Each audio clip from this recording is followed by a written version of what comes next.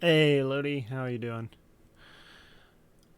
All right, I was just getting it all set up here, so we are live. So we are gonna do some Bagon encounters, like usual, for the start, and then we will jump into we will dump. Oh my god, dude! We will dump into the Dynamax adventure, and yeah, doing all right. I'm apparently having a stroke, so I guess I'm not doing too great. Nah, but seriously, I am actually doing good. Um, but yeah, what we are going to do, some encounters with the Bagon, and then we'll jump into some Dynamax Adventure. So do this for a little bit here, see if we can maybe get the green boy to show himself. Let me actually double check and make sure I have... Okay, I just want to make sure I have enough power points to murder these guys, because we still haven't murdered the 500 yet. I played Legends of Arceus 3 hours today and got one new shiny and 4 dupes. Oh, nice. Which new shiny did you get? Oh my god, Zubats. The Zubat swarm.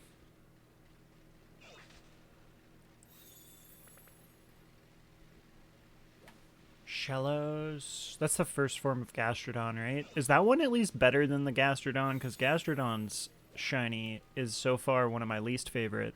I think the only one worse than Gastrodon is like Garchomp. Which, to be fair, I don't think anybody could be worse than Garchomp shiny. Alright, I know that Bagons spawn here, but apparently they don't want to show themselves yet. I got the blue one, and it's more pale. Oh, so is it... Is it... but not horrible? Huh. I'll have to take a quick look, because Gastrodon... I hate it so much. Like, Gastrodon's is just so lame. Like, I don't remember if you've seen the clip of Gastrodon, probably, because I posted it. But, yeah, I legitimately, I was, like, excited, but then I was like, I honestly did not realize it was shiny.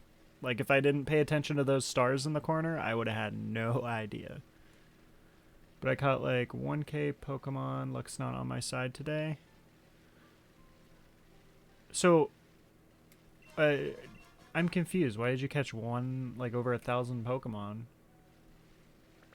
Because, like, in Arceus, you only have to catch them if you see them shiny, right? You don't even have to, like, really encounter them.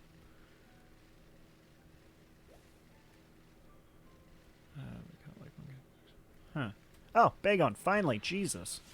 Thought we were never going to see one of these guys. Oh, shit. I dropped my controller. Alright, I'm good, I'm good. I am a mess right now. I can't talk, and I'm dropping everything. Oh, okay, good. My auto counter is working, because that was another thing I need to make sure. So there's a mechanic of mass outbreaks and massive mass outbreaks. Okay. But why do you have to catch them when there's, like, the outbreaks? Or are you just saying you, like, ran into 1,000 Pokemon? Well, it's basically a horde of 10 to 15 that spawn 4 at a time. Huh. Okay. Yeah, I have not watched much Legends of Arceus gameplay for the most part. At least, like, I've watched the gameplay. I've just never really watched people, like, doing all of the shiny hunting methods and stuff in it. I just know that shinies can be seen in the overworld, which is, like, the big thing about Arceus. Catch, defeat them, and catching is much faster. Ah, okay, I see. So you have to defeat them, so that's why you catch them. Got it. That makes more sense. You can't just, like, run away. Hey, Bagon. Okay. Gotcha, gotcha. Alright, that makes more sense to me. Yeah, I was, like, confused. I'm like, why are you just catching, like, 1,000 Pokemon? Like, ugh. That would suck. I do know that one of the shiny hunting methods for... Actually, I think it's the only legit way to get Jirachi shiny is the most abysmal thing in the world. Oh, hey, Bagon. But But yeah, the Jirachi shiny method, from my understanding and what I know, is you have to literally play Pokemon Coliseum, and you have to see it shiny. But when you see it shiny, it's not even guaranteed to be shiny. But if you catch it, it re-rolls like the ID of the Pokemon or whatever. And if it doesn't roll correctly, then it can end up not being shiny. So I'm pretty sure that's like literally the only way to get Jirachi shiny. Besides if they may have done an event at one point or something. It's a good self-sustaining loop where I have 999 vault items to boost the IVs, so the extras just sell. Ah. Classic. Man, ugh. Yeah, one of the mods, he's been like trying to convince himself to do it. I told him he should stream it. I don't think I would do that though. I don't want to go through that. That seems like so much. And just imagine the disappointment, because it's full odds for the shiny. So imagine the disappointment when you see it shiny, you catch it, and then the reroll on the ID just screws it. Ugh, I would be so upset. Like, I would literally just be like, all right, well, that's the end of the stream. Like, I don't think we're ever coming back and doing the Coliseum again. Ugh. Can't spell today. No worries. Together we can help each other, because I apparently can't talk today, so I'll just do the spelling and you do the talking. That works. Oh my god. I finally like ran into a few Bagons, and now I cannot for the life of me find any more of these little frickin' things. But when you get it super hyped, true. I mean, imagine getting like a legitimate Jirachi shiny. Oh, that would be cool. That is true. Yeah, that would be so cool. I don't know. We got a lot of other things we could do before we even think about that. So that's the good thing about not having that many shinies. Is the world is my oyster right now. So I can hunt for pretty much anything and be happy.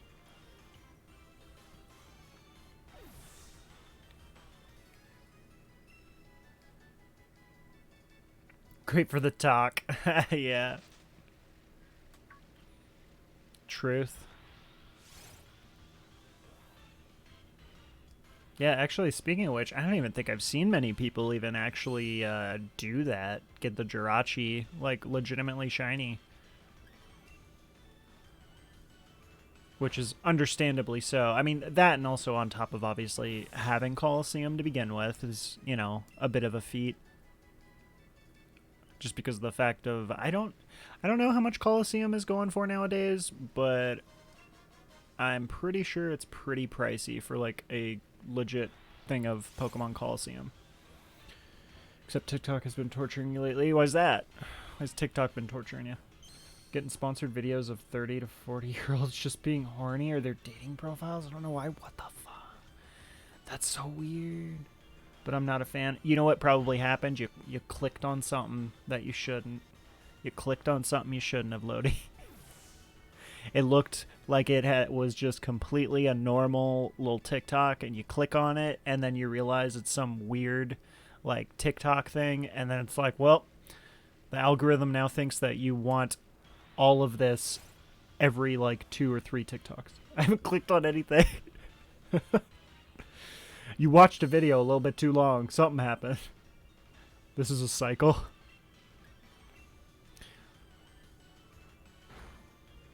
Happens every couple months. Yeah, I will say the one thing I hate, which isn't, like, is actually a major thing, obviously, but I hate the, those pimple popping video type things. They're so disgusting. And, like, I hate the algorithm because, like, if you manage to, like, stop on one for a second and be like, oh, what's going on?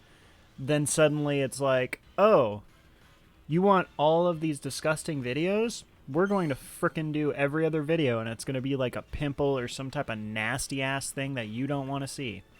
Like, those things are disgusting. Like, I get that people are into that, you know, and if you're into that, sure, cool. To me, though, it's nasty. I hate them so much. Ugh. I think it to me, yeah, I don't know if it triggers like my tryptophobia or what it is, but like it's just always so disgusting, and oh, I hate it. Ugh. I haven't clicked on this. It happens every couple months, but TikTok thinks I'm a bisexual woman. That's the algorithm I'm in. Interesting.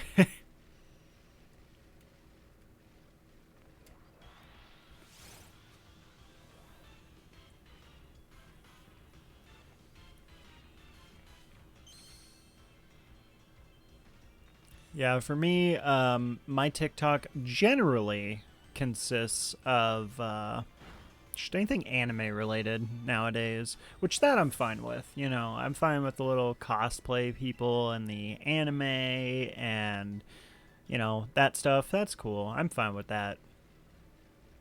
I just hate when, like, it decides to be all like, you like this? And it's just not at all what you want. I wish there was a way that you could just, like, immediately kind of decline it, the specific thing that the algorithm tries to get you to watch, and then it just gets rid of it from the algorithm for you. That would be nice. And there probably is technically a way, but like I just want a legit way that you can have a video pop up while you're watching TikTok, and then you're like, I hate this video with a passion, and you can click don't show me any videos related to this. Like, I'm pretty sure Netflix does that, but there's no I think pretty much that would just be a dislike button, huh? So, I mean, yeah, I guess really that would be what they would have to do, which I don't think people want to do a dislike button because they want to keep things positive, I guess, in the aspect of they only want likes to be seen of a video.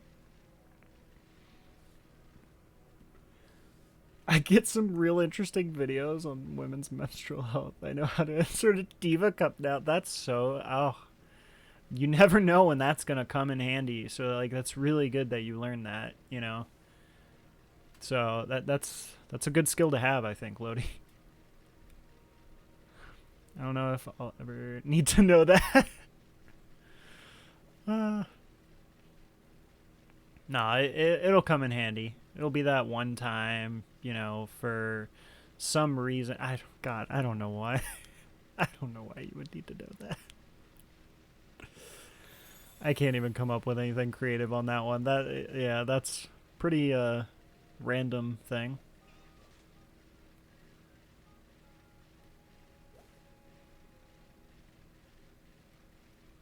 Also learned about Thundercrotch? What the hell is that? A part of me really doesn't want to know this, but a part of me does because I've never heard of that. A real medical term. God, if it's not too vulgar and disgusting, then I need to know this. If it is too disgusting, then don't post. Don't let me know what it is. But yeah, if it's not too awful.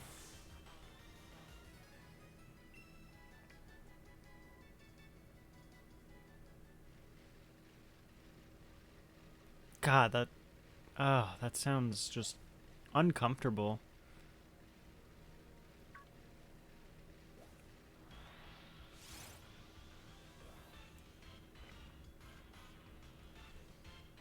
I mean, I could technically Google it, but I'm kind of afraid to Google something like that. But yeah, I've never heard of that. Thundercrush.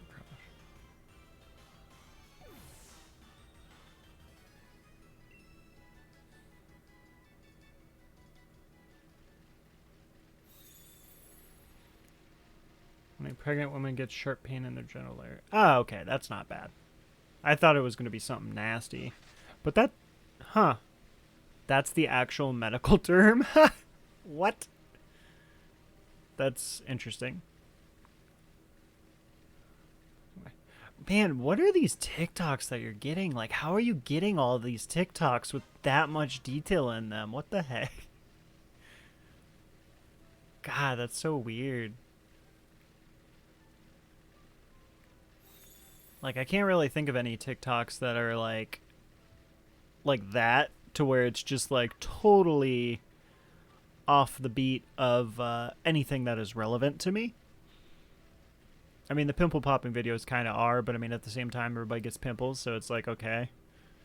But, God, I hate them. I just hate them. They're gross. Doctors call it thundercrotch. Wow.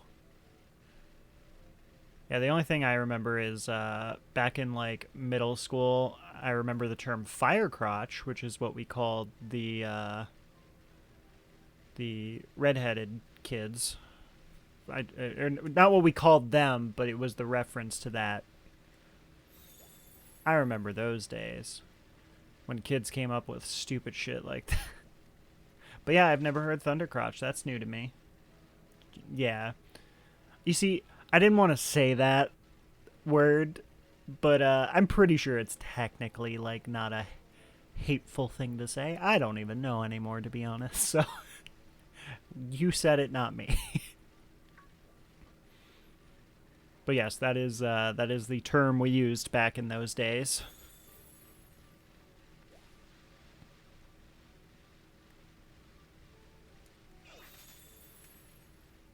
Oh, it is an oh, okay, like it's an actual. I never know, to be honest, because like the thing that's messed up, like this is actually a legit thing. The thing that's messed up is in school. I was taught a lot of historical stuff, and I never knew some of that historical stuff was literally just racial slurs and like offensive things towards people because they never told you that. They just said this is what they called them, and you didn't question it because, you know, they never said anything. But I found out later in life certain things, you know, do not mean just like they weren't there to identify something kindly. I'll say that. So there's a lot of terms out there that I never know if it's like an actual legitimate term or if it's just a actual like slur or something like that. So I'm careful at what I say with that one. So I didn't know that that was redhead works too. Yeah, like I didn't know that is technically an okay term to use. It's just more for the redhead, pale skin and freckles. Ah, where did it even originate? Like, I wonder the whole like idea of calling redheads that.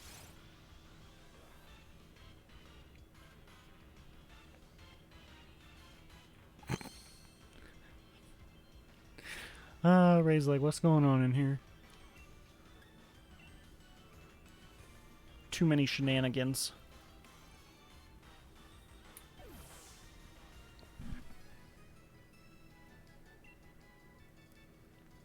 Alright, what encounter are we at? 167. Alright, we're going to go to 169 with our Bagon encounters, because it seems like 169 and ending on 69 is usually always a good idea. So, we'll do one more encounter, and then we will come back to this later on. So, we are going to jump into Dynamax Adventure, just an FYI to everybody, and do some Kyogre runs. So, if anybody wants to participate, you are definitely more than welcome. Just let me know in the chat when we go to do it, and I will make a room. Oh, there's our 169. And 169 was not Shiny and Bagon's example. Hey, Reggie, how you doing? That sharp pain happens all the time? Huh. Is it just like a normal term, then, with that? Like, even outside of pregnancy?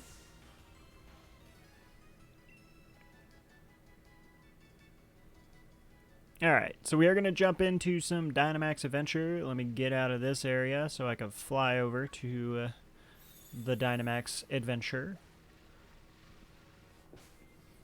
And let me know if anybody does want to participate in the Dynamax Adventure, and I'll go ahead and make a room here. Saw two things, one from actors. Auburn color. Ah, interesting. Ah, okay. You know what I just realized? The show As Told by Ginger, she was literally a redhead. I don't know if you're familiar with that show or if anybody is, but it just kind of popped into my head when you said a show named Ginger. So that's why I was like, wait a minute. There was literally a cartoon that I remember growing up with, which was told by Ginger, where the girl was literally a redhead. And I never put two and two together that her name was Ginger and she was a redhead. Never put that together until now. Yeah, I know, but like she was also a redhead. So I never realized that. I never put two and two together. I'm just like, oh, hey, this girl named Ginger. But like she was a redhead.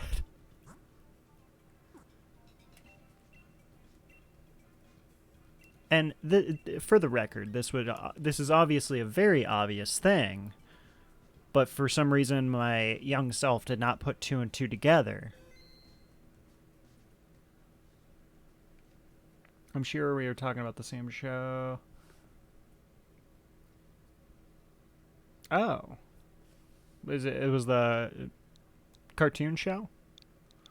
Yeah, because I know for us it was technically on Cartoon Network, which I forgot what Cartoon Network was for you guys in Canada. I think it was like Toon something.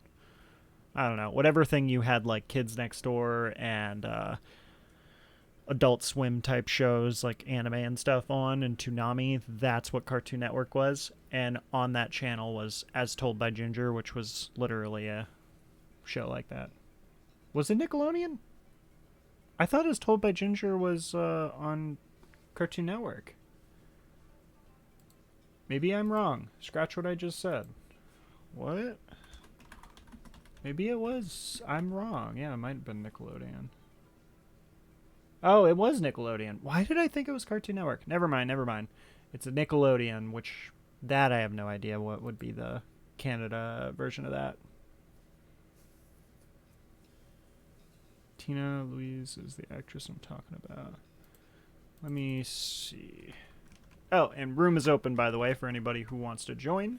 So if you guys want to jump in, you are definitely more than welcome to.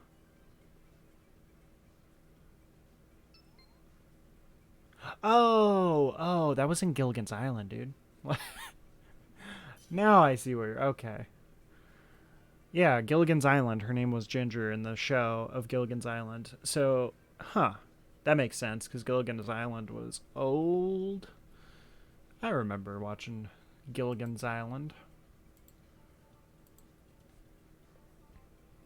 From the it was not the 70s or 80s. Gilligan's Island was, I want to say it was like the 30s or 40s. I know it wasn't the 70s. Or 40s. Oh, no, never mind. I'm stupid. It was the 60s. For some reason, I felt like it was so much older. But you know what? My concept of time is absolutely abysmal. So, like when you tell me, oh, hey, remember this from 20 years ago? I'll be like, oh, yeah, back in 1980? Like, this came out 20 years ago. Wow, that came out in the 80s?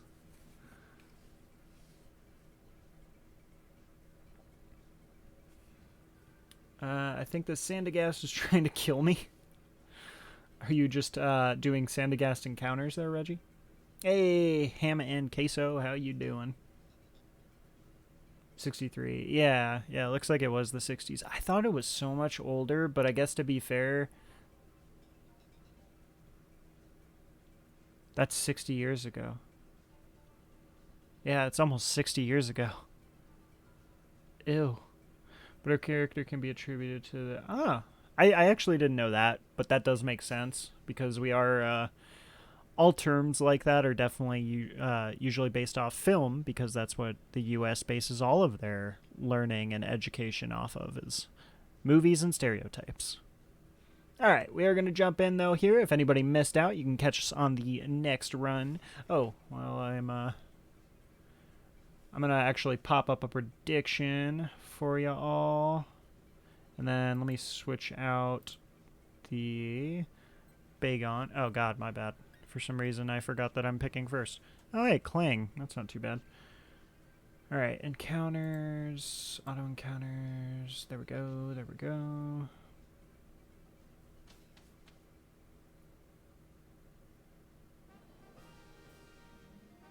What are you saying right to?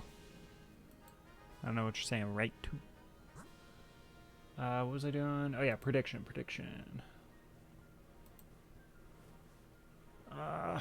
Let's see.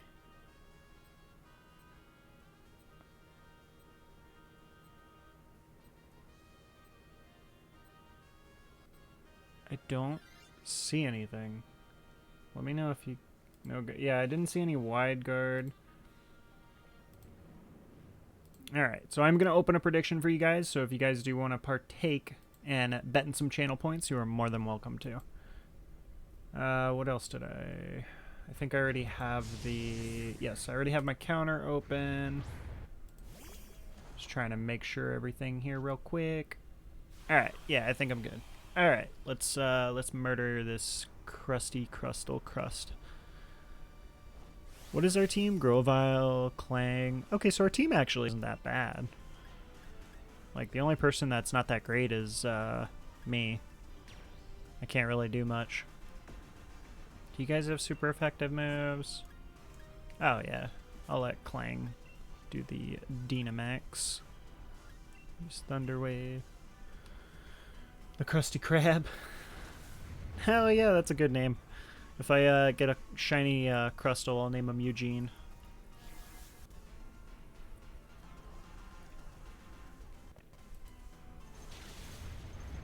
Alright, so we do have the prediction open for a couple more minutes here, so if you think we are going to get a shiny on the first run of the day, you can earn some channel points. Or if you think we're not going to, you could probably more likely earn channel points.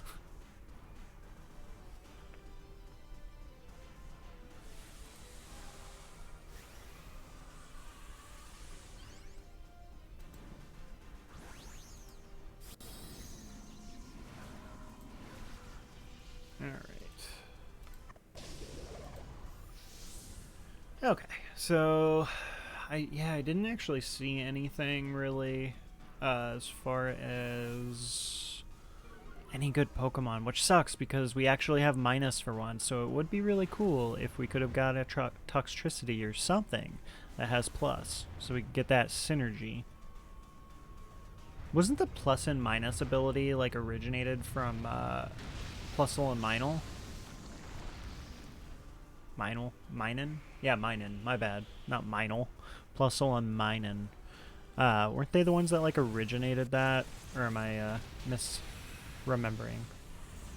Life Hell? Life Hell. What's Life Hell?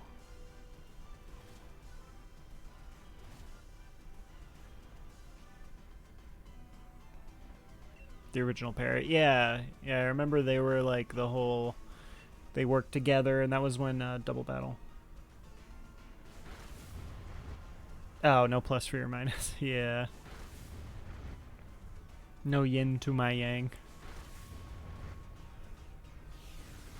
Yeah. I forgot, though, about Plusle and Minel, because that was when they, like, debuted the double battling. Honestly, I do love double battling, and like it's super fun, but at the same time, when it comes to like creating a team, I don't like it as much.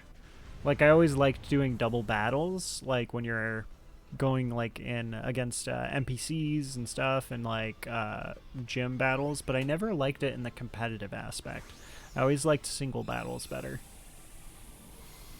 Doubles are great. Yeah, like it's weird though, because like doubles are super fun to me, but I don't like them in a competitive aspect. I don't know why. It's one of those things I have never truly evaluated to understand why. I do not need this guy. Triples can suck it. When was triples even a thing? When did triples start? Do triples exist still? I've honestly almost never played triples. Oh wait, there is an electric. He doesn't have plus, I don't think, though, does he? Oh wait, is that Manectric? No, I think it's Bolton. Well, yeah, it's Bolton. Man, I was hoping it was Manectric. I was so excited. If it was Manectric, that would be cool. Oh hey, I could switch out. I'll do the random. And then if I get garbage, I guess I'll take this Bolton. Ugh. I love Salazzle, but no, he's not the one here. Coolmon to get, but not the one.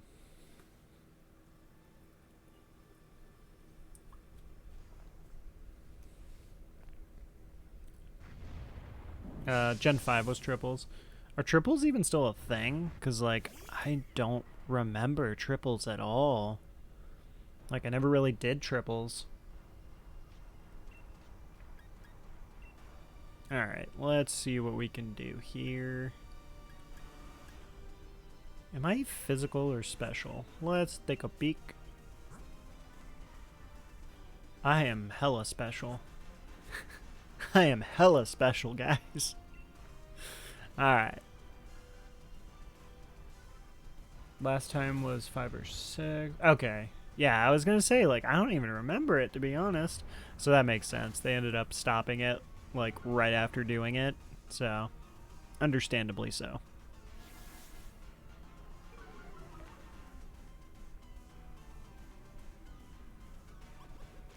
Alright.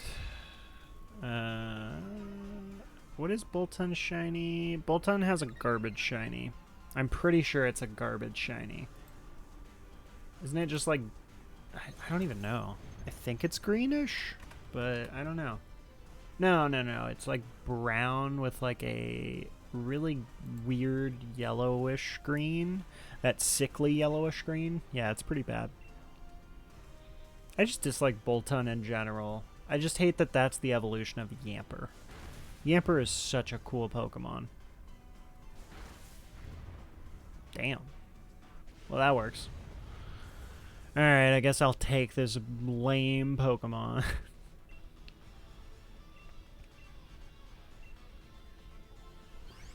Does, like, anybody actually even like Bolton, or is that... I legitimately don't know. Do people actually like Bolton as a Pokemon? Like, especially over Yamper? Because personally, I hate it. Because Yamper is so awesome. Crystal just deleted that. Yeah, pretty much. Oh my god, that was the computer too. That's funny. Computer just straight up annihilating it. I guess I'll take it since we... you guys can at least do damage. I can't do anything. Don't like his face. There are much... Yeah, right? Like, that's what I don't get. Like, why did they do it? What's the easiest thing to kill? Ground is probably bad because 3 of us actually get screwed by ground. So I'm going to say the psychic route. Plus we get an item, which is pretty nice. Oh no. These suck. Am I... No, because Rising Voltage is a... Damn.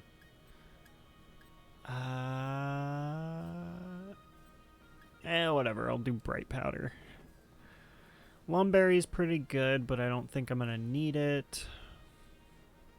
Ooh, we got a Life Orb. It's the second best thing to Eviolite for you. Who is this psychic anyway? That I don't... Oh, Indeedee. Indeedee. What is Indeedee's shiny? Because if I recall, I think Indeedee has a pretty cool shiny, right? It's alright. It's not bad.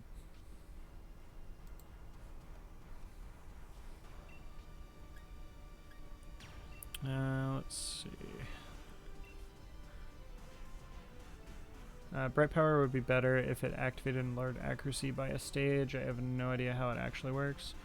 Isn't it just like you have like a small chance of not getting hit by stuff?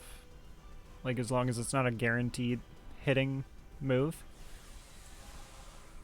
I thought that's how it works.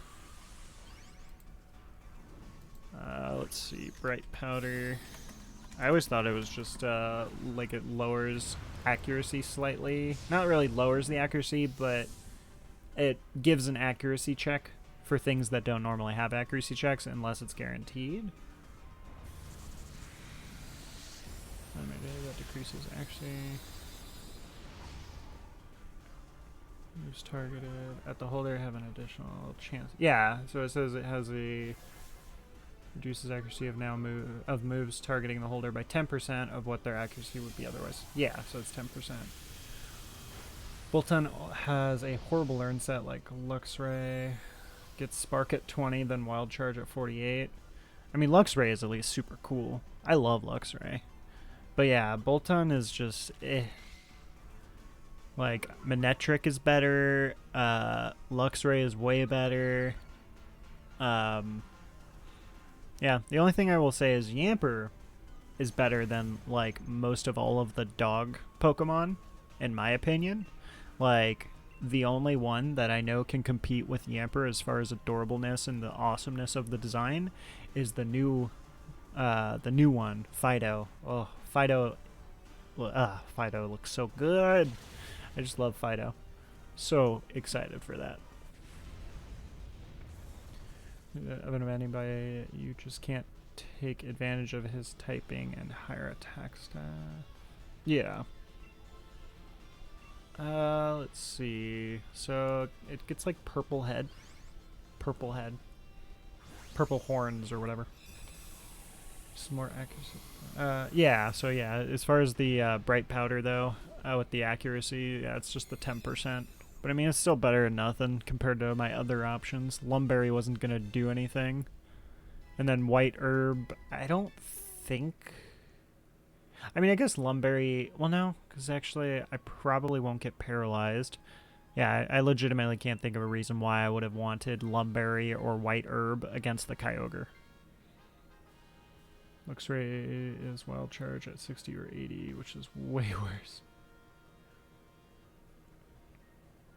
Ooh, computer, take it, please. Yes, get something good. Okay, Obstagoon's got Thunderbolt. It's better than the bug. He's not vulnerable to water now, so that's actually not bad. Computer, now it's up to the computer if they're actually going to use the Thunderbolt. That's the other thing. Will this computer bolt with his thunder?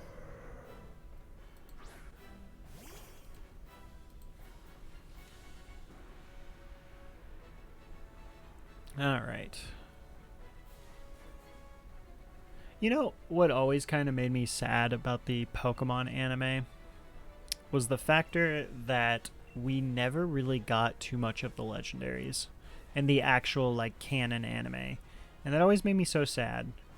Because, like, the movies, unfortunately, are not canon. So we literally barely ever see legendaries. And it just makes me so sad. Because they have such good lore, and God, would they make for such good, like, story and stuff in the actual anime. Like, I feel like they definitely have done it a little bit more so with the legendaries lately, like in Journeys. But outside of that, it's, they have not done too much with, like, legendaries in the actual anime. And I personally think it would be so awesome. Especially considering how powerful they are. Same with Mighty Anna not getting as much love because Dark was special, so people picked Houndoom over it more often. Yeah. I mean, aesthetically, I always liked Houndoom better anyway. Houndoom was always a cool one. Houndour and Houndoom were such cool designs. I still like Mighty Anna and Poochyena a lot, but Houndoom, that was a cool one. Little Hellhound thing. I love the Hellhound design. Didn't Zygarde have a pretty big role in the anime? Did he? I don't know. Because I don't think I've seen near the ending of X and Y when they probably ran into it. I just know, like, Gen 3, for example. Gen 3, we did not get, like, Groudon Oh my god. Please, don't. Please not like this. Oh, that sucks. Anyway. God. Anyway, what was I saying? Oh yeah, Gen 3. Like, the legendaries for Gen 3 were not at all really a part of the anime, which makes me sad because they're huge. Like, they're very, like, intensive, like, story, lore-driven legendaries. I believe... I don't think Giratina was in it. Yeah, or Giratina? Giratina? Yeah, Giratina. I don't think Giratina was in the anime.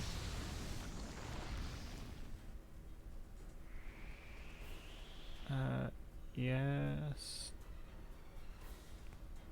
I haven't watched X and Y, but I think. Yeah, I didn't watch X and Y. I watched the beginning part of X and Y. but I only watched all the way up to like the beginning part of X and Y, and then I didn't finish X and Y. I did not watch Sun and Moon really at all. And then I have been watching Journeys and Master Journeys. And Journeys and Master Journeys is great. Think the AI. Oh, what did the AI do? I didn't even see. Or is it actually like doing things?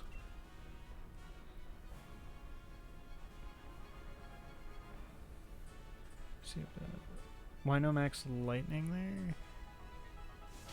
Oh, get rid of rain. Oh, it's so close. Oh, he's paralyzed though, so yeah. Oh, that was scary. But we did it. So, was that 34 or did we do 34 last night? I feel like I'm not sure actually. Well, let me catch this.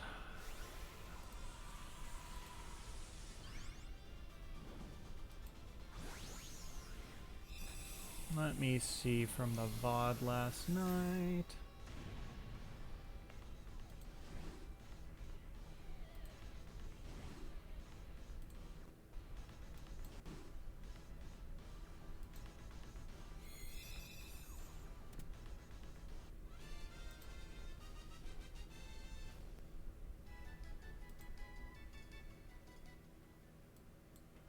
No, we were only at 33. Okay, cool. So the thing was right. I just wanted to make sure. Hey, CeeLo! I'll be joining the one after next, eating dinner at the moment. Hope you're doing okay. I'm doing great. I'm glad to see you. Haven't seen you in a bit. Congrats on the brown rat. Yeah, we got the brown rat. That was super cool. Nothing on your guys' end? Alright, let's see if we got a shiny here. So, Crustle is already a no. Bolton, I'm okay with that. Bolton's shiny is mid. Indeedee, not a bad shiny, unfortunate. But the one that matters. Dang. No shiny for the first run here of the day. So we are going to jump right back into another one here. I am going to take a quick break. I'm just going to go to the bathroom and grab a water or a drink or something. Because I don't have any. And I am going to shrivel up if I do not have water. Alright. But I'll go ahead and prepare the room for you guys, but I'm not going to open the room. So just a heads up there. So you guys can prepare to join, and anybody else who wants to join, it is first come, first serve. Alright, I'm going to run an ad too.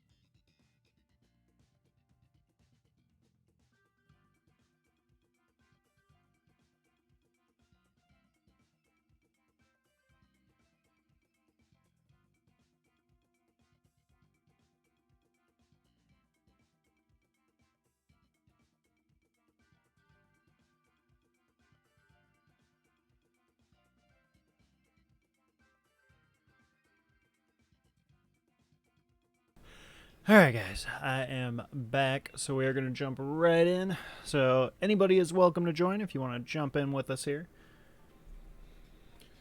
The chalky mouse? Yeah, the brown rat. The chocolate mouse. Still need to get the other Raichu, so then we can have the whole set.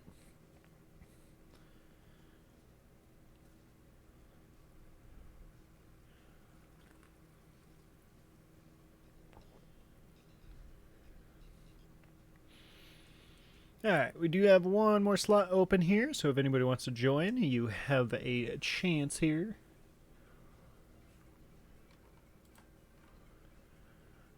Alright, I just got regular Raichu the other day. Oh, nice!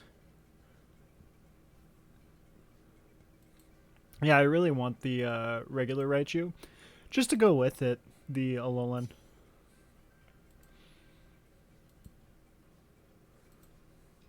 Alright, so I'm going to open a prediction for any of you guys who are wanting to bet some channel points on if we're going to get the shiny or not. You can go ahead.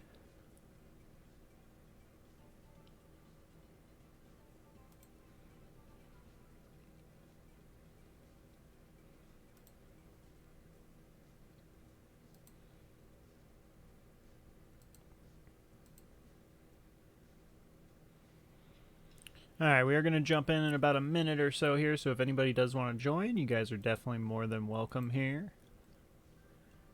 Other ways. God. I cannot talk today. I don't know why. Although, who knows? I say today, but I'm sure I can't talk any day. You guys could tell me better.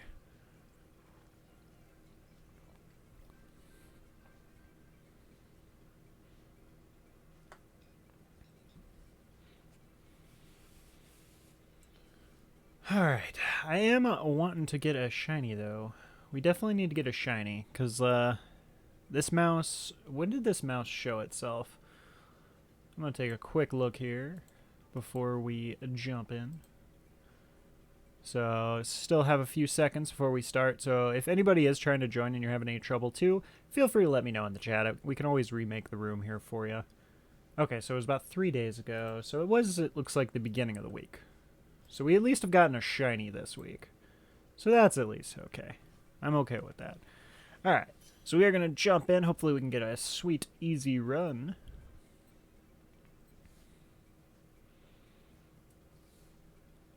Alright, and let's see. I don't like any of these. Oh, no.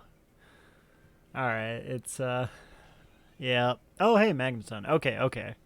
There's hope. There's hope. We just need to find at least 2 more good ones. Not the best start, yeah. I've had worse. Alright, so there is a lot of waters, so definitely a potential for Wide Guard. Also have an electric. Alright, look for Pelipper. Oh, that's Celio. Oh, I can't though. Celio is not good. Oh, and there's nothing on that side. That makes me so sad. Alright, who's the waters up here? Oh, I want the Celio so bad, but I know it's not the correct decision. No. Celio.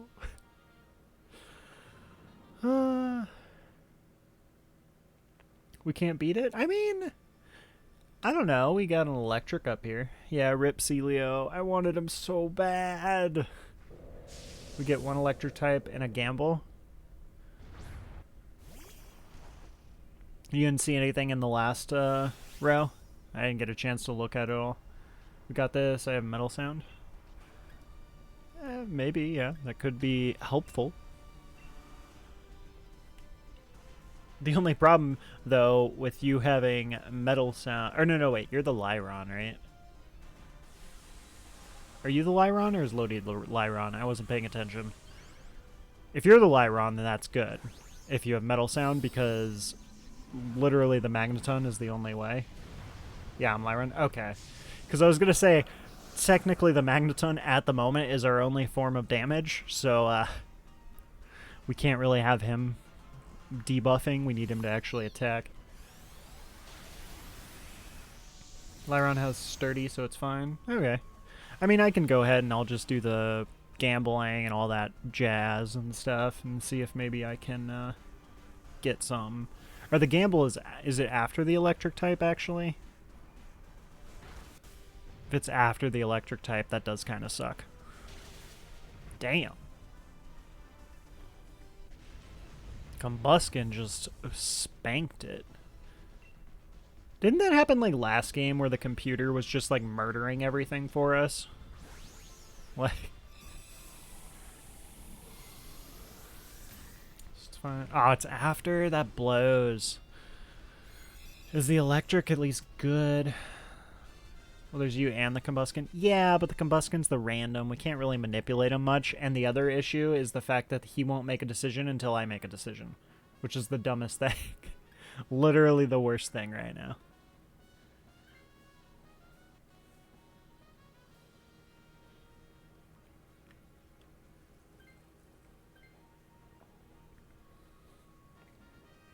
Maybe AI will gamble. The problem is I don't think it will do it until I make a decision. What? Oh, that was Machoke. That's what you were saying. Okay. Alright, well, we definitely have to go electric, unfortunately. Who is the electric, though? I still don't even know. What could go wrong? We just have to gamble on a gamble? Our Crustle last game was spamming Shell Smash and then getting insane hits. Yeah, that's true. The AI was pretty nutty last game. And I mean, this one is starting off pretty good. Mulga. Mulga's okay. Mulga is not the best, but he is definitely nowhere near the worst. He's like that perfect in between.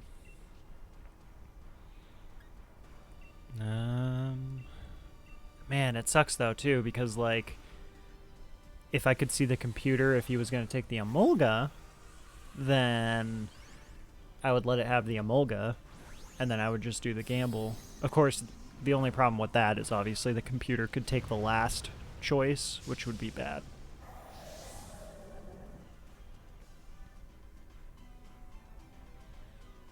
Man, I really kind of want to gamble though.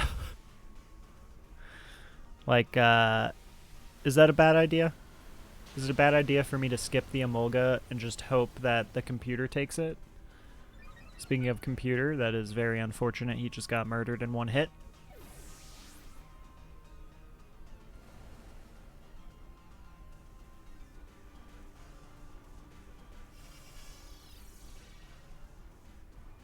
Yeah.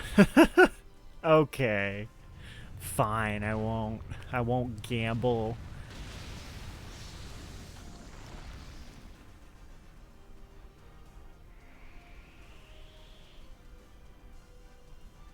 Mulga's guaranteed damage. Yeah, but the gamble could be anything. It could even be a boat.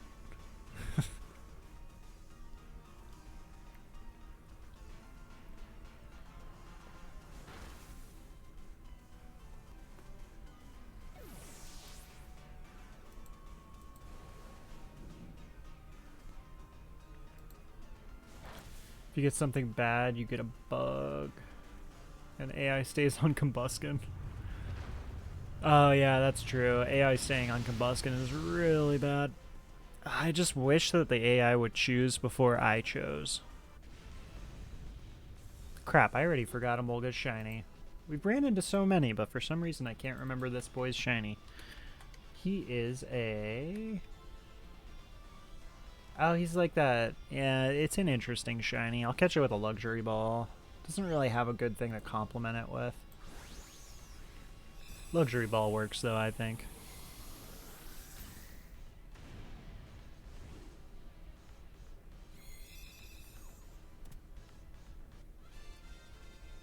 Alright, so then I will take the Emolga, even though that's not the fun choice.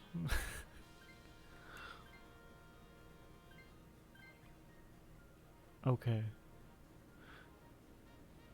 Alright, this computer better gamble. I'm gonna be so annoyed. Good choice. Oh my god, we have 2 deaths already? What the hell happened? I know the Combuskin died against the Emolga. What? Where did we get another death? I'm so confused. When did that happen? That is so bad. Take it. Ah! Yeah, I don't think we're winning this one. Got a KO each turn. Did he? Who the hell did he? Who'd he kill? Who else did he kill? I didn't even notice. I saw him kill the Combuskin, but I didn't see him kill anybody else. I didn't even realize. That thing is ridiculous. Alright, Scolipede. I don't have a shiny one. We've won worse. That is true. That is very true. I mean, the main hope is that the Combuskin switches out, because if the Combuskin doesn't switch out, we will be in pretty big danger. Because he is guaranteed to die, no matter what, with a AoE attack.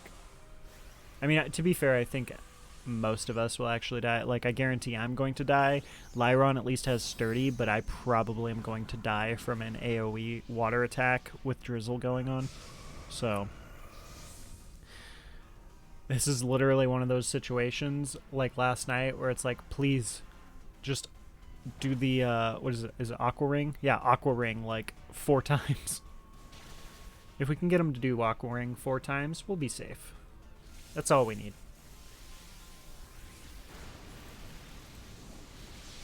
Praying with the Sophiel.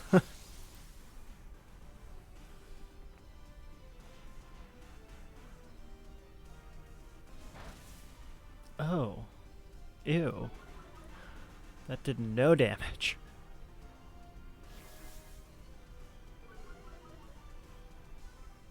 If we can get 2 Screeches off, we win. Yeah. Yeah, we could get... If we get some Screeches off and are able to slap them, then we should be pretty good.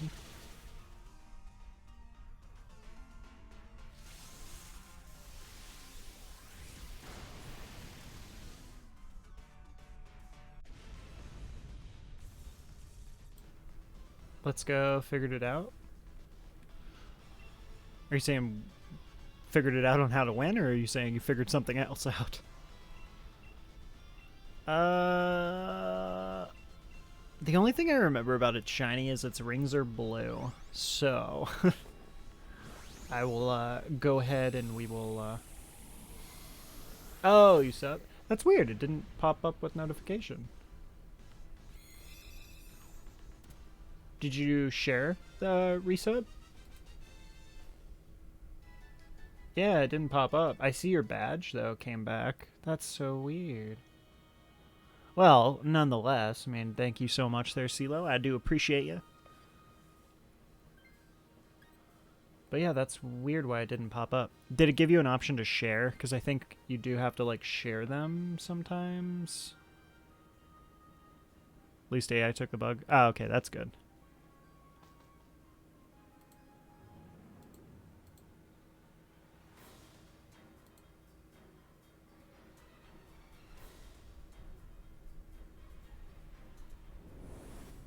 Oh, you said no. Oh, okay. Alright, I just wanted to make sure that it wasn't messed up. But yeah, it for some reason you have to, like, share it. I appreciate it, though, there. The silent sub, I will gladly accept. I appreciate you, man. Alright, let's see if we can get it. Hey, Ham and Queso with the sub. I appreciate you as well. Thank you so much. Like, it means a lot just for you guys to hang out, but if you go and you sub as well, truly, truly am appreciative for that. Like, it's so awesome that you guys support me. Yeah, there's the notification.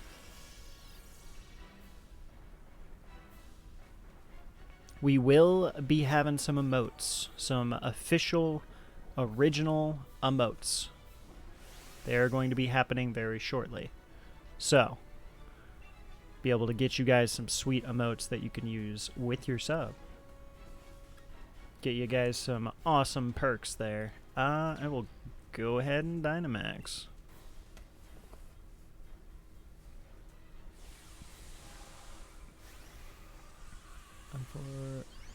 Oh, I missed. Yeah. Shower, then the next one will join. Okay, no worries, CeeLo.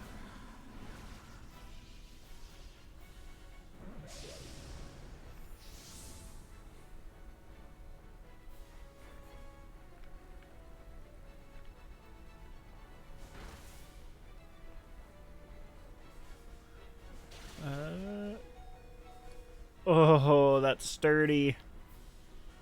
Man. Really needing this damage. This is very scary. I don't know about this one. As long as the metal hits out. Yeah, we definitely need that to hit for sure. Paralyze? Or wait, does Electro Ball paralyze? I don't think it can, huh? Man, that really sucks. Because if we could get it paralyzed, that would have been so good because the speed. Alright. Kyogre, just Aqua Ring again, please. Just Aqua Ring. Just do the Aqua Ring. Mega Horn. Okay. Did something at least. Oh no. We can afford one death. Alright, that's probably the best case scenario because he does the least, he's the least impactful. Yeah, that's not too bad. Ooh, that was such good damage. Just, oh, it was a crit. Oh, come on. The Fates are really trying right now. Please, Electro Ball, kill! Oh, no! Oh, no! Oh, God, this is terrifying. No! Damn it! Ah, that was so close.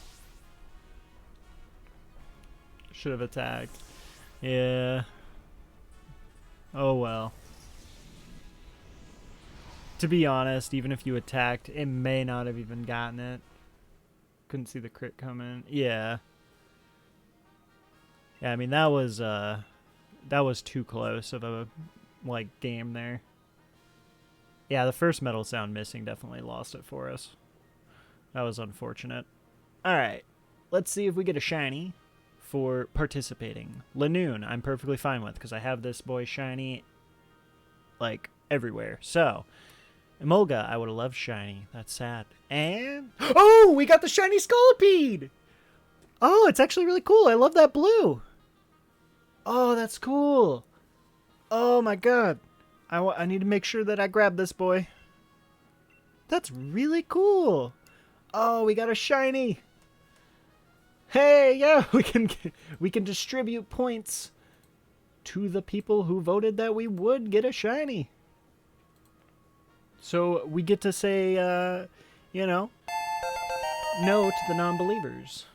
Hey. Let's take a look at him real quick. We're gonna jump in another run in just a second. First, we're gonna take some time to appreciate the Scolipede, and then I also want to see, because I should have like a Scolipede randomly. I just want to compare them side by side. Scolipede is a poison bug, right? Yeah, I'm pretty sure that's its typing. Search. No, that's the first or the second form. No. Okay, there he is. I just want to compare the... Oh, wow, it's in my first box. I just want to compare these side by side. I love that blue, though. Blue is actually really nice. Alright. Finally, some more shine. Yeah. So, normal. Shine. Oh, the red is really nice, dude. Like, it's so much more vibrant. Oh, its eye changes, too, from yellow to green. This is a really good shiny. This is a lot better than I thought a shiny would be. I like that a lot. Yeah, that's a super nice shiny. I'm actually shocked. Like, I love the blue, and I knew about the blue, but I didn't realize how much else actually changes with, like, the red. I like that red a lot. That is really cool. Alright, let's put this non-shiny back. I really need to organize my box. My boxes are such a mess. I need to mass release all these guys because they have so many dinos. Alright. Well, we got ourselves a shiny. So I am very happy. That's 2 shinies this week. Let me actually grab the clip. See if I can grab the clip of that and put it in our more recent. So, unfortunately, gotta get rid of the Choco Bunny. Or God, I keep saying bunny. Rat. Mouse. The Choco Mouse. Alright.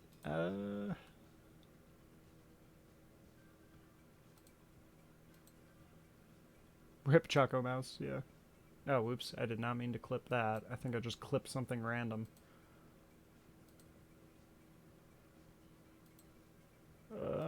Let's see. VOD.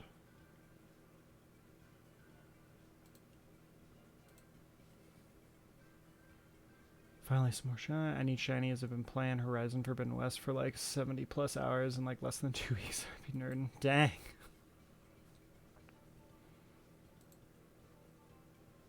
Alright, let me see.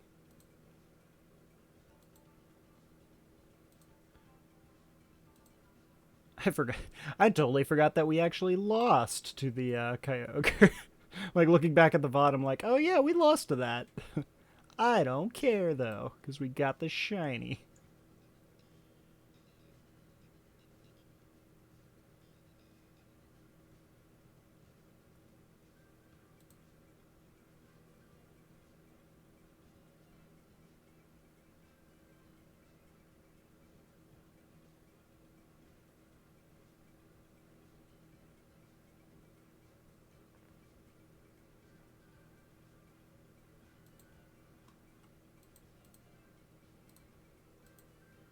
Alright, I am just grabbing that crit, or the crit, the clip. Oh my god.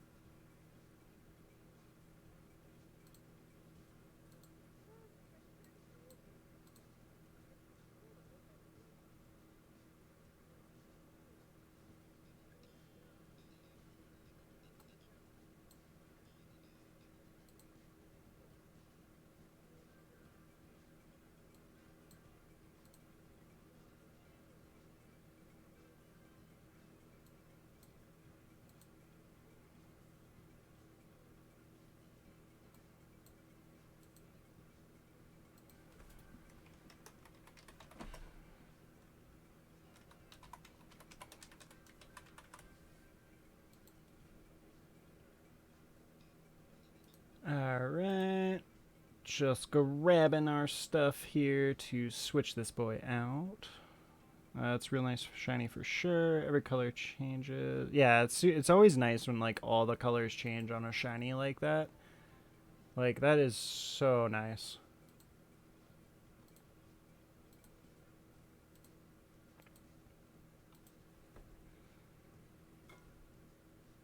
Alright, so actually what I'm going to do here, because it's going to take me a second to fix this and put it on as our new commands for the recent. So I'll go ahead and open the room for you guys. And I will also start a prediction here. So we're going to do a new prediction. Are we going to get a back-to-back shiny? So feel free to bet some channel points there. Never have I ever, never have I ever gotten a shiny back-to-back.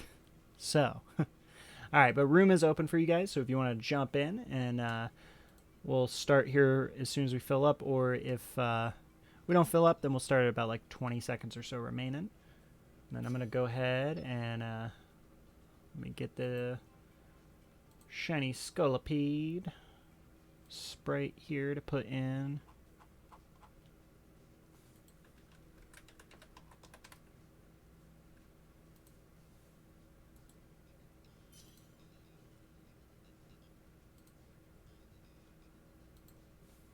Alright. So we got one more slot left here. If anybody wants to jump in, you're definitely more than welcome.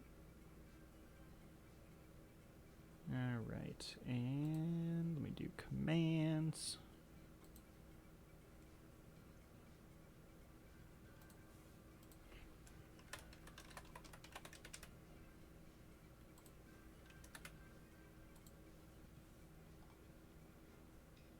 And let's see, recents.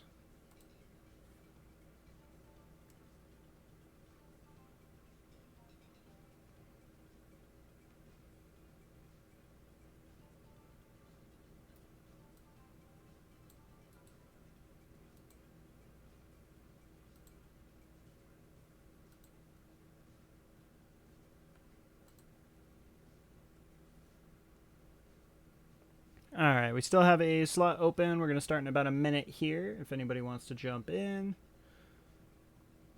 And let's see, recent. Go ahead and switch out on the chocolate mouse. I am sad to see him go, but I am glad that we got another shiny for the week. Oh, let me adjust him. Ooh, he's a big boy. There we go. May the odds be ever in your favor. Do what I do, just make home a mess. Just make your home a mess. Yeah, my Pokemon home is already pretty messy.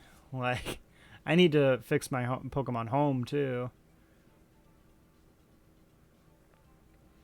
Alright, so we got him. I think that's everything. And then the clip, I'm going to test it out here for the recent. So we got the Rayquaza and the Scolipede. Perfect. Alright, we got the recent set up. And then we have the clips and all that. So, perfect. Alright, let's jump in and see if we can get a clear on this Kyogre this time. Oh.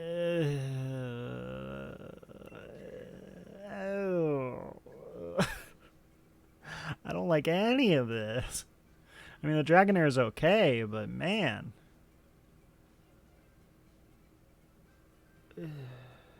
Yeah, not great, not great.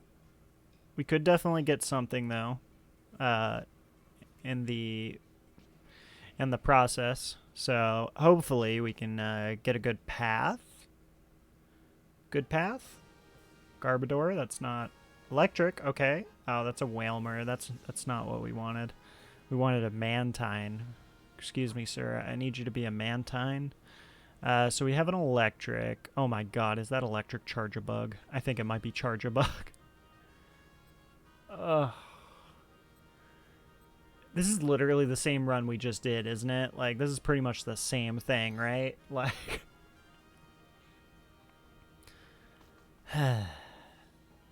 oh god. Yeah, this is not going to be great, especially because this Garbodor is going to hurt us really bad. Can we mulligan this? I wish. Like, that is one thing that I wish they would let us do, is the, like, if we all surrendered, you know, just be like, hey, can we concede and not be punished? But apparently if you exit out, so I've never personally done it. I've never actually closed out and left a Dynamax adventure, but apparently if you do, then they just force you to pay Dynite ores when you go to enter again, and if you do it too many times, then it, like, I think, I don't know if it, like, suspends you for a bit, like a certain time frame or what. I don't know. But regardless, it's dumb. Well, you get 3 free ones. Then it charges ore.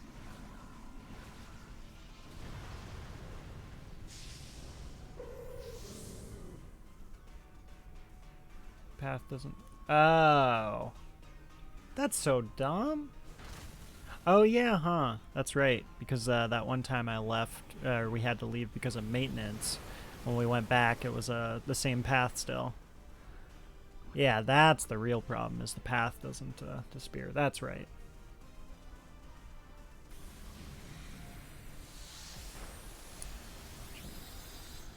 Man. Ugh. This is so brutal. That's how set runs work. Yeah. Well, yeah, I know. I know CeeLo has been trying to get me to just save like a really good path and then just repeat the path, but like I don't want to do that. As annoying as it can be, I like the factor of having different paths each time. So I know technically you can like do that strategy. But yeah, I will say we've not been doing too good on the paths. But hey, we got a shiny, so you know, it balances, right? Which would you guys rather have, a shiny Pokemon or just a good path?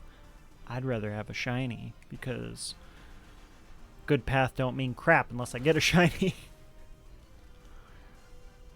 If you join someone else, you'll be doing their path. Ah, I gotcha. That makes sense. For mons like Zygarde, I would do it, but it does get repetitive. Yeah, like that's... I understand with Zygarde, but at the same time, like, I honestly don't mind Zygarde because at least he can, like, Zygarde is annoying, but technically Zygarde is a similar strategy to Groudon and Kyogre. Like, if you have Wide Guard against Zygarde, I didn't even mean, okay, yeah. If you got Wide Guard against Zygarde, then, it's at least like not too bad. Like it's pretty easy because you just really need Wide Guard and then you need some ice. That's it.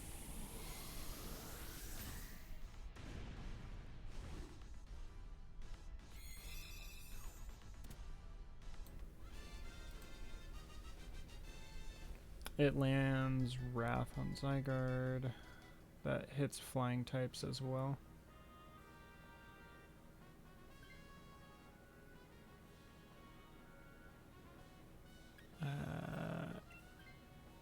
I mean, you guys can technically switch to the Garbodor. Oh, computer switching. Yeah, okay, either way. Lando has 3 AoE moves. Yeah, I mean, overall, I don't mind them. It's just, it is unfortunate when you have those situations to where you're against... God, this is Charge-a-Bug, dude. Ah. Come on. Charge-a-Bug.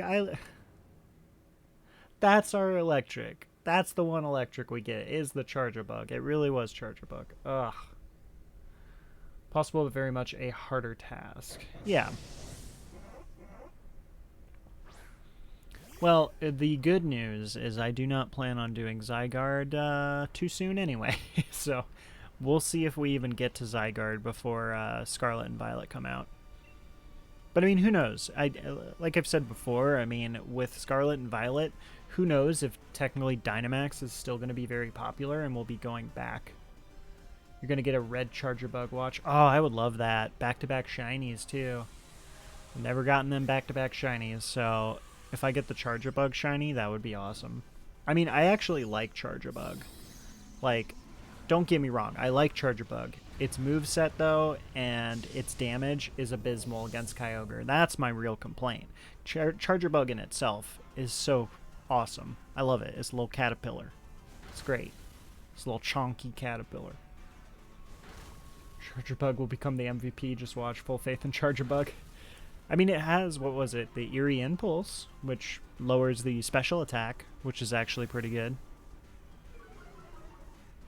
So, I mean, Lodi, probably I would recommend you taking it, maybe.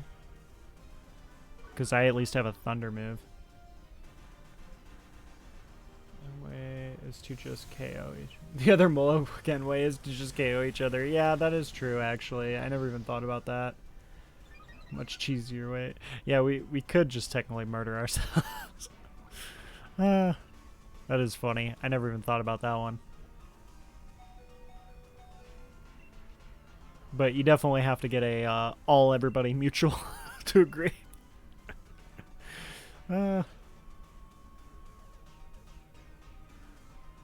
Oh, and by the way, Devin, how you doing today? I just realized that was, you just popped in here.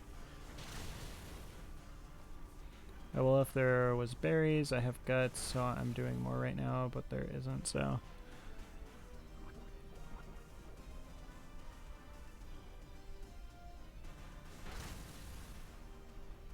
Oh, you're saying if there was berries, you would keep what you have. I see.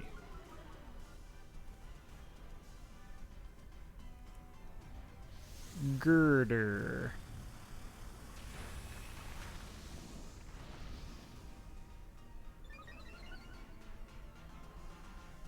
So, who do y'all think is the best fighting type Pokemon? Just out of curiosity. I think my favorite would probably be Glade. But to be fair, I mean, my favorite's Gardevoir overall, so Glade is kind of cheating because it's literally just the male Gardevoir. Um, Otherwise, I am a big fan of Hawlucha. I love Hawlucha. Such a cool design. Urshifu. Yeah, Urshifu is pretty cool. You know what's funny? I actually like Cubfu better than Urshifu. And this is because he reminds me of Cone from Bleach, if anybody is a Bleach fan. So, yeah. Glade is a good choice. Yeah, Glade is awesome, but I do feel like kind of like it's unfair because my favorite is Gardevoir, so it's like saying Glade, it's like, well, yeah, duh. So, but if I had to like take that factor out of consideration with the fact of how much I love Gardevoir, then I probably would say Hawlucha. I just think Hawlucha is cool. I love a flying fighting type. It's such a cool design. Throw in sock? What? Are you for real? Really? They were so weird. I'm surprised. That is your favorite fighting types is throw and sock. Interesting.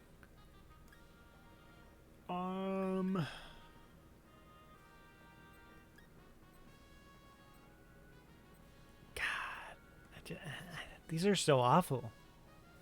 So excited for Bleach to come back. Yes. I'm so excited. Even though there's a lot of crap going on with it coming back, I hope that it's all just freaking, you know, whatever, and we're going to get it, and it's going to be great.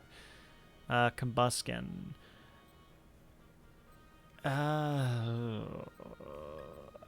don't. That's probably. Oh, okay, you guys went Wilmer. I'm like, I don't even know which way to go. Clubpus is probably my fave, though. He is funny. I do like that one. I don't like the evolution as much, but Clubpus is really good. I love little Octoglove, yeah. Hitmontop. Yeah, I like Hitmontop. I got my whole fighting team is literally Hitmontop, Glade, Toxicroak, Hawlucha. Literally my favorite fighting types. Like,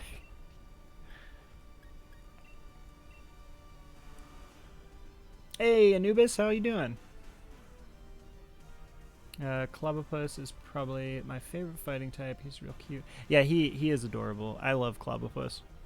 It's a super funny, like, little guy. I just wish that his evolution was as cool. But, I mean, that's kind of how it works a lot of the time. Like, his evolution isn't bad, I will say that. It's just, it's not as good as the baby form. Like, I'm fine when an evolution isn't bad. I just hate when, like, the first form is really good and then the evolution is bad. Which, to me, is Yamper and his evolution. I think Yamper's amazing. I think Boltun's awful. So that's the only situations I dislike.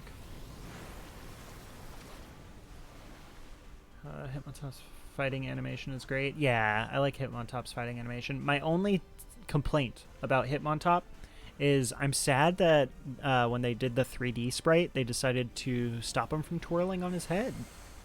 Like, that would have been so cool if he was just sitting there, like, and, like, spinning on his head rather than, like, doing the side-to-side walk.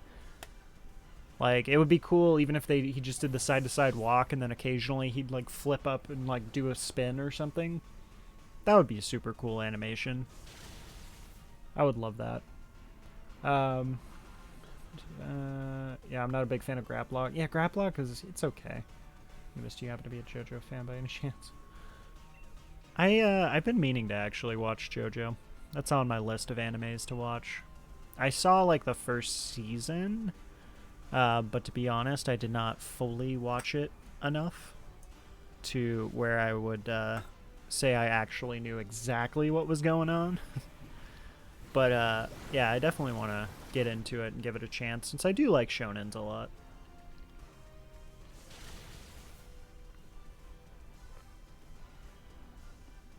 Yeah, that'd be sweet. Yeah, I've heard of it, but never read watched. So no. Poison will get it? What do you... Oh, you're talking about the whale. I was like, wait, what? Oh, yes, the whale. Yes, the poison. The whale. The whale's poison. Yes. I would not mind actually a shiny little whalmer. That's a good one. Okay, I was asking because I thought your user might have been a reference to it. I don't even know. I wouldn't know.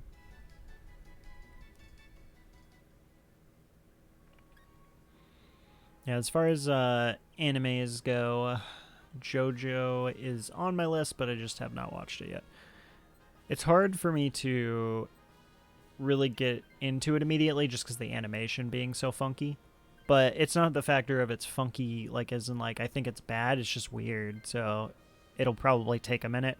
Because like it took me a minute to get used to Baki on Netflix, if anybody's watched Baki. But I love that show. But the animation with the 3D animation and stuff, the weirdness of it, I couldn't get into it right away. So that's just how I am sometimes with animes. If the animation looks a little funky to me at first, it takes a little bit, but I usually get used to it and enjoy it. Poison, the whale's poison. The poison for the whale, yeah. The poison, the whale's poison. The poison for the whale.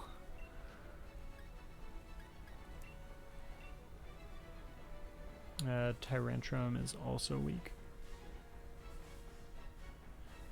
Yeah, I can definitely understand. Yeah, like, and I mean, I get, like, I will always give that stuff a try. It's just, it takes a little bit more of time for me to get into stuff like that is the only thing. Baby whale versus mama whale. Yeah, little baby versus the big one. They literally have, like, the same shiny, too. That's actually funny. Didn't even think about that. But yeah, they literally have the same shiny. Is Wailord just the evolution of Kyogre? Actually, isn't Wailord bigger than Kyogre? I'm very curious now. Kyogre. Let's look at Kyogre in size.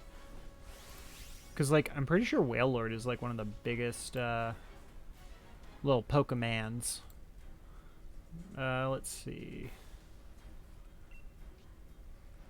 Oh, wait. I can Dynamax. I'll Dynamax. Gives us electric terrain. Wailord's massive. Yeah, I'm pretty sure he's pretty insanely big. So, Kyogre is 4.5 meters. So, yeah, 4.5 meters, 776 pounds. Yeah, so he is definitely nowhere near as big as Wailord, because I'm pretty sure Wailord is like tons and tons. Yeah, he's 14.5 meters, literally 10 meters bigger. What? Okay, apparently Wailord is only about 100 pounds heavier than Kyogre. What the hell? It's literally 870 pounds is how much Wailord is, but Kyogre is 750 pounds. Wailord is also freaking 10 meters bigger than Kyogre. The air whale. Yeah, what? He's just a massive balloon.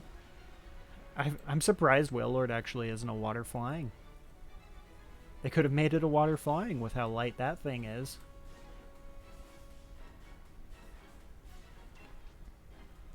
I mean, to be fair, kind of Kyogre does float in the air too, though. But yeah, I mean, the way that they made the weight, I would have thought that Wailord would have been like at least a couple, like 2,000 pounds more than Kyogre. What is the heaviest Pokemon then?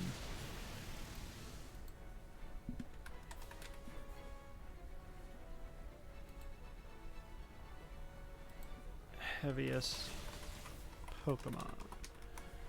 Like, I know rock types are obviously usually the most heaviest, and steel types, but dang, so Giratina is, so the top 10 is Giratina, so it's a lot of the legendaries and ultra beasts. Apparently Mudsdale, oh my god, Mudsdale is over 2,000 pounds. How big is Mudsdale? What? Oh, did we get murdered? Yep, we did. Damn. Ah, man. Alright, let's see if we can get back-to-back shinies. Stakataka is heavy AF. Yeah, it looks like he's, I think, number 7, it says. But Mudsdale is, like... the thing that's messing me up is this Mudsdale.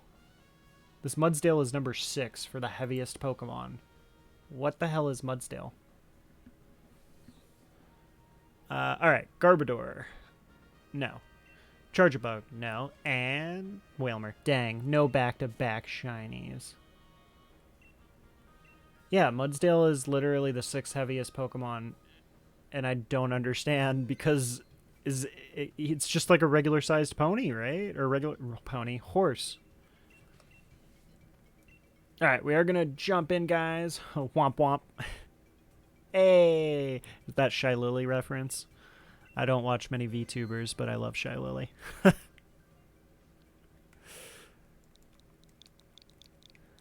Alright, so we are going to jump into another one, so if anybody wants to join, you are definitely more than welcome to join.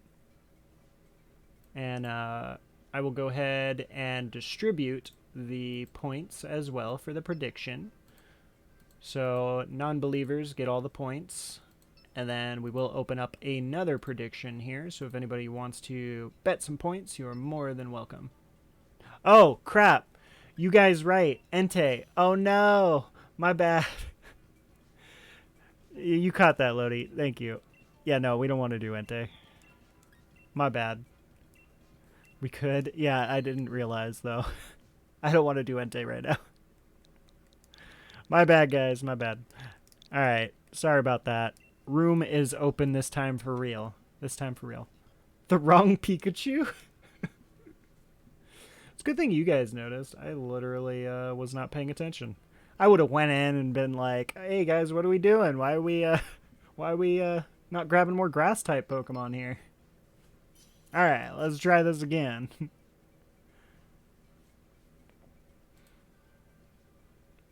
Oh. What is this? What am I supposed to do with this? Come on now. I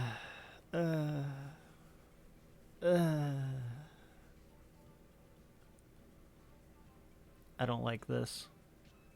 Okay, that's something. It's not great, but it's something. That's nothing. Alright, well hopefully we get some good paths going. The wrong Pikachu, though. God. Who's that Pokemon? Not the one that we want. Alright, so Mudsdale. How big is this freaking Pokemon? Because this thing apparently weighs 2,000 pounds. It's literally 2 meters. It's 2.5 meters. But it weighs 2,000 pounds. That's obscene. Let me know if you guys see anything. We can go right. Which I cannot. Oh, it's Cling Clank. Okay, or Clang, or whichever one. Jinx not bad? Is it? I thought Jinx wouldn't be too great. Oh, has dry skin. That's true. That's true. I was going to say, I'm like, but yeah, I guess it can Lovely Kiss too, so it could put it to sleep. That's pretty good. Trev is the ghost type. Okay. Yeah, I'm cool with Trevenant. He's cool shiny too. So that's a double win. Hey, I get to Gigantamax. That's sweet. Alright, so. Mudsdale. Yeah, apparently Mudsdale is number 6 on the heaviest Pokemon. Mega Metagross is number 5 at 2,000 pounds. You see, that makes sense. It's a steel type. Eternatus is Eternatus. Is it Eternatus? It's Eternatus, not Internatus. Internatus. I'm thinking of one of the genies. Eternatus is 2000. Oh, Groudon actually is apparently number 3. Okay, yeah, and what you guys said with Cosmome, he is, or it is, number 2 at 2,200, but the heaviest is Celesteal. Literally, Celesteal is like the same weight, though. Yeah, wait, what? Okay, never mind. They're both the same. So apparently Celesteal and the Cosmome are the heaviest Pokemon in the game.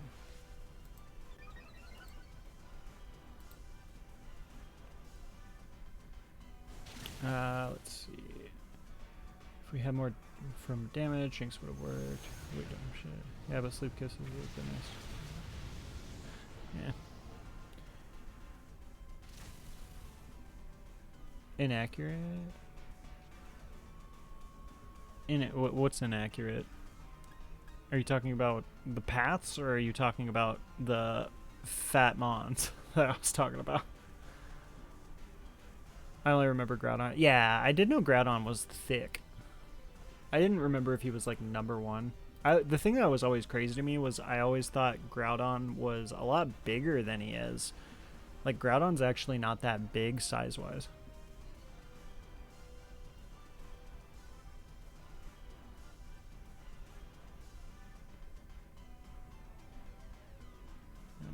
Oh, this because Lovely Kiss. Oh, you're talking about the accuracy on Lovely Kiss.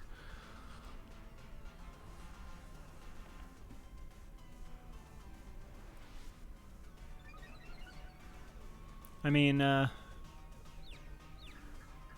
haven't even paid attention to the paths, to be honest. I completely missed what paths are happening right now.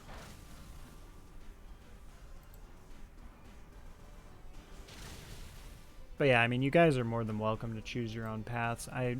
Unless we're in a situation to where it's like wide guard or something is involved, then I generally don't care what paths we go.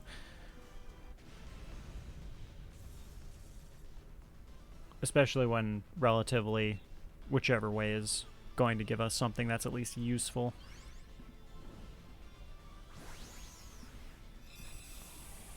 So I am going to hold on to Scintiscorch, because whichever path we end up going, I'm going to be able to kill it pretty easy, so. There just wasn't... Oh, there wasn't anything on the left side. Alright, so I will hold on. Oh god, Kling Kling is garbage, minus the metal sound. He is, I mean, he's still better than most of what we have, but he is not... He is not that great. Yeah, it at least has metal sounds. That's not bad. Let's see. So Cramorant and Trevenant. Alright, so Trevenant's good.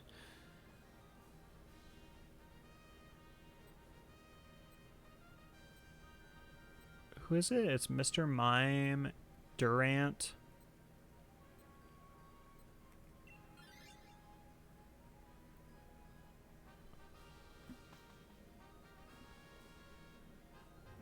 Rodham was left, but I still think Trevenant is probably better. Klefki, Mr. Mime, Dwant. Doesn't Klefki have Energy Ball? I always forget, because I know there's a lot of fairy types that have Energy Ball. If Klefki has Energy Ball, then probably definitely go that way. But let me see.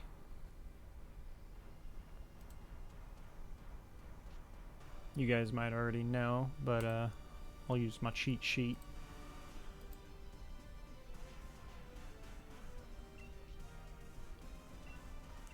Flamethrower.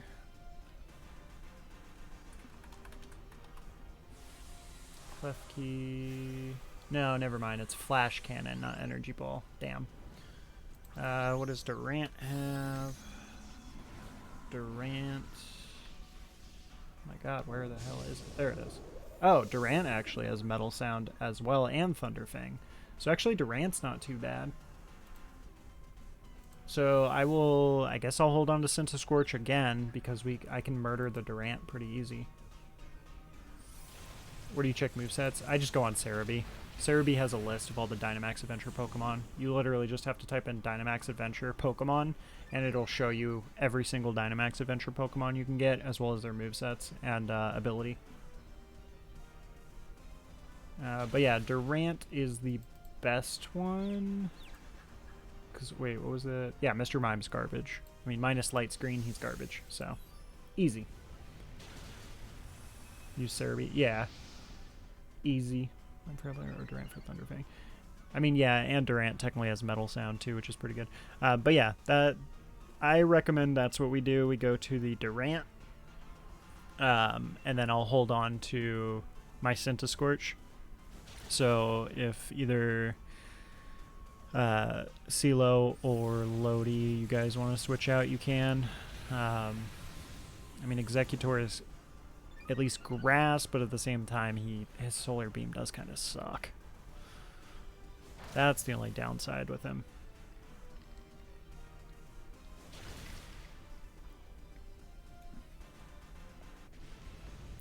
I get that you have Solar Beam, but Solar Beam sucks. I mean, Solar Beam is great, obviously, if we have Sunny Day, or otherwise is you having a Dynamax, which is good with Metal Sound. I mean, I guess we can do it if we can plant a Dynamax on you. So, yeah, if you can Dynamax, then it's definitely, I guess, worth it. So I guess what we can do is just try to have it so you get Dynamax against Kyogre.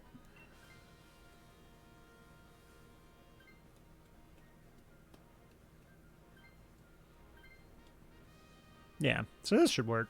We should be good. And then we go Durant, which I should be able to absolutely explode. Hey, plus we get an item. That's pretty good. So then what we will do... where's the Dynamax right now, actually? Is it on me, or is it on CeeLo? I don't know. I wasn't paying attention. So we need 3 turns without Dynamax. Oh, dang. Well, yeah, because we need Jay or Ham and Queso here to grab or use the Dynamax. Hey, Major, how you doing? Let's see. So Dynamax is... oh, yeah, I see. Well, hopefully I don't kill this too fast. This will be 2 turns. Fort's on me. Oh, that's brutal. This Durant is not messing. That is, oof. I did not expect that one.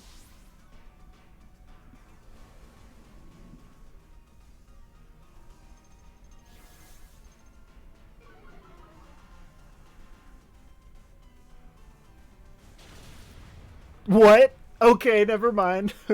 What? Never mind, 1 turn. Yep. Oh my god.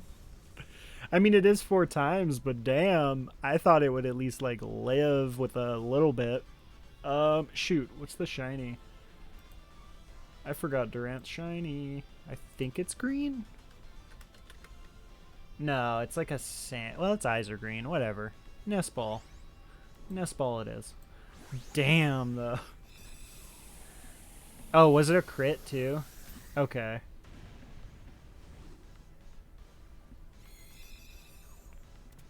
Man, though, that's crazy. We'll Trevkin Max. Yeah. And then I will take this guy. Should we just double Metal Sound, actually? Because we can double Metal Sound, and then we can just start attacking after that. So I think that's what we should do. Yeah. Double Metal Sound sounds pretty good.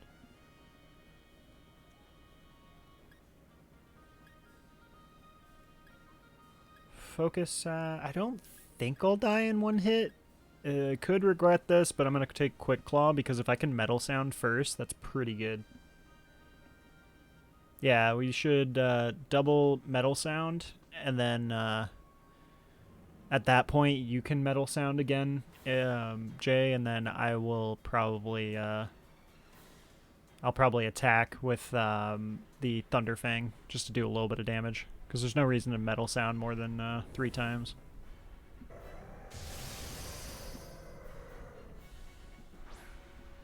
I mean, the only special move I think we technically have is the Solar Beam, but that should be fine because we'll bring it down so low that it probably can one-shot with the Solar Beam. So I think it'll work. Yeah, so, well, that and also hopefully both the Metal Sounds hit. That's a huge thing. Get it -6 in Grassy Terrain. Can you get -6? I thought it maxes out at 5. Oh, it'll reset stats. Yeah. Well, the plan is hopefully that it will not reset it before the Solar Beam at least goes off. But we shall see. Alright. First one hit. Good. Oh, please don't. Oh, no. Not like this. No, not like this. Okay, we got both the Metal Sounds off. Oh.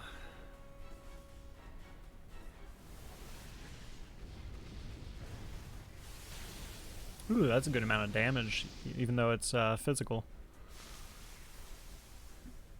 It knew. Please. Oh, you have a life orb too. That makes sense. Well, you at least got the absorb. Hopefully it works. Alright, well, I'm going to Thunder Fang this one. Jay, you can Metal Sound again. I'm just going to Thunder Fang because there's no reason to for me to Metal Sound. Especially considering I would Metal Sound him, I think, before he... Oh, I got it! Maybe I can Paralyze. That would be huge. Paralyze? Dang. Ooh. Okay, that shouldn't kill you. Oh my god, that came close, though. That's nuts. I did not expect that.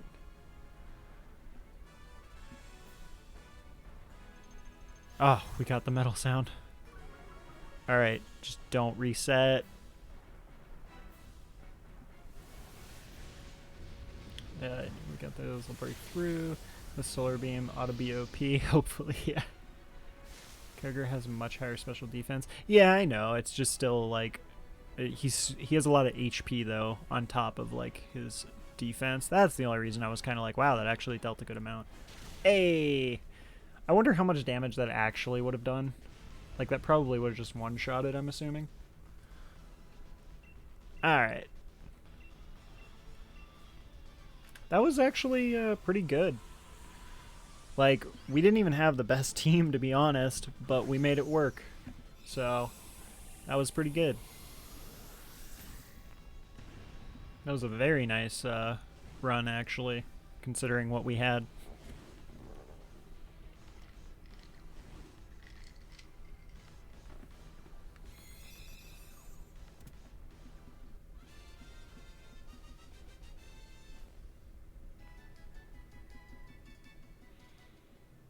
Alright, let's see if I can get a shiny.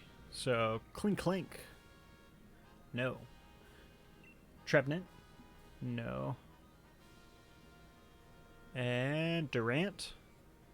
And dang. No shiny for this run. So I will go ahead and distribute points to the non-believers. Let me know if anybody else got anything.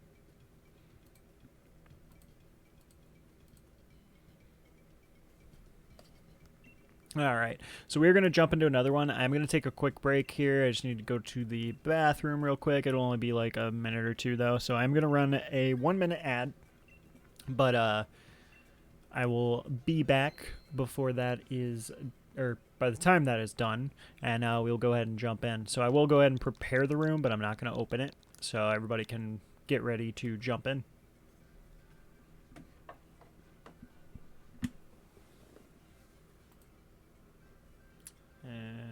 Oh, and also I will go ahead and start a prediction while I'm away for the next run on if we'll get a shiny. So if you guys want to bet your channel points on if we'll get a shiny next run, you can.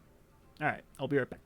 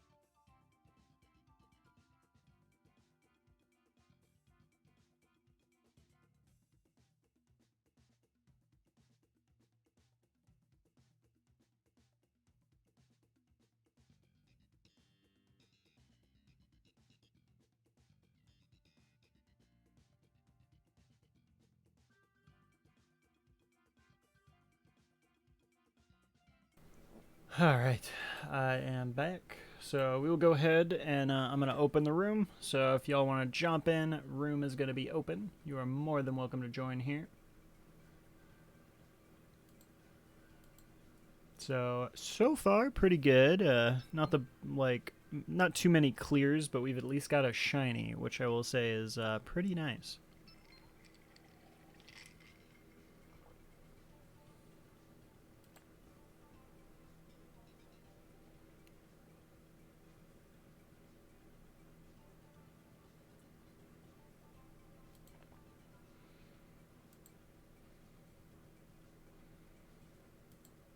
Alright.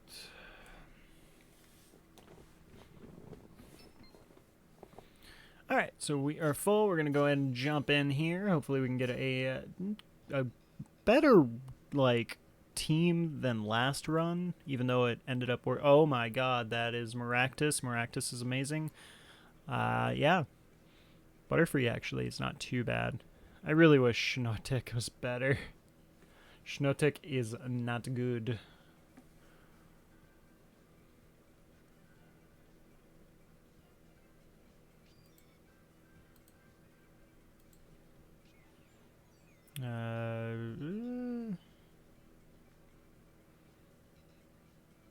Eh.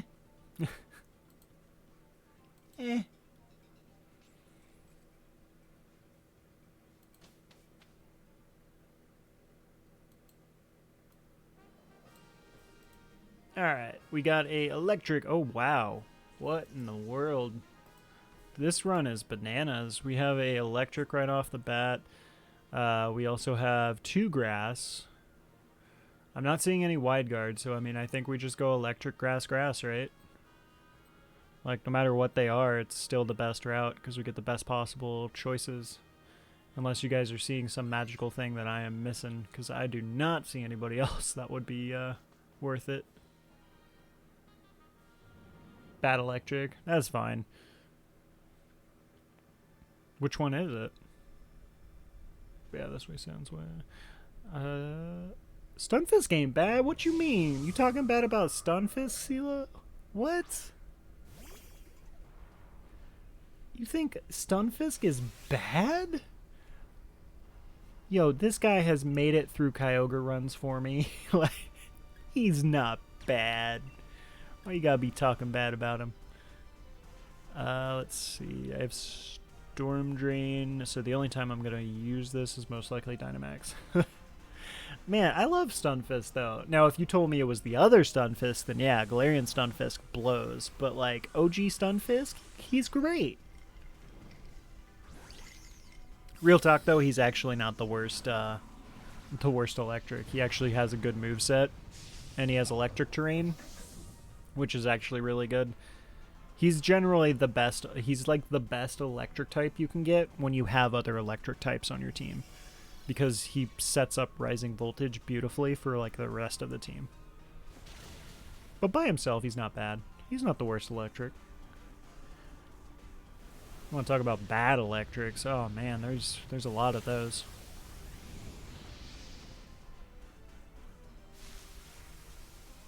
He's weak against water. That's why I said it. Well, the thing is, though, with the whole water thing,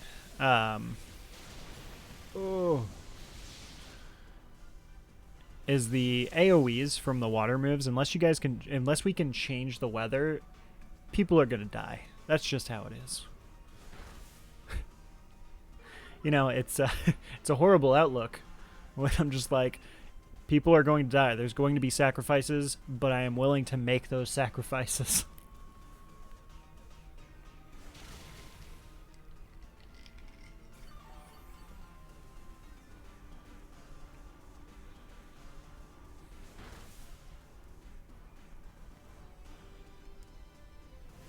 But yeah, I actually don't think we've run into too many issues with grabbing some of the people who are ground types, just because of the fact of like, if you can change the weather, even if they're ground, the water moves still won't kill anybody.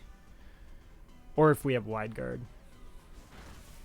But yeah, to be fair, at this moment, I don't think we can change weather.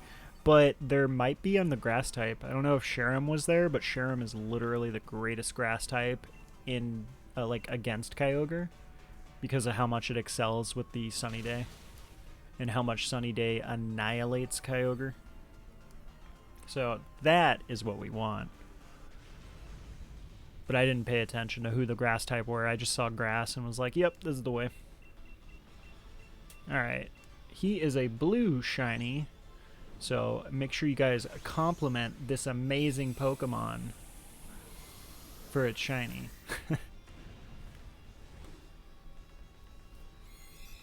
Sharam plus Torkoal was the squad. Yeah, Sharam, Torkoal.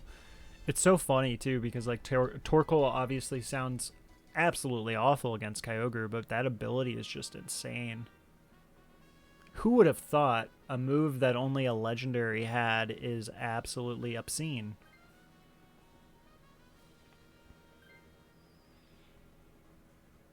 Alright, let me see. We're definitely going the grass routes, but I'm going to see if I can identify these guys. I think this is Lilligant. Or no. This is... Oh, is that Lurantis, dude? Lurantis is a monster. Lurantis is terrifying. Oh, that's Lilligant. That's funny. Yeah, so we have Lurantis and Lilligant. Oh my god. That is Lurantis, right? Yeah, that is Lurantis. Oh man, dude. That's obscene. So yeah, CeeLo and is it who got the, is it Devin who has the I wasn't paying attention exactly who had who. So CeeLo, you need to switch out, or at least I recommend switching out. And then, yeah, the Shiinotic is really bad. So yeah, Devin, either one of you guys can switch out to this one, and then the other one just takes the opposing one. And then we will have a beautiful team. I guess I will Sucker Punch, because I can't do anything else. I got Shiinotic. Okay, that's what I thought. I was just, like, trying to figure it out for a second. Y'all's placements keep changing every time, so... Yeah, you can go ahead and swap. And then if CeeLo wants to swap out on the last one, he can. And then we will have a premium team.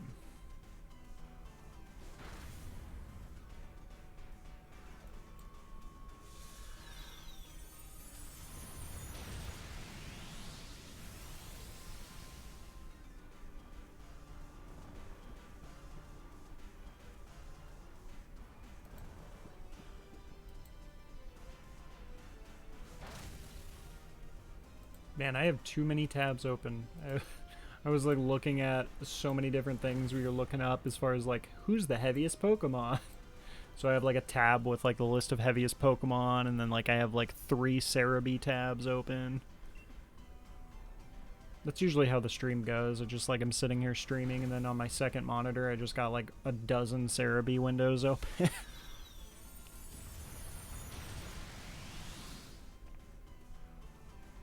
Befoodle.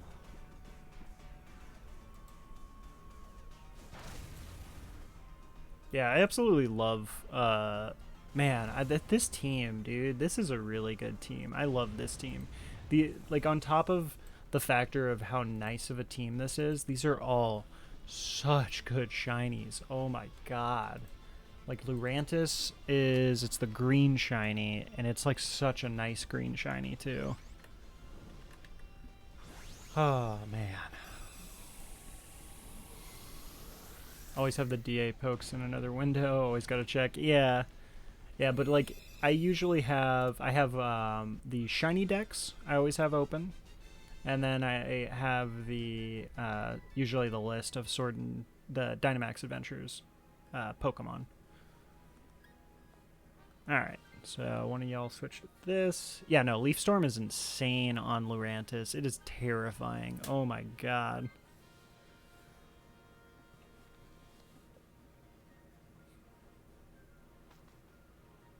It's too bad we don't have anybody who can debuff Lurantis with the contrary. The Pokemon Company needs to recognize Cerebi and make it like a part of Nintendo. So, the Pokemon Company and Nintendo are never going to acknowledge anything third party. And honestly, like, I love Nintendo. Obviously. I love the Pokemon Company, obviously. But they are not big on supporting third-party entities because they can't fully monitor it, and they don't want to be in a situation to where they have to accept responsibility for something that is not related to them.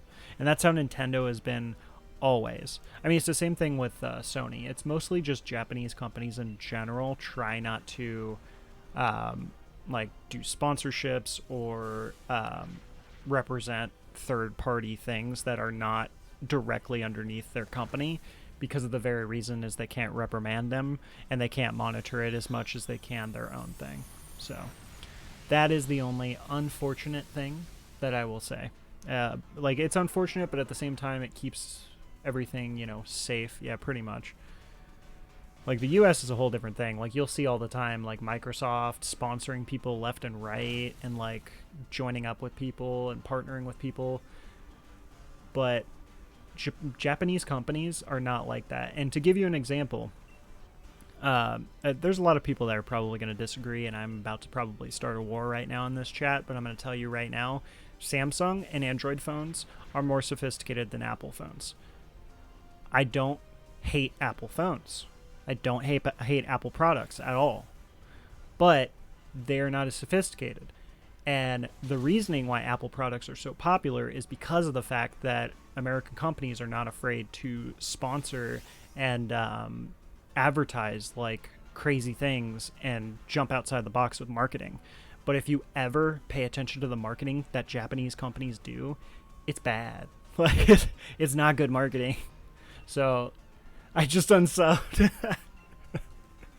Like I said, it's literally, I'm going to tell you right now, it's a legitimate, so I'm not going to talk too much into this, but my job outside of streaming is working for a very, very large technology company that I'm not going to talk about other than that.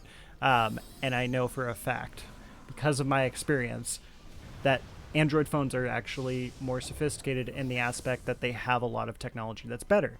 But if anybody, you know, questions that or anything, just look at Japan. Japan has always been technologically more advanced than any other country. So that's the reason why. But at the same time, they're very poor at marketing. So that's why, you know, American-based companies are generally a lot more profitable. And that's also why the most profitable companies in the world are US-based companies. Literally Amazon, Apple, Microsoft, like literally they're in the top 10 and they're the most profitable and they're US-based companies, and it is because they're not afraid to market. Marketing is literally the number one thing for making any type of product the number one product. And unfortunately, Japan's bad at marketing. I love Japan. I love the products. I love everything. But it's like they're just really poor at marketing. And that's the only unfortunate thing. And also, I did not expect this thing to be alive this turn. So, rip. We also have a very large global presence. Well, yeah. There's a lot of different reasonings for that. But I'm going to talk a little bit of economics. I'm not going to get too into it. But what I will tell you guys, if anybody is curious, the U.S. dollar is the global currency. The reason it's the global currency and the reason the US dollar will never fail, technically, and if it does fail, then, you know, it's a whole different thing. It's a whole different world ending type thing. But the reason that the US dollar is actually so popular and all that is because there's literally a global, there's probably somebody who can explain this a bit better, but there's literally a global agreement, essentially, that all oil has to be purchased with US dollars. So because of that, it makes it so a lot of products and a lot of things in the U.S. are huge as far as global presence because everybody wants some of our currency and all, stuff like that. And what is happening? I guess I'll just attack this thing. But yeah, so like I said, I am not a economist and I am not a financial advisor, but these are just actual like facts of some of our economy that you're never really taught in school because they never teach us about economics usually in school. I doubt Joe would ever want to be a part of Nintendo because doing so would keep him from saying certain things. Well, yeah, like Nintendo would have to monitor the crap out of like people if they started sponsoring them. Like, that is the downside, I will say, with, like, you know, for example, being a content creator for Nintendo or something, you're not going to get sponsored by Nintendo. Like, it's generally not going to happen. And it's just because Nintendo, that's not what they do. But regardless, they make the best products ever, and, yeah, I love it, so. What happens to Rage Power? Wasn't looking. Yeah, I don't know what's actually happening. How has this thing survived 2 turns? I would like stop paying attention for a second because I was explaining stuff. So you can't talk about it if they own you. Yeah, Nintendo is so Nintendo is essentially the equivalent of Disney is in the US. Like Disney, if they're ever to sponsor you or they're ever to do stuff with you, wow, is this Lilligant just gonna kill us? What the hell, dude? This Lilligant is insane. But if like Disney, for example, was ever to sponsor you, they would monitor the crap out of you and you would not be able to do a bunch of stuff that you want to do, and you would lose your sponsorship so quick probably if you did the smallest little thing. So that's equivalent to Nintendo, but Nintendo is just like, they're not even going to sponsor anybody. They're just not going to do it because they don't want to deal with it. I should have been attacking.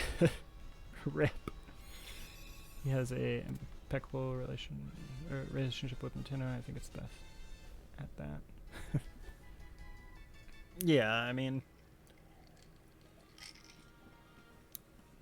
like, I love Nintendo, obviously. Nintendo's a great company. I do not want this. Do we have any lives left, actually, by the way? Apparently,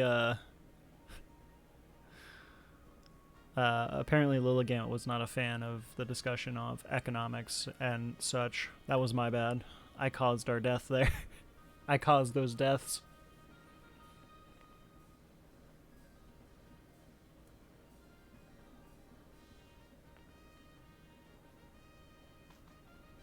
Man, how did that even, like, conversation even start? I don't even remember what brought me to... Oh, about the Cerebi with Pokemon Company. That's right, that's right. But yeah, honestly, too, I'm actually glad that Cerebi isn't recognized as, like, a official licensed Pokemon company, like, website or Nintendo website or anything like that, because we would not get as much information from that website as we do now if it was monitored. Because literally Cerebi is, like, the one who is on top of all that stuff with like letting us know when something's going on with Pokemon, pretty much. I'm gonna Energy Ball to try to get the debuff, and then I will probably Leaf Storm next turn.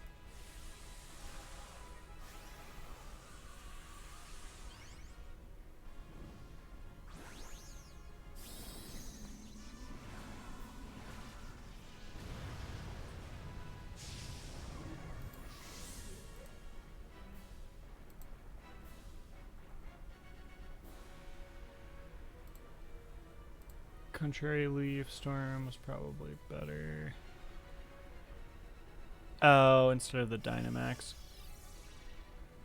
Yeah. Can I get the debuff at least? That would be huge. Oh, dang it. I was really hoping for the debuff there.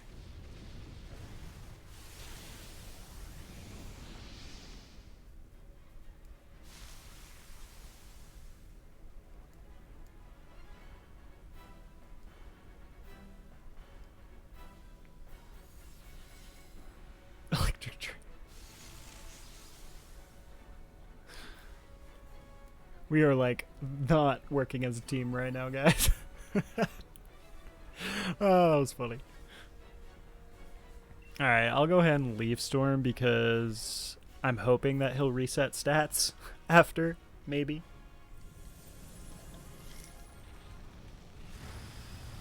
Okay, that's okay.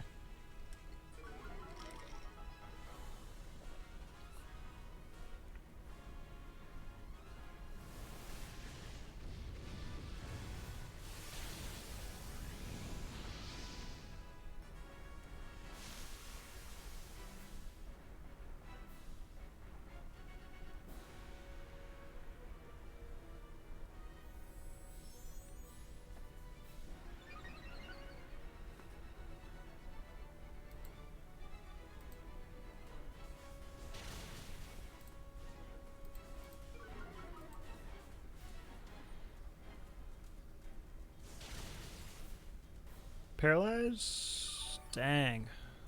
Man, the Paralyze would be huge right now. We really need something. This sucks because my Leaf Storm is already... Alright, well, hopefully it resets. Hey, that's a Paralyze. See, I told you, CeeLo. Stunfisk is amazing. You doubted me. Look at that. I told you he's like one of the best electric types. Oh man, that was actually like really good though, because I'm pretty sure that stopped the Kyogre from going a second time before we attacked. That's so crazy. Oh man. That was like an amazing team, but god did we get pretty unlucky on that Lilligant portion. Alright, let's see if we get a shiny. Let's see what's in the box. Let me know if anybody else gets a shiny.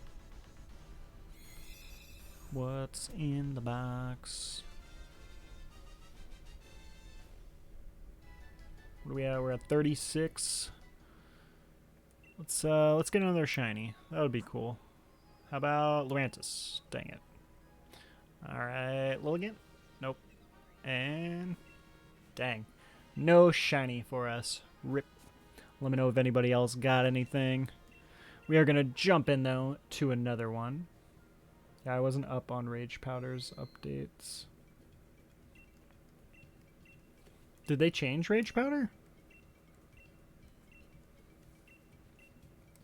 Alright, so we are going to jump in, though, to another one here for you guys. So if, I will distribute the points as soon as I get the room open here, and then we'll go ahead and open up another prediction. So we will go ahead and distribute out to the non-believers.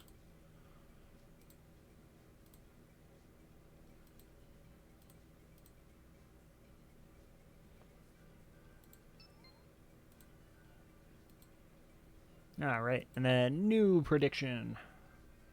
So if you guys want to go ahead and participate in the prediction. Alright, so we are full. We're going to go ahead and jump in. Only affected grass types and Gen... Only affected grass types. Oh.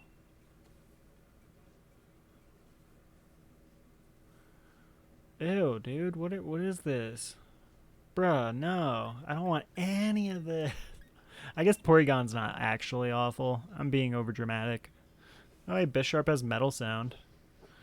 Ugh. Basically, grass types became immune and Gen 6 onwards. Same with some abilities. Huh.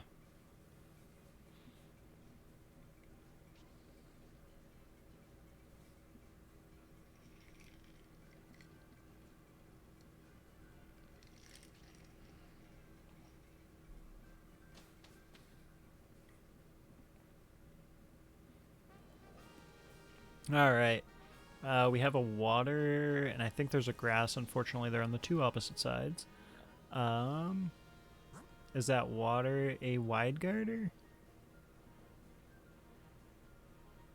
No. Nidoking, Skarmory. Oh, we literally only have the grass type that I'm seeing. Oh, it's too bad that's not Stunfisk. It's Pillow-Swine. Who's the grass? Is the grass at least good? God, I hope the grass type is good.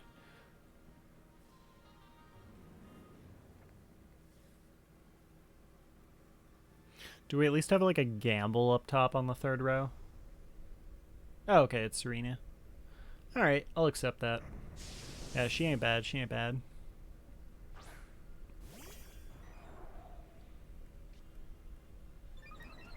Download. So that increased special attack for me, so... Hell, we'll just go for a Hyper Beam right off the bat.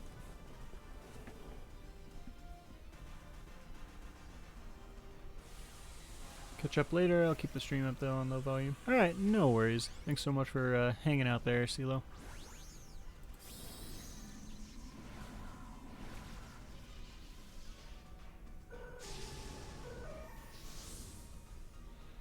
Alright. Mamoswine. Oh yeah, Mamoswine is the bright ass yellow shiny. Or Pillow-Swine. Did I say Mamo? I said Mamoswine, right? Pretty sure I said Mamoswine. I meant Pillow-Swine. One of those little piglets.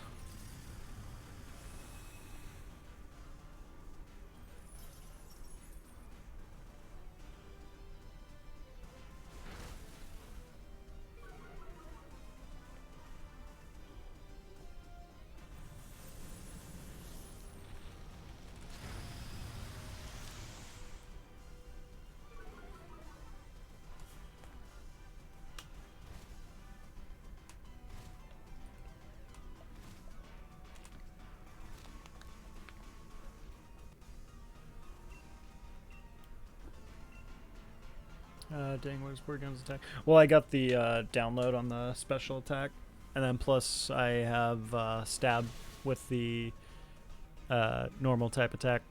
So I've got lots of damage right now. Yeah.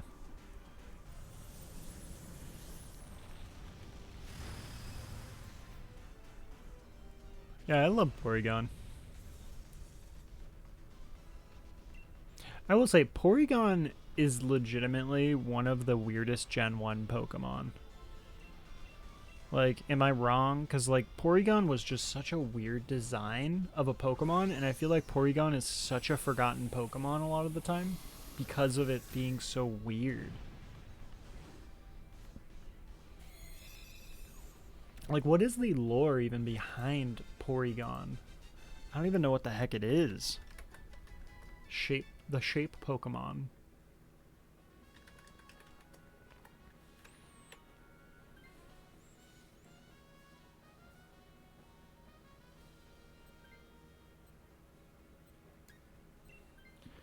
Porygon's virtual. Looks like a little duck or some kind of bird.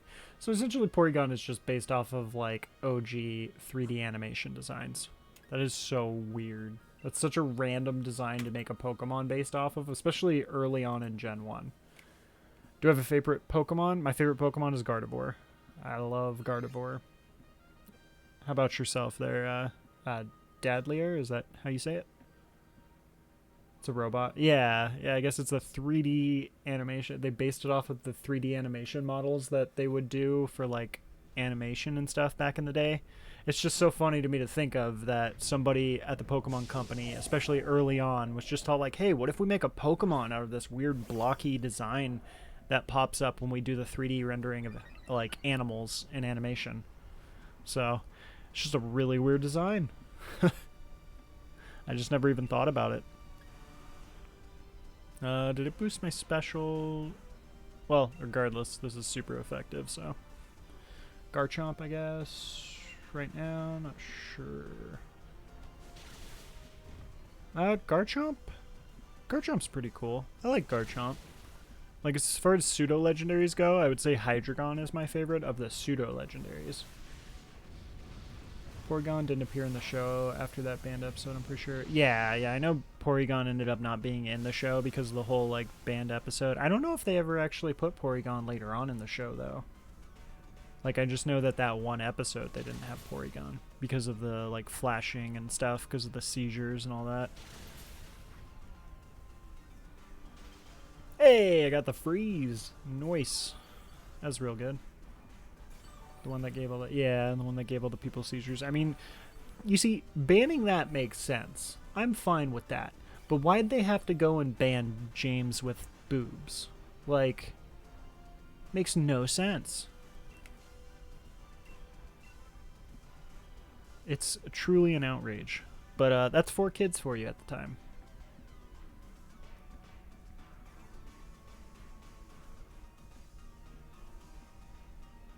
Like, I'm totally cool with banning episodes because, you know, causes seizures. That's a fair thing to do and an understandable thing to do. But, how are you going to take away... it wasn't even that, only that, too. Because American kids can only handle bloody violence. Yeah, pretty much. Not man with tits. Sorry, people? What happened? What are you saying sorry for?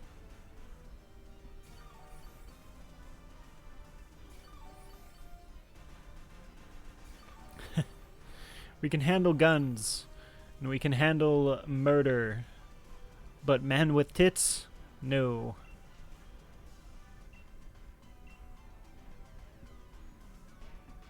Took a little too long to pick my move. Ow. No, you're fine. We just sitting here chatting, so. To be fair, they did ban the Safari Zone episode because it had guns. Oh yeah, that's right, they did ban that episode. That one I'm sad about because I really would have loved to have seen that. Because the Safari Zone was cool. Like, that was one of my favorite things about the OG, like, Pokemon games, the Safari Zone. Even though it always pissed me off because I would be like, oh, I see a Chansey, I'm going to catch the Chansey, and I could never catch the Chansey. Same with, like, Taurus and stuff. You'd always see them and be super excited, but you could never catch them. Ash getting the Glock pulled on him was great. Yeah, I wish they did it. They did the dub for it. It would have been hilarious because the voices and stuff are just, yeah. Because that would have been technically with the OG 4Kids cast too, with like Veronica Taylor and stuff. I would have loved that. But alas, we didn't get that. Got to watch it subbed if you want to watch it.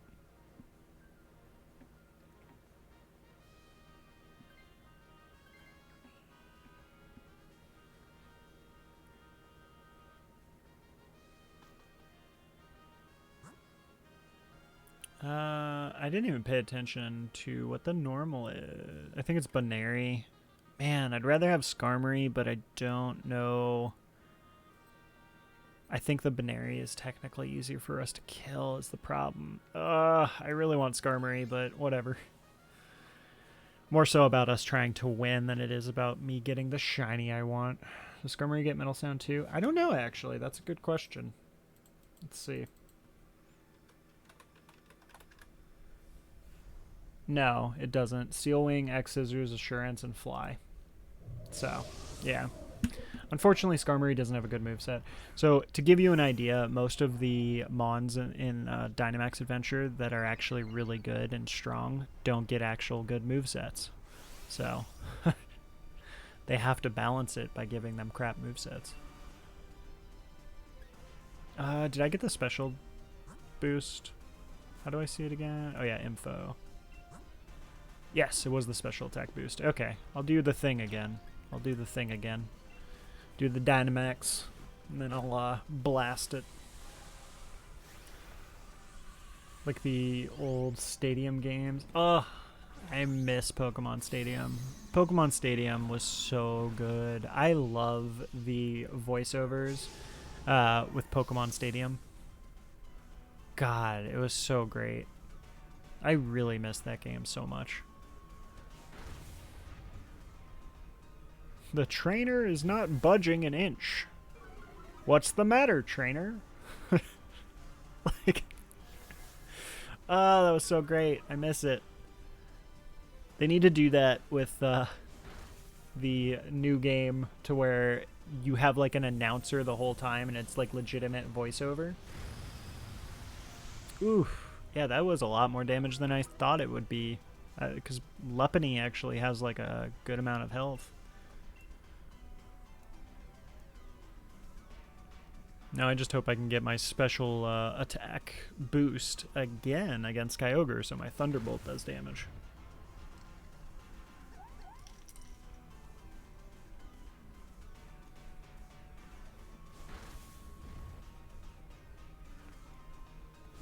So for you guys who played the Pokemon Stadium, the early games, whether it is 1 or 2, what was y'all's favorite minigame? Because I personally loved the Lickitung minigame. And the one I hated was the Clefairy one. Screw the Clefairy minigame. That shit was stupid. But I loved the Lickitung one. That one was so fun. Ah, crap. What is this thing's shiny? Give me just a second here, guys. I'm going to look this up real quick because I forgot it's shiny. It's pink. Pink, pink, pink, pink, pink. Heal Ball. The Clefairy one? Your favorite was the Clefairy? I hated the Clefairy one. I had a really good short-term memory. Ah, that makes sense. Oh, yeah, the Magikarp bouncing. I forgot about that one. The Magikarp bouncing was pretty fun. I did also like the Ekans one. The Ekans one was so fun. I loved the golden Digletts and stuff. That one was super fun. Man, what did number 2? Number 2 had like Hitmontop. I remember the Hitmontop one. That one was okay. I definitely feel like the first Pokemon Stadium had the better mini games. Man, that's something we gotta do.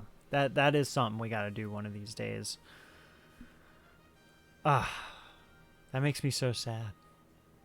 I really wish that they would come out with Pokemon Stadium on the 64 expansion pack. And then like you could play online and stuff with people. That would be so fun. I'm sure there's probably emulators and all of that out there to where you can play Pokemon Stadium online with people, but it would just be nice if they did that officially on the Switch for the 64 expansion. I've been able to beat the whole Clefairy game. I mean, it took some time for me to get used to and do it, but yeah, like in the end I was good at it. My best one though was usually the Lickitung one. Just because like I can zone in and focus, like hyper focus on those type of games. Whereas like the Clefairy one at first was, oh my god, what the hell just happened? He crit? What? What is this? What? Is that GG? I don't think we had a death yet, did we? Did we have a death? If we had a death, it's GG. No, yeah, we got one left. Alright, Lodi, go ahead and finish this. Lodi, just go ahead and finish, okay?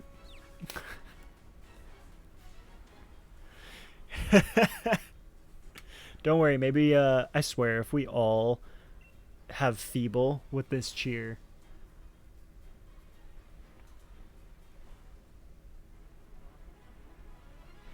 swear right now, if we all get feeble right now. Oh my god. Okay. Oh god, why? Oh, there we go. That's the one we wanted. Okay. Give me some good boosts and some... Have you guys seen, like, the Fortnite stuff with, like, the people who... I'm assuming they could just potentially be trolling. But honestly, I guarantee there's definitely people who play Fortnite who have no idea what Dragon Ball Z is. And they just keep mispronouncing the Kamehameha. Like, that... Oh, no, you're fine. That didn't hurt. You're good. Easy. Alright, now we all come back and now we win. Hopefully.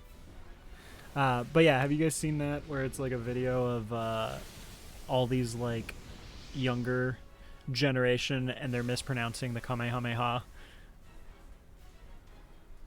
You really gotta land this metal sound.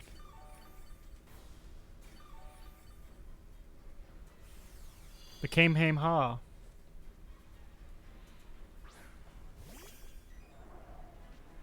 Yeah, the Kamehameha. That shit had me, like, dead. Like, I was, like, at first I was, like, a little bit, like, not upset, but, you know, just disappointed. You know, I'm not upset. I'm just disappointed. But then after, like, that initial disappointment, I was like, this is actually pretty fucking hilarious. Like, I'm not gonna lie.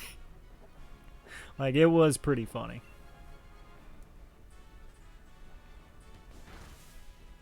The thing that is more so funny to me, though, too, is, like, it's not even a Dragon Ball Z thing. It's literally just a, I believe it's either a city or an island in Hawaii.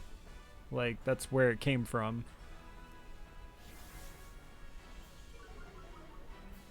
Alright, metal sound hit.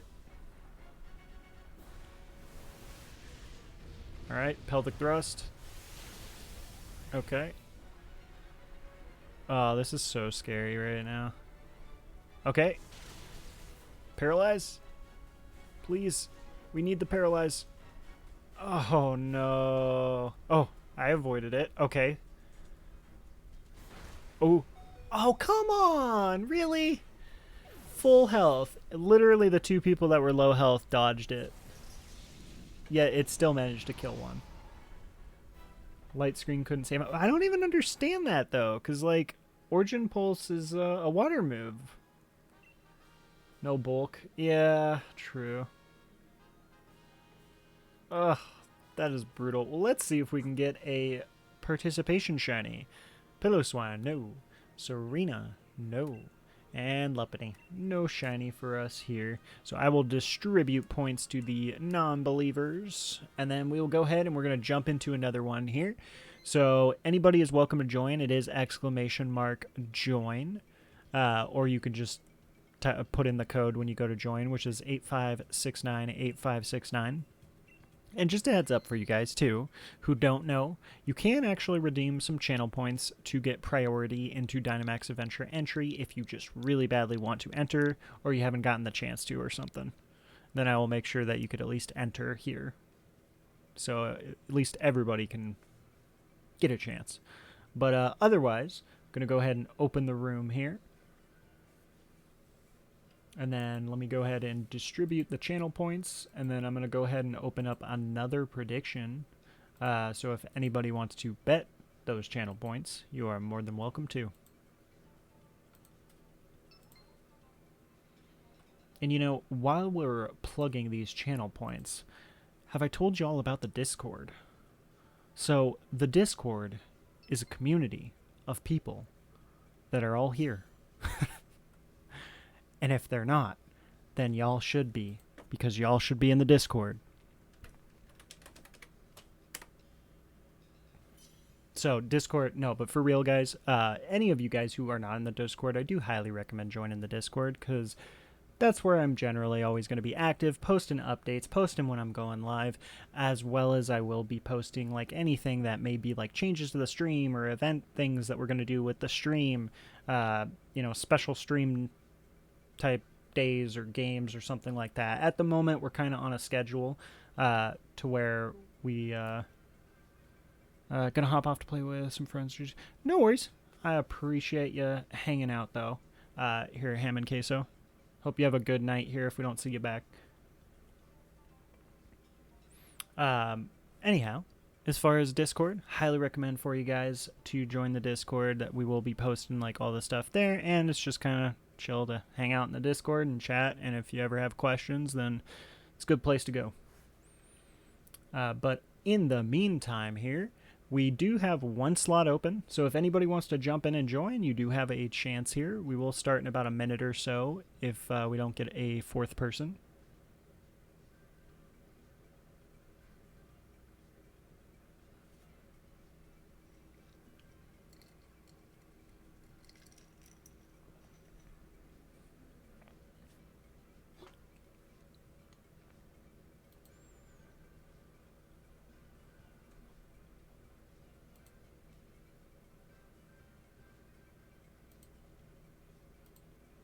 All right, we will start in about 20 seconds or so here, so if anybody wants to fill in that last fourth slot, you do have a chance to join.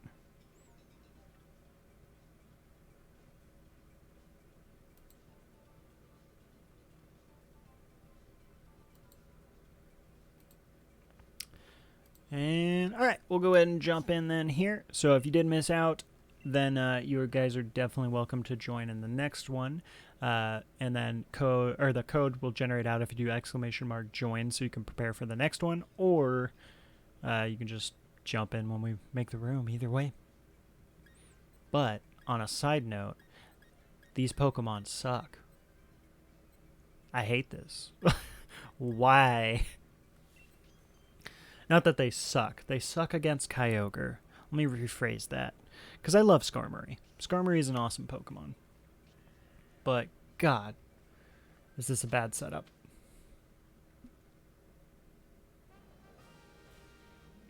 We got some flying. Is one of those flyers a wide guard? No, that's a Cramorant. Water flying, but not the water flying we wanted and not the water flying we needed. Altaria, right? Where you see wide guard? Oh, in the middle. Okay. Oh, that sucks, though. I guess we have a gamble that we can do. Let's see. Man, yeah, this still kind of sucks. Like I'm looking, like it's nice that we have wide guard, but not the best stuff. We definitely have a gamble though, so I think one of us should definitely gamble. Altaria, wide guard. I'm off. I'm just off cycle from you there. I'll join it if it lines up. All right, no worries. Yeah, if you want to catch us on the next one here, Deadlier, then you definitely can. Is the stream really delayed for you? Because it shouldn't be too delayed. I know usually we only got like, at the most it should only be like a 10-second delay. So I don't know, shouldn't be too delayed.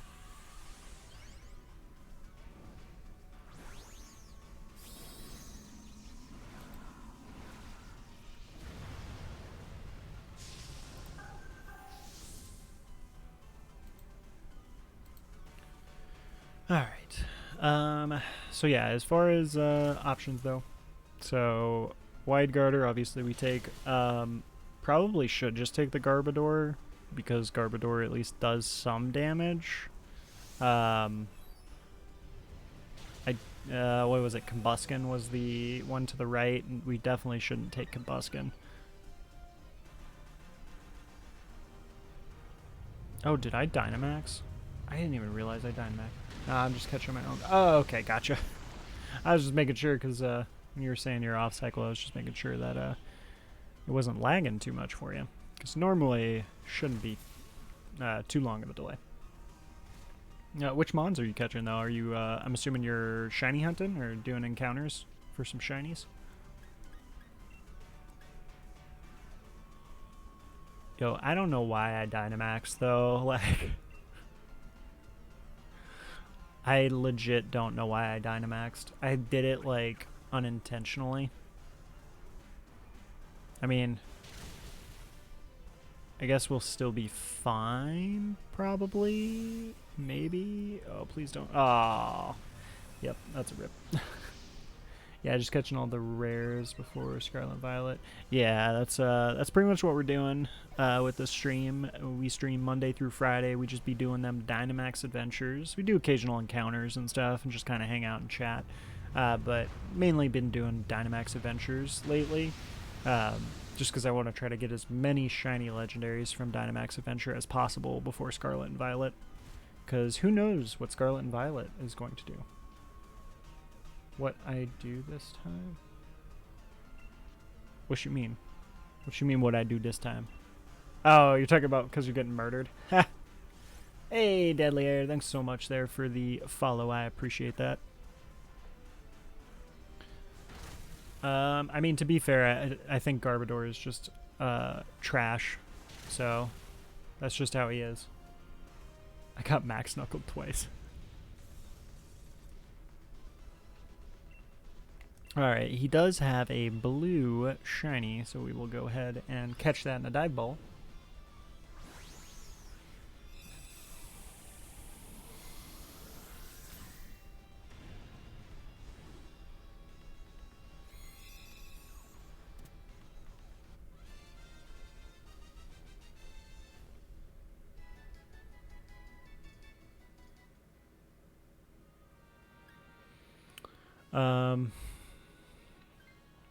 Yeah, I was gonna say, I mean, somebody should take it. I don't even know.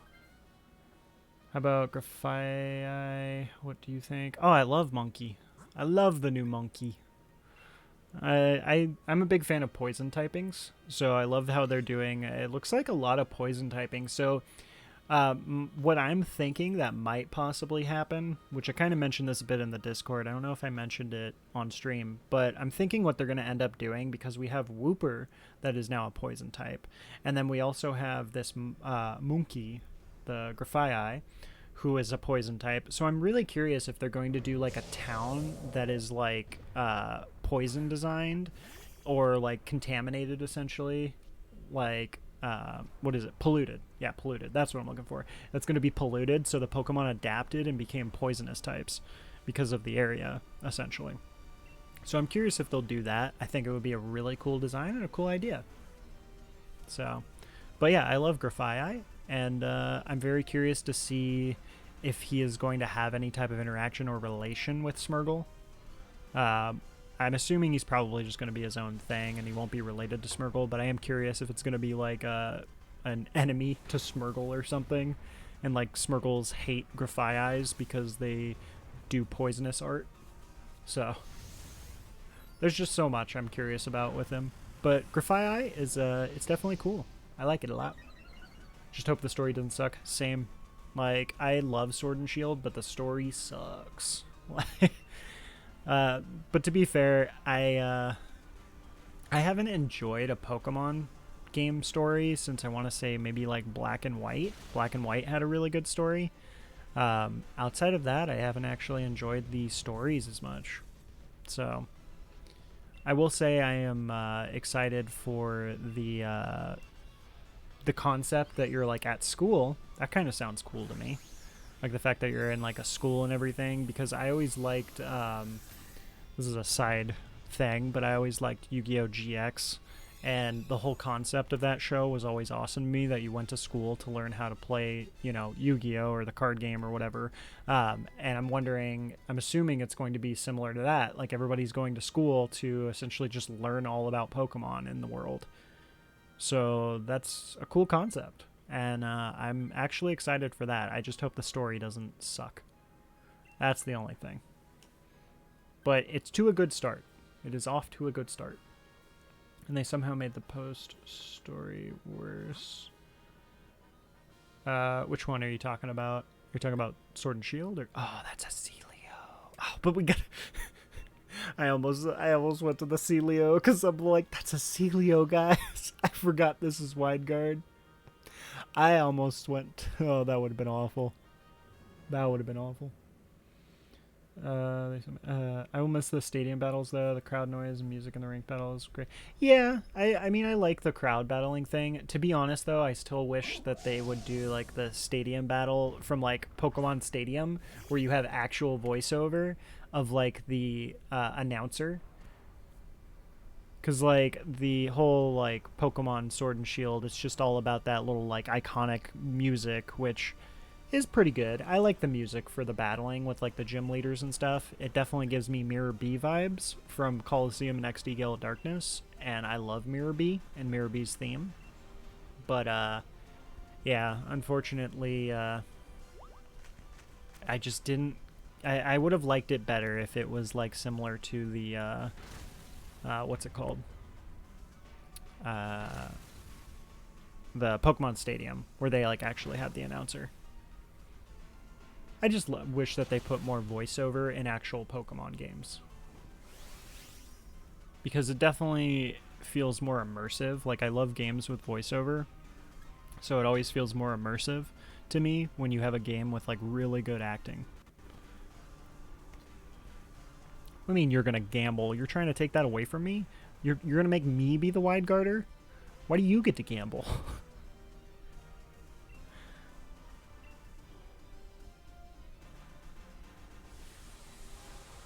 Maybe I want to gamble. Didn't even care to ask me. No, it's fine. I'll take the. I'm gonna take it. No, it's fine. I'm just messing with you, Lodi. Didn't even ask. No. No, I'll actually take it. It's better if I take it anyway, since I just Dynamaxed. So technically, we want somebody to be able to Dynamax after me. And I don't need to Dynamax because, or if I'm taking the wide guard, obviously I'm not going to Dynamax as the wide guard. We both take it? No, I just take it. Strategically speaking, I should actually take it. I was just messing with you. The voiceover for the intro to Summer, or to Sword and Shield, with the president of the league talking would have been great. Yeah, like it would have been awesome if they did some voiceover and stuff with it. And I mean, with how things are nowadays, like, there's so many options for voiceover, so many people that are willing to like do the work, professional people that have literally done a lot for it. So I really hope that we get to that point. Like, I understand some games that don't have voiceover, like, or at least intense voiceover, like for example Legend of Zelda games. Legend of Zelda games have always been known for not having like any crazy voiceover, and it's just like the like just the random sound effects. So that's iconic, and that's understandable. But Pokemon would have been so good with voiceover, and I think they definitely should do that. I will take it.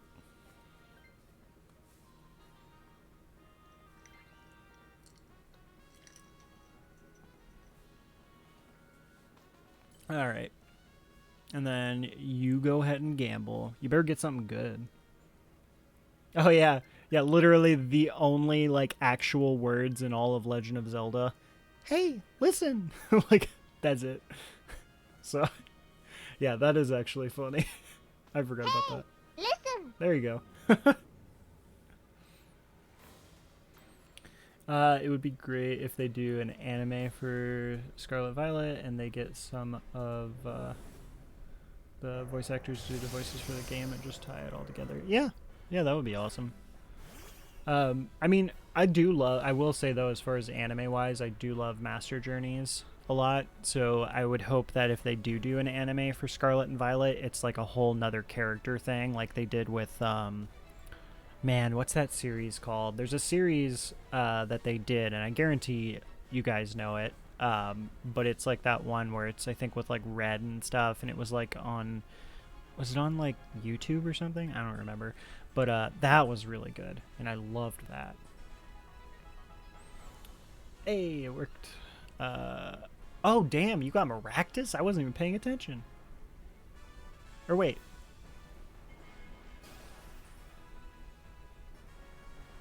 Wait, what happened? I'm confused. How do you have Politoed still? I don't understand what happened. I wasn't paying attention. uh, the most infamous. Oh, you really gonna say that? No, it is annoying. Navi's voiceover for the Hey Listen was pretty annoying. Let's see. You know, like a media company would do. Only the biggest media company in the world would do that. Oh wait.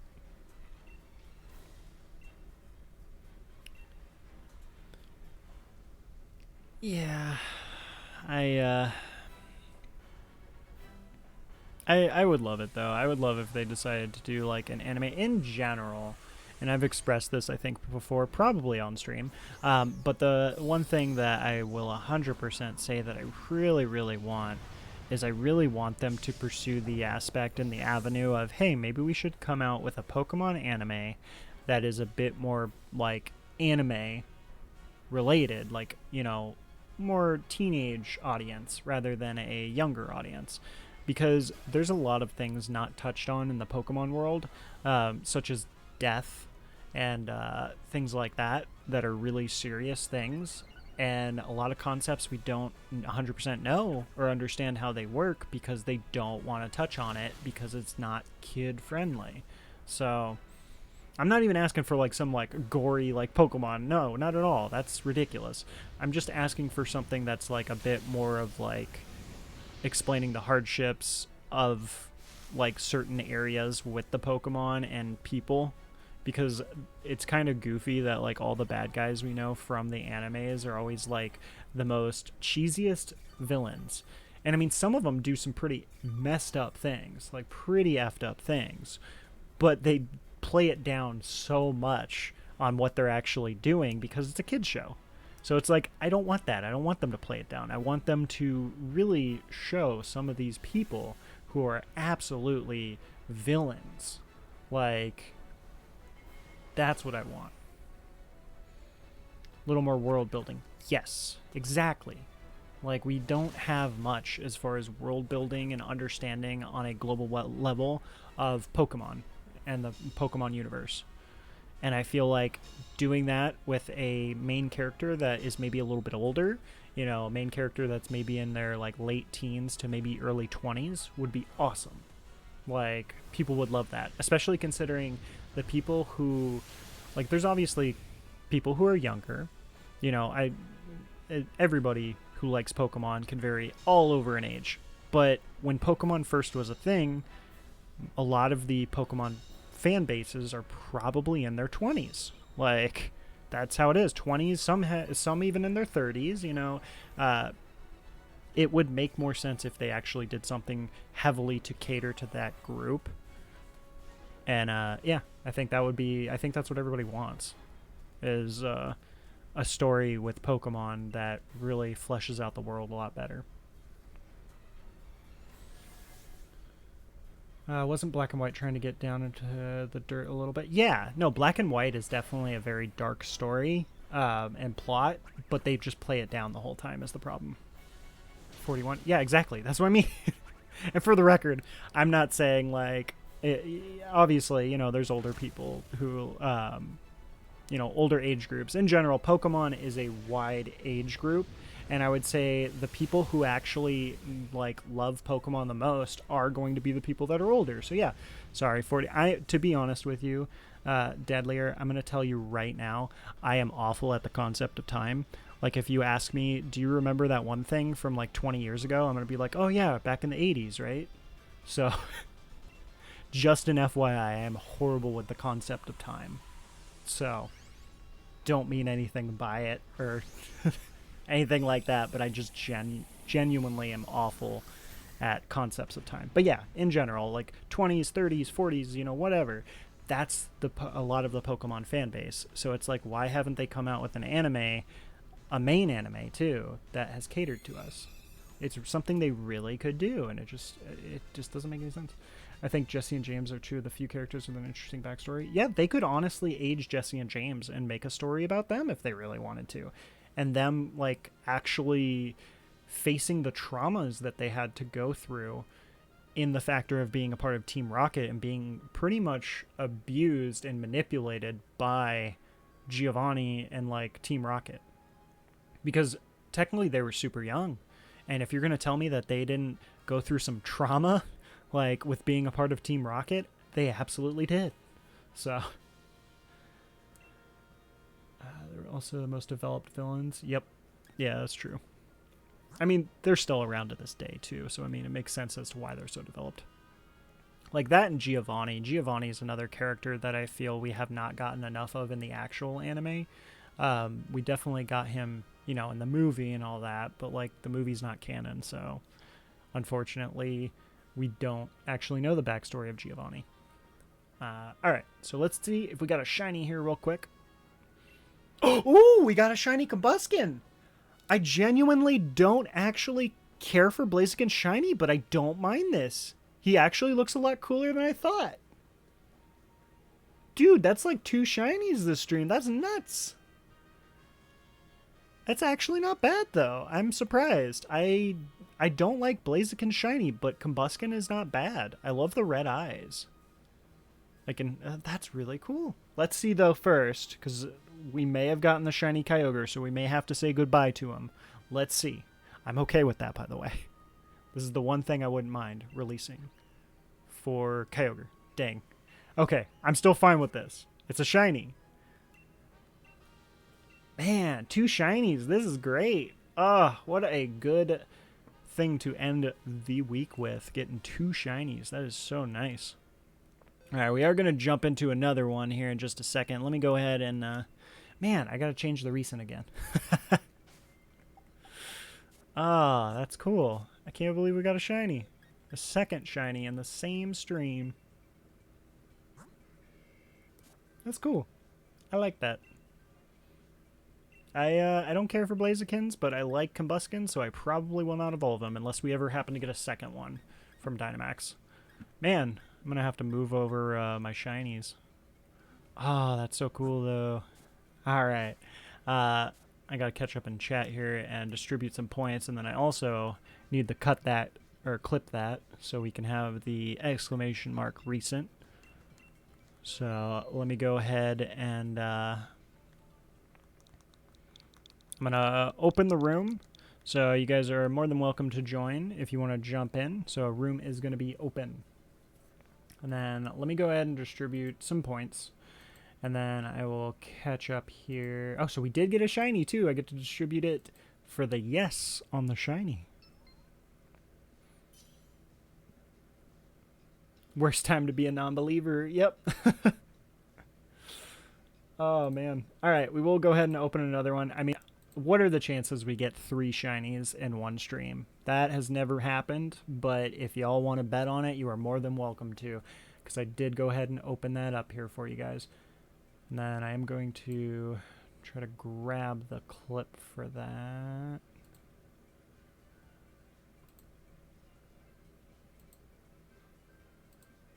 Alright, let me see if I can... let me catch up in chat here real quick, because I'm falling behind. Especially Jesse, your backstory is sad. Yeah, I love, it's definitely something they could jump more into, for sure, with their backstories, too. Old AF is, I know where I'm at. I mean, honestly, Deadlier, you're not really that old, like, for a Pokemon fan. Like, I know a lot of people that are, easily in their 40s, even 50s, that are Pokemon fans. Because in reality, if you think about it, Pokemon literally came out when you were still a teenager, so that's not unreasonable at all. Like, just they've spoken about that. Same with XD Coliseum style, never coming back. Yeah, let's go. James still in the anime. I haven't watched in 2 decades. So Jesse and James, yeah, they are in the anime there, Anubis. So they are in Master Journeys. So we do have about 30 or 40 seconds before we jump in. So we do have 2 slots open if anybody wants to jump in with us. So wait, can you not see the sparkle effect in the adventure? You have to wait. Yes, you do have to wait after to see the sparkle effect. How do I join? Oh, I'm assuming you figured out how to join there, Deadly. Is that you? Okay. So we still got one more slot. I'm going to start it in a few seconds here if you guys want to, anybody else wants to jump in. Sec them like they did Misty. I believe Misty, yeah, Misty actually is either coming back or has already came back. I know they brought May back. I know they brought Dawn back. The one that I'm most excited that they brought back was Iris, which I have not caught up to that part yet in the anime. So Iris is one of my favorite characters in the anime. I just thought she was super cool. And I'm a big fan of Axew, so.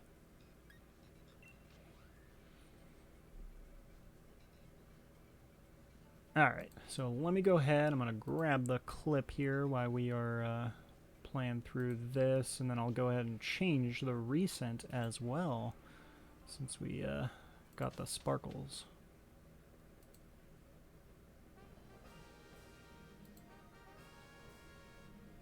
Let's see, what do we got?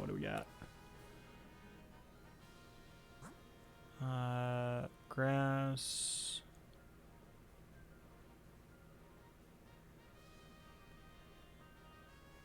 Horus. Who's the flying?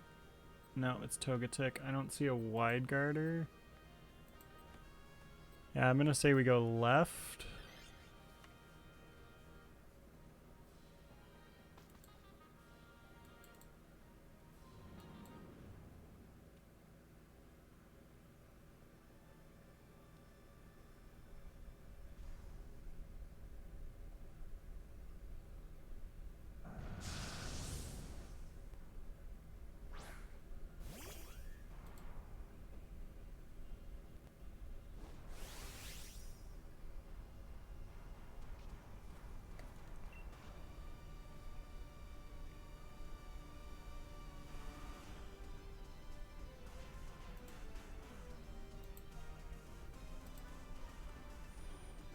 I will go ahead and Dynamax.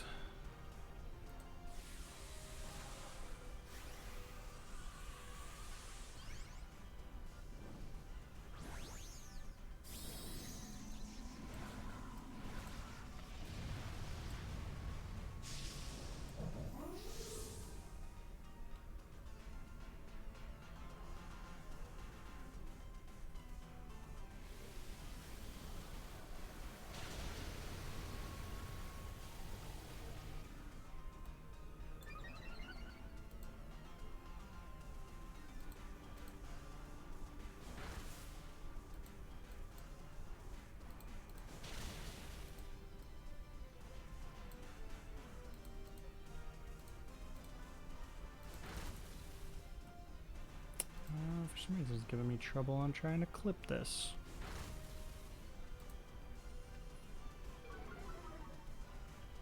Lantern right, Dragonair left. Oh, really? I didn't even see the lantern. Ah, that's a rip.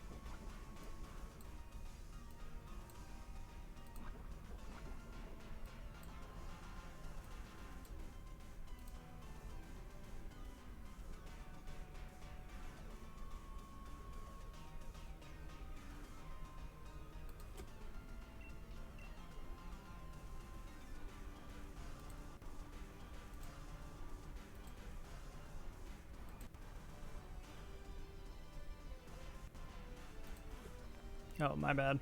Sorry, guys. I'm trying to like multitask here to grab this clip, and Twitch is being weird.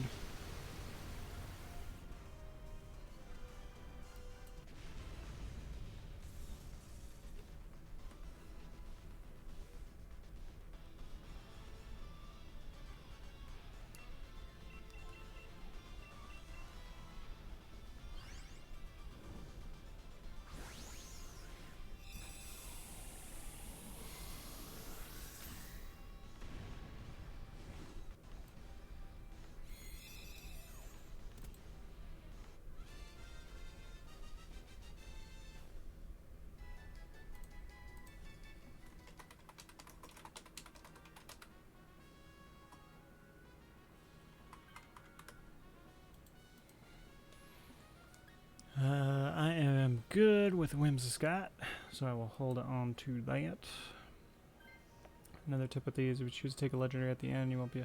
Yeah, so that is definitely something you want to make sure not to take the legendary if it's not shiny, unless you just genuinely don't want the shiny. I guess the gamble is not bad. The Dino is not really worth anything. If you want to show me, you have to not take anything. It's weird. This is weird, like when you call into a radio show and don't turn your radio off? What do you mean?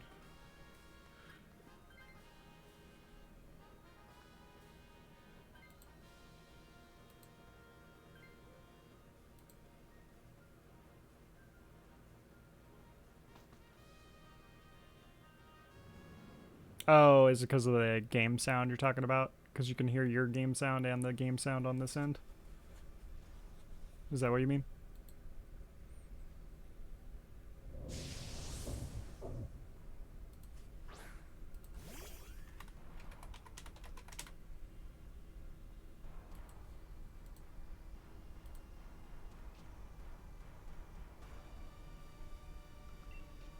I don't have anything for Stoutland.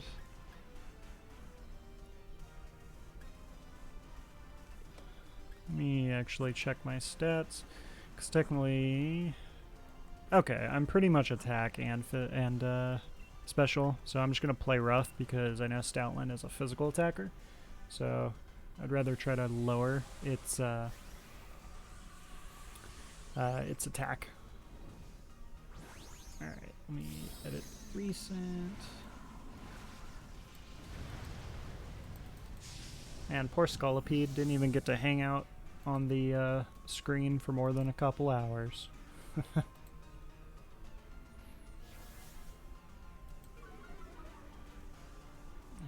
and then we grab the Sprite here for Combuskin.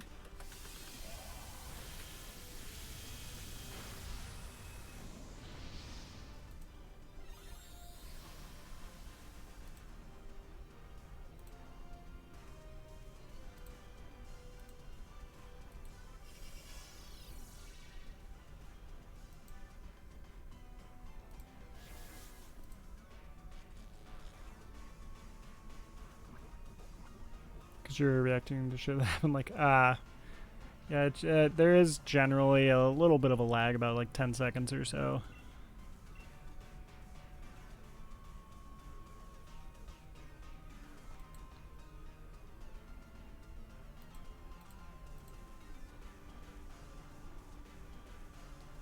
Let's see, reset.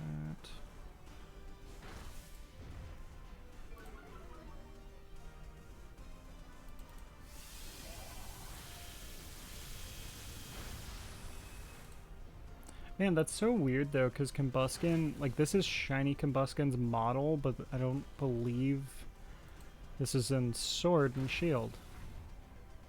Because, like, it does not look the same. It just looks like regular Combuskin. Am I wrong? Why is that one showing up as the model for the shiny? Let's see.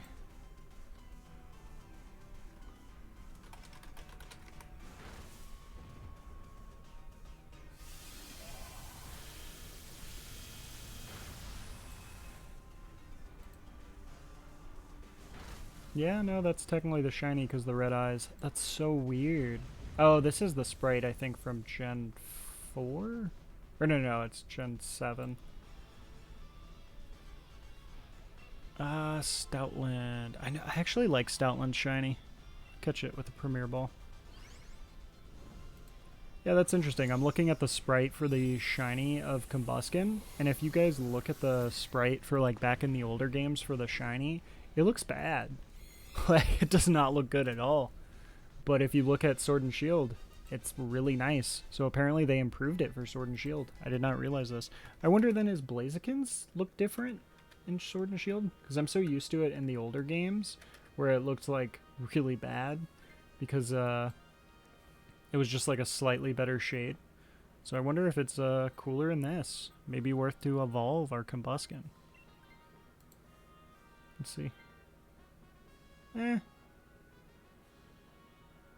It's not as bad as it was, but I still think I like Combusken's shiny better than Blaziken's shiny. Which way did we say we were going? Oh, this was Dragonair. Yeah, that's right. Looks like Gen 6 sprite for Combusken. Yeah, it's the Gen 6 sprite. I don't know if I can find the Sword and Shield one, because the Gen 6 one looks bad. I don't like it.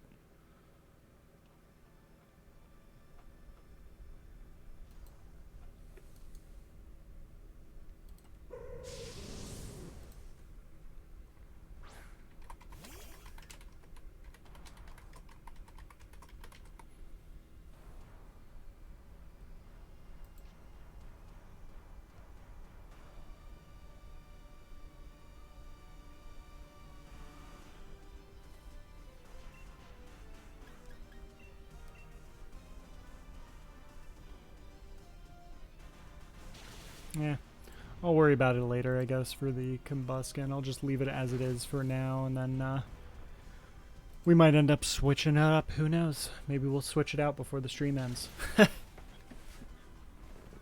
So I'll leave it as it is for now. I can always fix it later if I need to.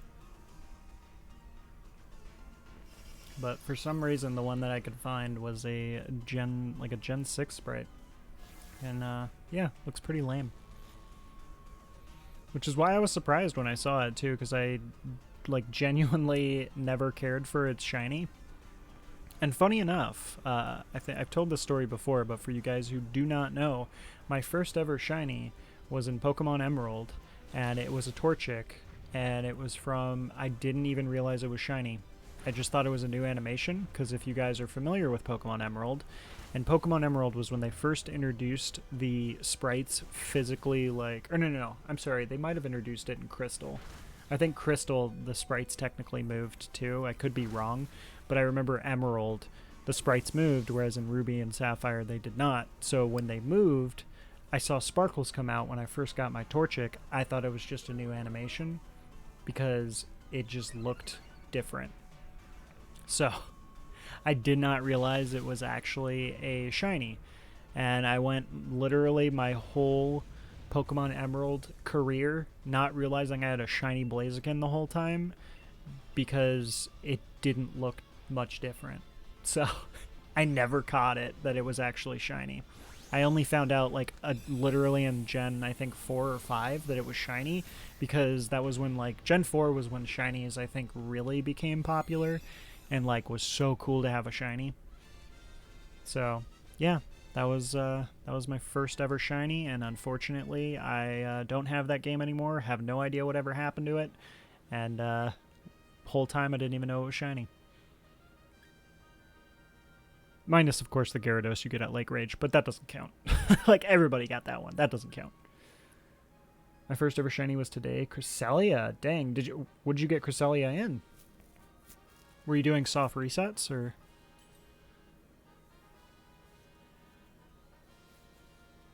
So, Lodi, I assume you're going to take this, right? Okay, yeah. Did you get, yeah, because did you get the Cresselia in Dynamax Adventure, or did you just get it from doing soft resets in a game? And if so, which game? Dunsparce! I think he has a Thunderbolt, actually. I think Dunsparce has Thunderbolt, right? I want to say he has, like, Ice Beam and Thunderbolt. Dynamax Adventures? Oh, that's insane, then. Your first shiny in Dynamax Adventure was actually a legendary. That's actually pretty crazy. Like, that is super lucky. Oh, he doesn't have Thunderbolt? Oh, what does he even have? I knew he has Ice Beam because I used to love him against when we were doing Rayquaza runs. I can Dynamax. Probably will. Ew. Gross. That's awful. Oh, that sucks. Just random. I wonder how many shinies I didn't even know I had. Oh. Oh, man. Yeah, make sure, what I will tell you, by the way, Deadlier, so, I think Lodi mentioned, but make sure you are catching all the Pokemon here, and you could just use basic Pokeballs, or you can use a Pokeball that complements its shiny. I personally do that because I enjoy that. but just make sure you're catching them because then you get the chance at the end to see if it's shiny. The other thing I highly recommend is make sure you go and do the summary like you saw me do on the last one. Make sure you click summary and look through them all because some of the Pokemon will not look shiny. Like, and you won't even know. So always make sure of that. I always do that because literally one of the clips I have of the Scintiscorch, which is exclamation Scintiscorch, I didn't even realize it was shiny, and you'll just see me in the clip pass by it and then just keep going because I didn't click summary. But luckily I went to summary and then checked it and I noticed it was shiny. But I legitimately had no idea it was shiny because it's hard to recognize a lot of shinies. I'm going to try to freeze. Well, I mean, no point in doing that now. Sword and Shield was my first Pokemon game. If you don't count Sun and Moon, I bounced off that so hard. Really? That actually surprises me. So you haven't played any of the other like OG Pokemon games? What made you get into playing Pokemon Sword? Like, I'm actually genuinely curious.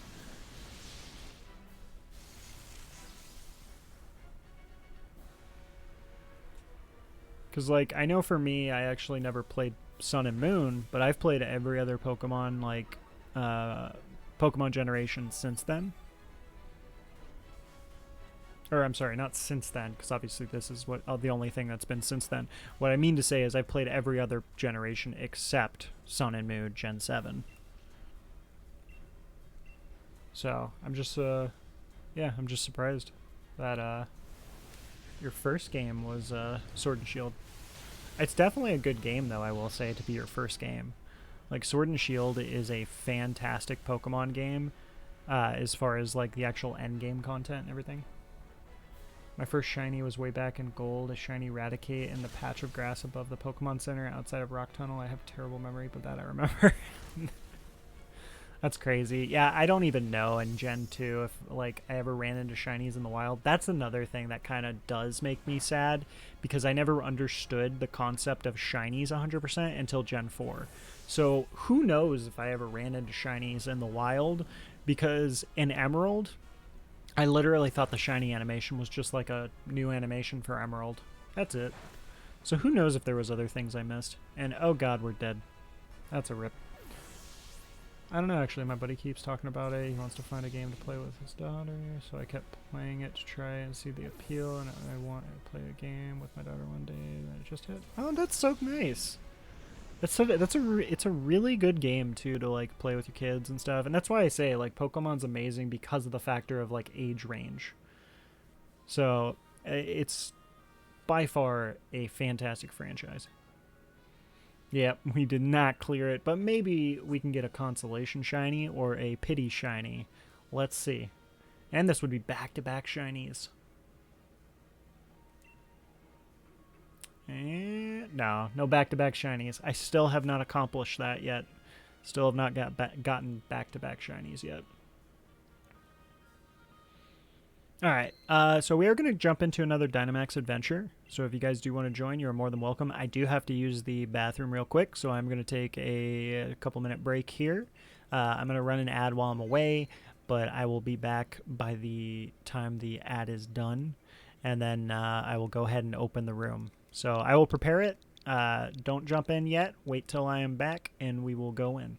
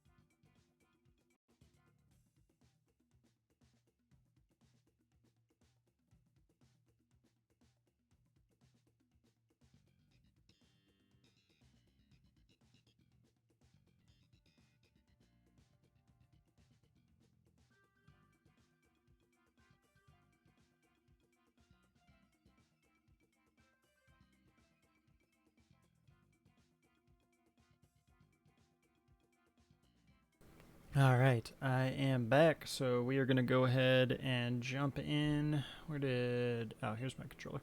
All right, so room is open, so if you guys want to jump in, you are more than welcome. Need another bear? No worries.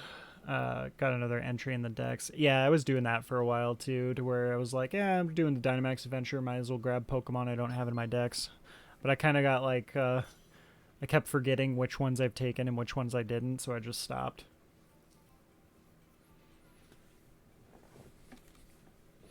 Alright, so anybody is welcome to join. We will start in about 2 minutes if we don't fill up here completely. But, yeah. And then I'll go ahead and distribute the predictions. Unfortunately, no non-believers this time. But I will open up another prediction. So if you guys do want to bet some channel points, you're more than welcome to bet some channel points on if we're going to get a shiny or not. We have already gotten 2 shinies for this stream tonight. This has been a wild week. We've gotten 3 shinies this week. That is that a record? I don't know. I honestly don't know if that's a record for me for the week. Because usually I want to say we get like 2. We have gotten 2 in one stream for like a couple of times now. I don't know. Maybe we'll try to get 3 in one stream. That would be something new.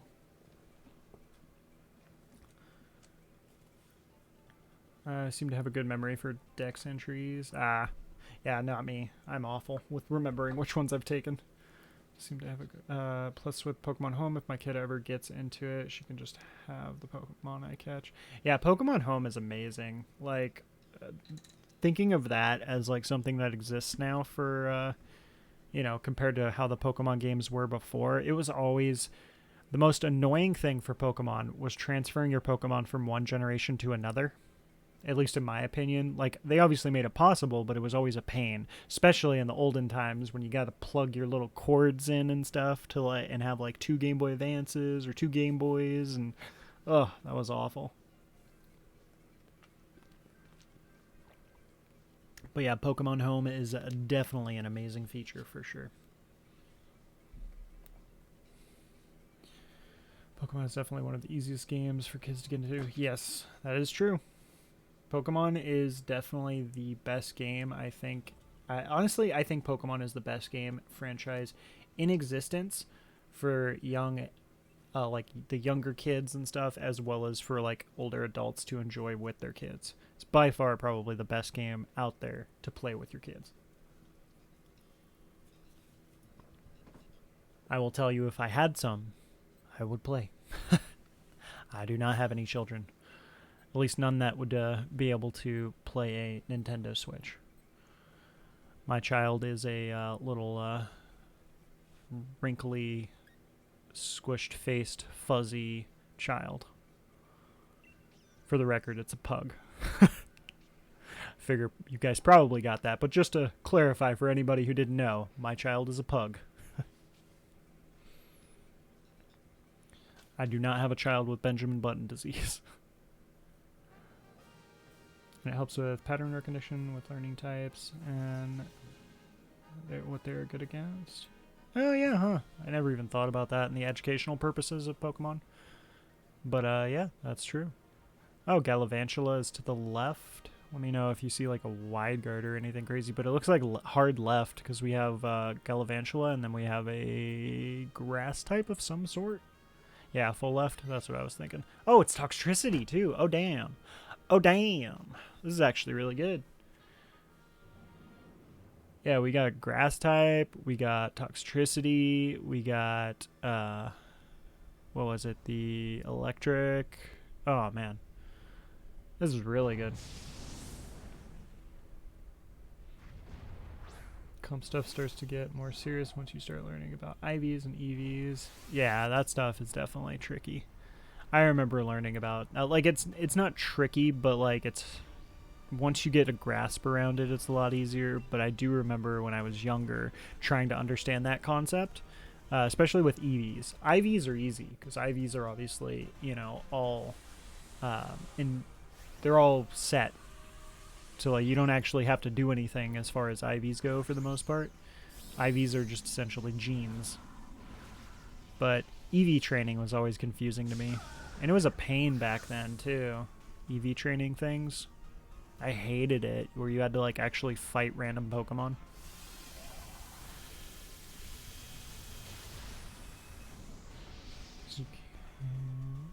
You can't do ranked battles without that. You can if you like losing. Yeah. No, I don't do I don't do any ranked battling or competitive battling myself. It just doesn't interest me as much. I like themed battles, so it's always cool to kind of just like do theme battles and stuff. You know, with friends and stuff. That's cool. Like that stuff I like to do. Like one of the things definitely gonna do in the stream eventually here is we're gonna have like days or times when we're gonna stream and do like theme battles to where you have to do like an all shiny team, and it's all like one typing, and then no legendaries or pseudo legendaries or starters. So yeah.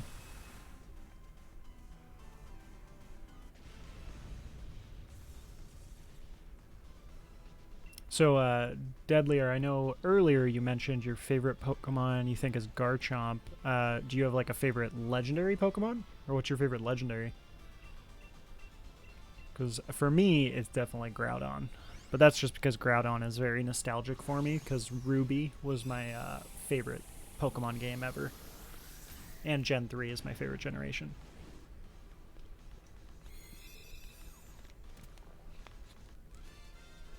Actually, I don't remember if I ever asked you, Lodi, what was your favorite legendary? I mean, in general, this is a question, I guess, for everybody, too. If anybody wants to answer, like, what's your guys' favorite legendary Pokemon?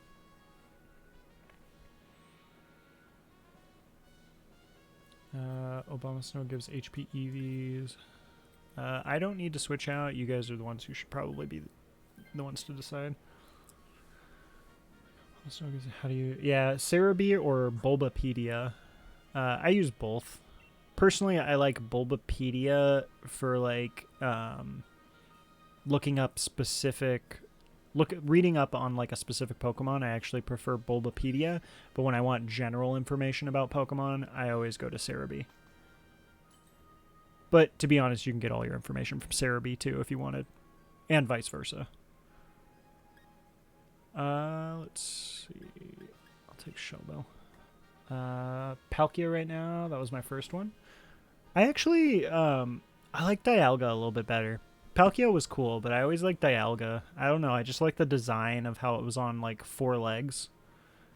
I just like that a little bit better than Palkia. But Palkia was cool. I always liked the Gen 2 legendaries. Like, Giratina is awesome.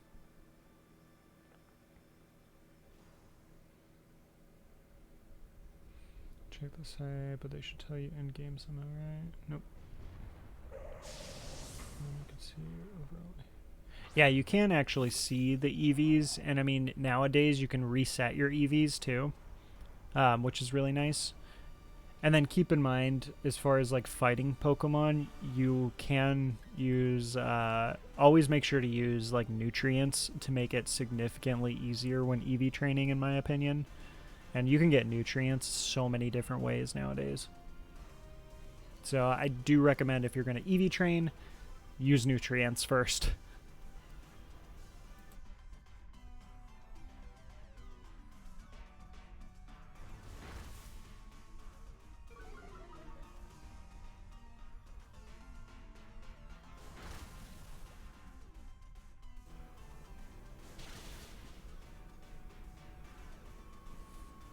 Kill one Pokemon over and over again. Brute force science. But they never change what Pokemon give what.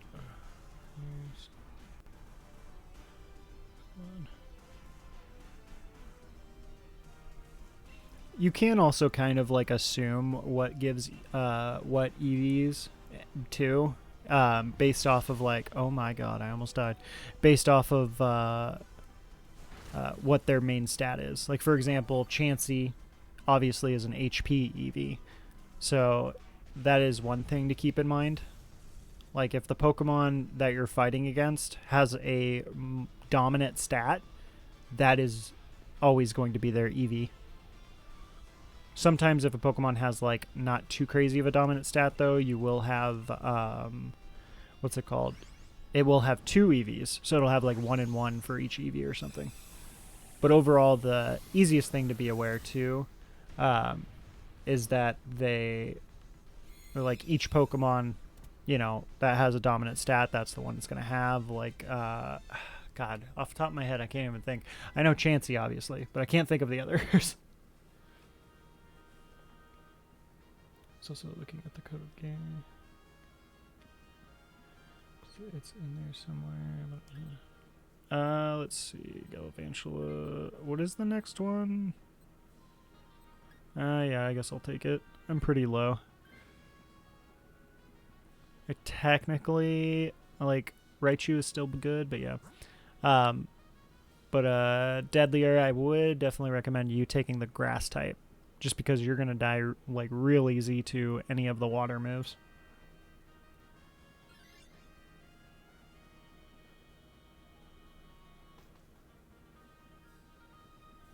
Sometimes they trick you, though. Yeah, that is true. There's sometimes some weird stuff, but generally, if there is a really dominant stat, then that is always going to be the EV for it.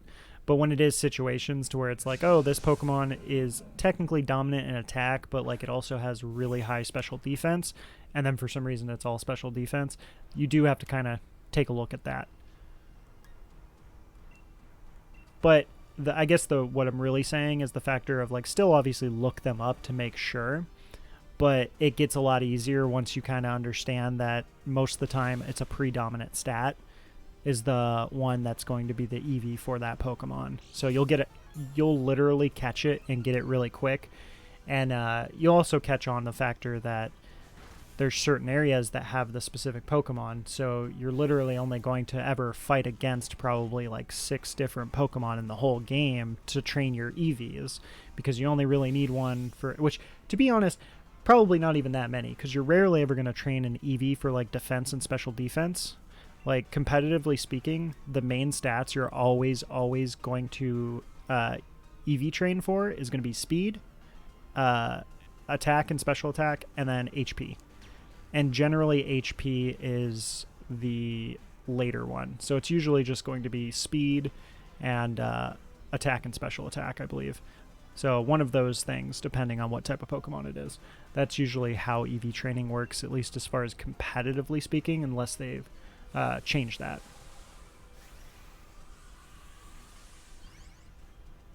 You absolutely do for defense. I mean, if it's a dominant defense Pokemon, but if it's a Pokemon that is not, like, if it's a Pokemon that's not focused on specifically defense and it's not predominant on defense, you're always going to do HP, because HP is a globally defensive stat. So that is the one thing with EV training.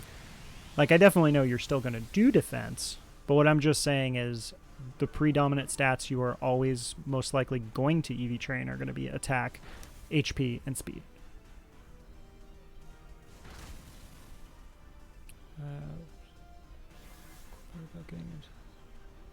There's so much to learn. It's way deeper than anyone would think. Yeah, there is a lot to it. But the thing that's also nice about it, if you don't want to do competitive play, you don't have to learn it, you know? Like, I don't personally do competitive play anymore. I used to, but not so much anymore. Heal Ball. Training off of wild Pokemon isn't as used these days. Yeah, that's a major thing. Some will give speed and attack. Some do for defense. Right, use the Battle Tower or Dynamax vitamins, right? Yeah, vitamins are always going to be the easiest. Using vitamins. I said nutrients earlier, huh? I meant vitamins. Yeah, vitamins is the easier way to EV train. You can max out with vitamins now, can't you? Because wasn't it that you used to only be able to, like, do like the first 100 EV points into vitamins, or into a stat with vitamins? Or am I thinking of that wrong?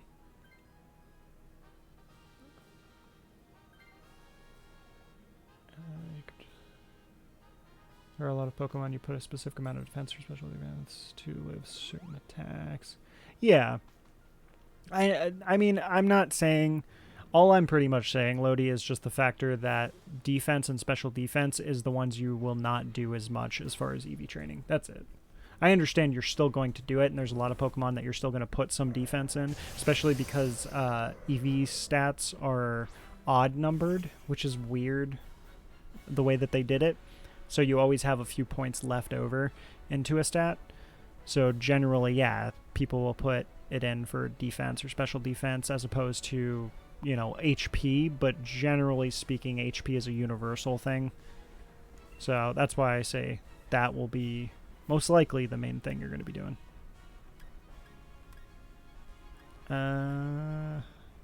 Well, more so speed. I mean, speed is always going to be there pretty much, I will say. Like, I don't think there's ever going to be a situation... Like, is there actually, legitimately talking, is there any Mon that you would EV train and not EV train speed into?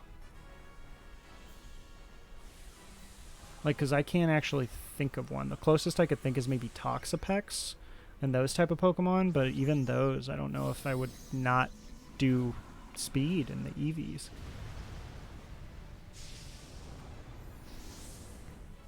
I like competitive play. That's where this game gets crazy. Oh, I mean, if you like competitive play, go for it. Absolutely.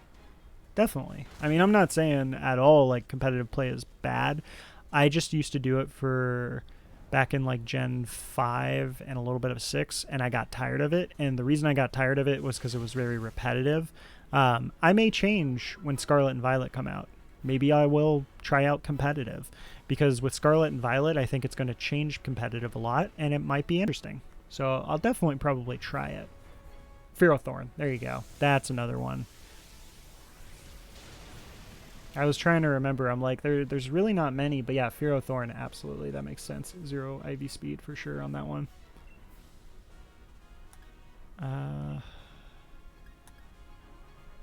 Guess I will Thunder.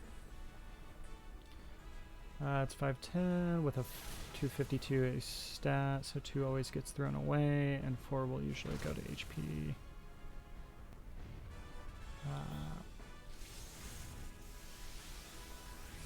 Okay, so it did used to be 100 EVs max for a stat with the vitamins. Yeah, I was gonna say, because you could just max it now, huh?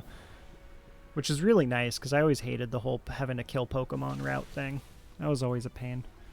So as long as you're rich in the game, which is pretty easy to make money, then you can technically EV train a lot easier. Trick Room teams, that's true. Technically, if you build a whole team around it, then yeah, you're not going to do speed. You're going to do the opposite. So yeah, that's true. But I mean, that's like not like specific to the Pokemon. That's specific to a strategy, really, with Trick Room. Power, gyro ball, anything you want as slow as possible. Yeah. So I'm hearing speed, EV, everything. For the most part, but yeah, it does depend on the Pokemon. I was just wondering, because I mean, that is usually how it works, but there are definitely Pokemon that you don't need speed on, or if you're doing a strategy like Anubis said, a Trick Room team is definitely things where you wouldn't do speed, but most of the time you'd do speed. Like, since you're a fan of Garchomp, for example, if you're trying to use Garchomp, you absolutely do speed on Garchomp, because he's insane. Especially if you're doing a Sandstorm team. Oh, wow, we actually cleared this. That's nice. We were just kind of chilling and chatting, so I didn't even realize we managed to do it. Some Pokemon are so EV training speed is a waste since you are not outspeeding anything anyway. Yeah. Well, that's why I said, like, Toxapex, it's not the factor that I don't want it to go first, but it's not going to go first. So that's why I say you're not going to really put it in Toxapex. You know, you can. I think, and to be honest, I think I did. But, I mean, in reality, you're right. There's a lot of Pokemon, though, out there that are way worse than Toxapex as far as speed-wise that, yeah, there's absolutely no point. I just couldn't think of it.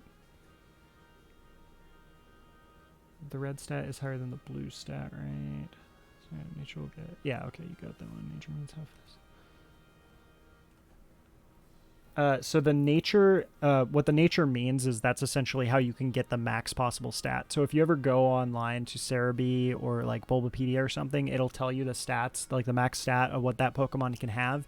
It can only have that very max stat if it has the correct nature and you EV train it.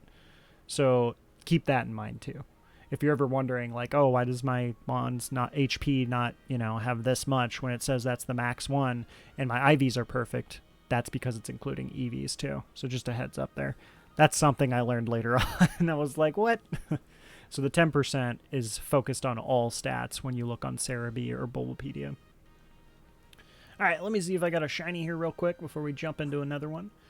So Toxtricity, no, which sucks because I really like Toxtricity as a shiny. Galvantula, no. Eldegoss, no. And dang.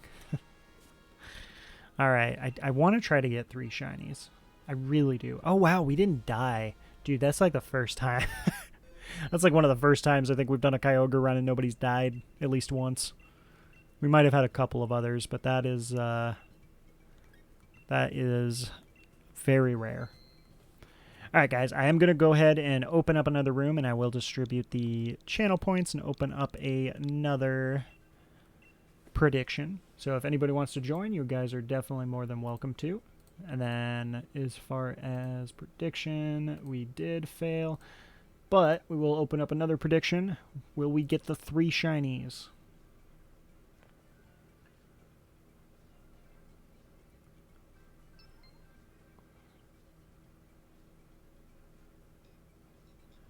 So you want a whole bunch of Slowmons, then bust out the Trick Room.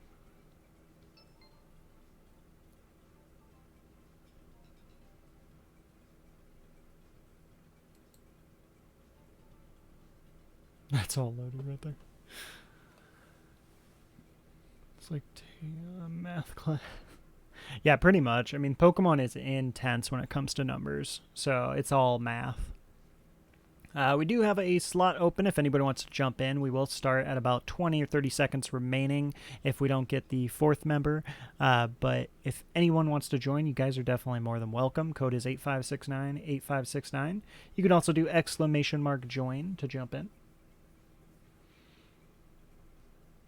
Lots to learn, but when you get the basics down, it's a lot easier. Yeah, Pokemon is actually pretty easy, especially with the resources. Like, that's one thing with a lot of games out there. You don't have the resources. So, like, you'll try to figure something out, but nobody's figured it out. Pokemon, people have figured almost everything out in Pokemon. Like, as soon as a new Pokemon game comes out, people are, like, creating so much, like, information on it that you can learn it really quick.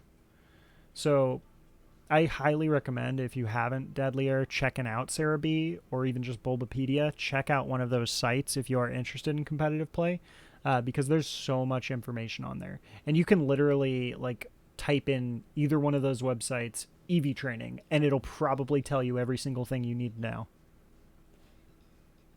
So highly recommend checking those out if you have not already, because that'll help tremendously. Like, I've used Cerebi and Bulbapedia since as long as I can remember.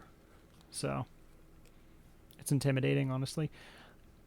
Yeah, I understand. Like, I 100% understand, because, like, for example, I tried getting into Magic the Gathering, and it's the same logic, you know? You got to learn all the Pokemon. Magic the Gathering, you got to learn, like, all of the meta cards and everything, and it can be intimidating for sure. And for the record, I didn't end up getting into Magic the Gathering because it was too overwhelming.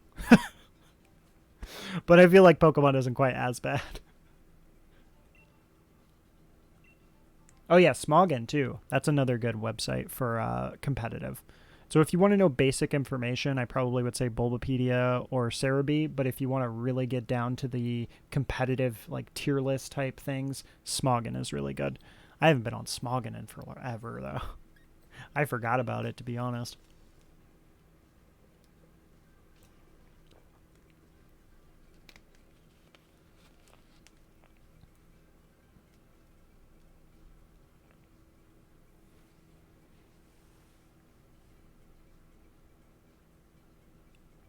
Oh my god, what are these choices? Well, hopefully we can get some good pathing going, maybe? Yeah? Usually go on Smoggin when I'm looking for a set to play around with. Yeah, that makes sense. Oh, you know what? I lied. I have been on Smoggin, actually, not too long ago. When I made my Fighting Shiny team, I went on Smoggin. That's how I decided I would go ahead and make a Conkeldurr. Guts Conkeldurr with Flame Orb. Are you guys seeing anything? Ditto top left. Man, is that it? That sucks. Wait, who's this? Who's the fighting? I didn't even notice. That's not Hitmonlee, is it? I don't think it was. No, damn it. It's the octopus. I like Graplock shiny, but God, I just don't like Graplock as far as like usability.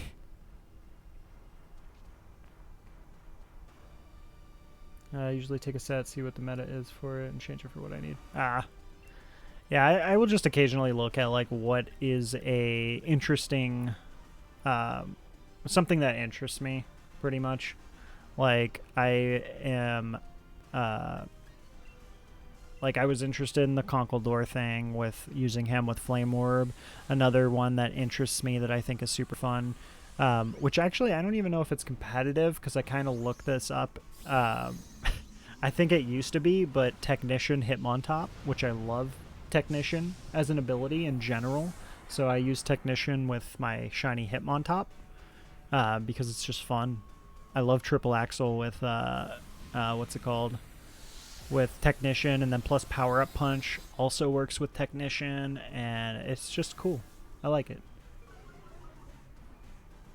I know the basics for almost every Pokemon at this point, what the more common sets are. Yeah, I have no idea. I'm like the worst person to ask what is competitive now or what is meta. Because if you ask me what meta and what's competitive, I'm going to be like, oh, here's what you're going to do. You're going to get yourself a Hippowdon. You're going to get yourself a Tyranitar. You're going to get yourself...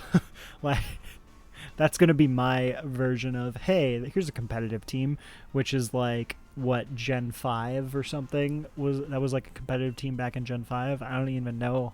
Are Sandstorm teams still a thing, really?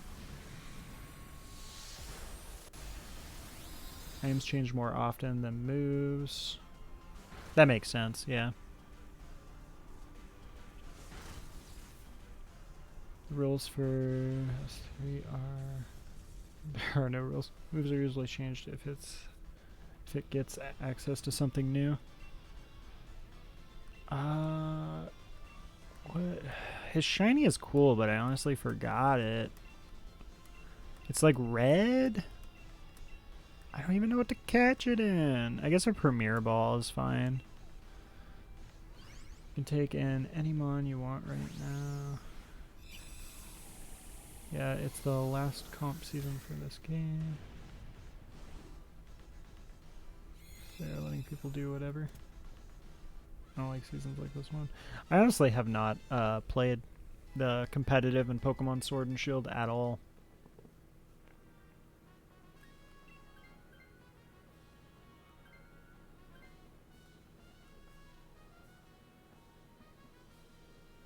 But that's because I don't like using legendaries or mythicals. You see, that's my problem. Like, I don't like legendaries or mythicals, which is literally why I have not played competitive, because that's all I see. So, yeah.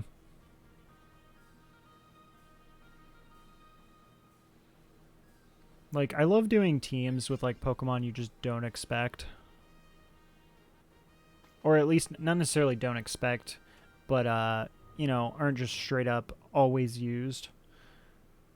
Like, because I love, for example, Toxapex, I think is a cool competitive base Pokemon, but it's obviously not like a surprise Pokemon or anything. Like, a lot of people use Toxapex because it's a really good, like, competitive Pokemon, but it's at least, to me, not a legendary or mythical type, like, repetitive pseudo-legendary Pokemon that you see every single time you go in. That, and I also like building things that are specifically strategy-based. Like, that's way more fun to me. I hate these people that are all like, I'm just going to take a lot of Ubers and go in, and I'm going to try to win. And it's like, it's pretty boring. But for the people who create these teams that are like, oh, I have this random Togedemaru, and I have, like, this random, like, I don't even know. Just like random mons you don't expect. Just like have fun with it though, like enjoy the craziness. Yeah, for sure. I mean that's why I like to kind of like I like the aspect of casually playing, but still obviously building your team with a strategy and like a plan, not just being like, here's a bunch of mons, you know. At least limited to 1 or 2.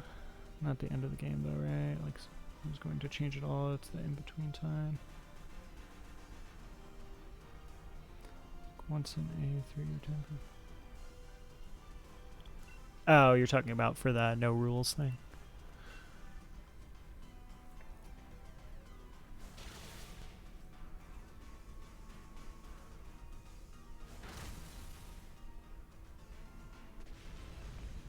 Yeah, I might, to be honest with you guys, I mean, with the whole streaming and all that, I probably will maybe look into competitive play when Scarlet and Violet come out. Maybe we'll actually try doing some competitive play. Because it definitely does interest me with Scarlet and Violet, especially because Scarlet and Violet is a completely new meta and a new slate for literally everyone. So, that'll be cool.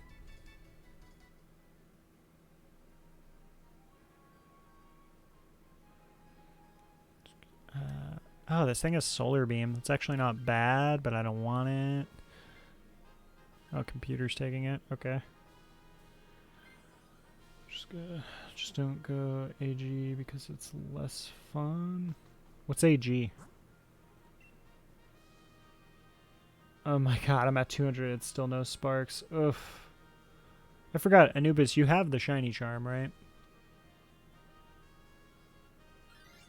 Been watching Wolfie videos on YouTube. There's been some crazy strats over the years. Games and their metas are all crazy. Anything goes. Ah, anything goes. Gotcha. Yeah, and that's how I feel. I mean, honestly, I feel there's a lot of people that feel that way, though, too. Because anything goes, I feel, makes it a lot less competitive. Ironically enough. You know, when you do anything goes, it's like, oh, okay, so it's not really competitive play. It's just for fun. Ah, I can't Dynamax. I'm like trying to Dynamax. I'm like, wait, I can't. I guess I will Thunder Wave it.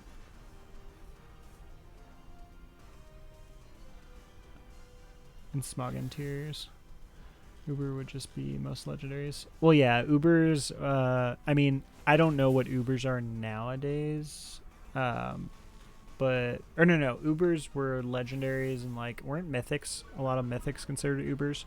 And then OUs, which was overused, was like all the pseudo-legendaries and stuff in the game, pretty much, most of the time.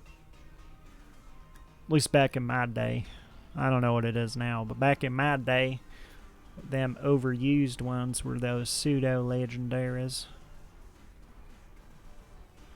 Zexion is disgusting. Yeah. Actually banned Uber. Just the most legendary ones. How did they do that? Yeah, anything goes is just for fun. So if you are somebody who wants to play competitively, obviously playing anything goes is not going to be fun to you. Like if you want to play competitive, but if you want to play just to screw around, then anything goes is fun. And though I like the aspect of fun, to me, anything goes is not a definition of fun.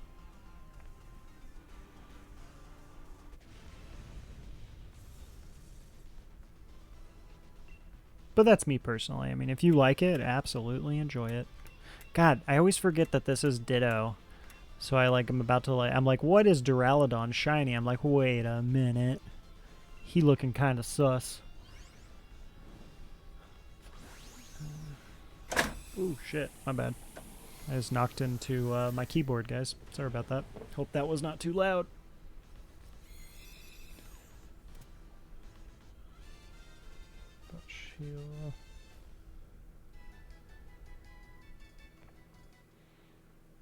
I mean, Zamazento's cool.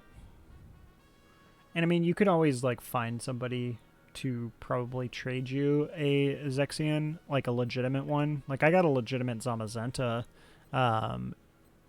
that I was able to trade with somebody just because I don't have shield. So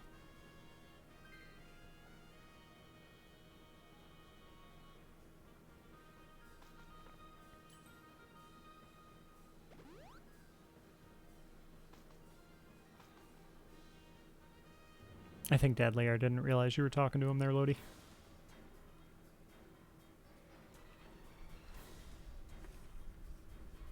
To be fair, you're most likely to get a hacked one. Well, yeah, like I got it from a trusted person. But yeah, that is obviously if you're just doing like random. If you do ever get a hacked Pokemon, just make sure you never take it into competitive play or online play, because they have been known to crack down on that. So never bring any of like your trades that you don't know if they're legit or not into online play. Overused is the most fun for me. You can use the OPmons, but you can still get some use from others. Ubers will pretty much destroy anything that's not Uber. Yeah. I don't even know. I'm actually curious now. You guys got me curious on what is on the lists of like overused and stuff nowadays. Let's see. Schmogan. Dang, the website looks so much different than what I remember.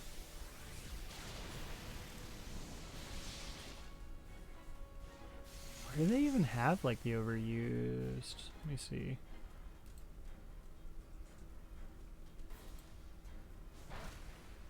Ah, wait a minute. I think I found it.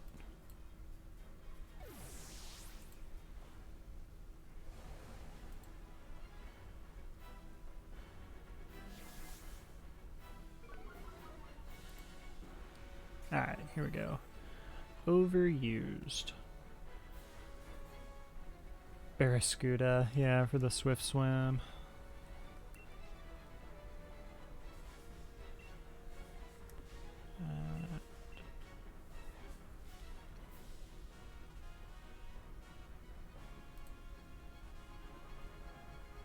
Showdown is best for CMP practice. Oh, Pokemon Showdown also has like the overused and Uber list too.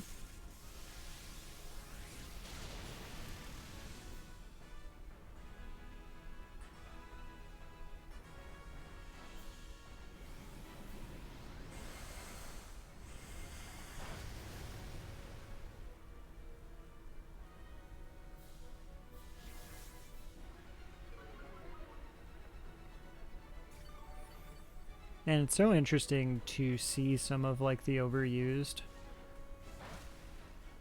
like Slowbro. I didn't actually expect Slowbro to be an overused, and Slowking, or Galarian Slowking, that is. Everything else seems about normal. But I'm sure it's probably, I don't know, some reason.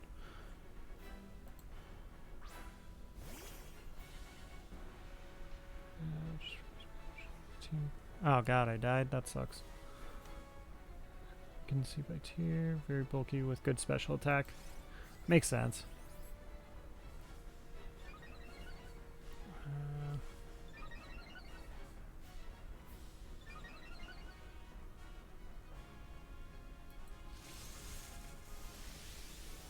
Huh. I guess more so I'm actually more surprised at the underused list.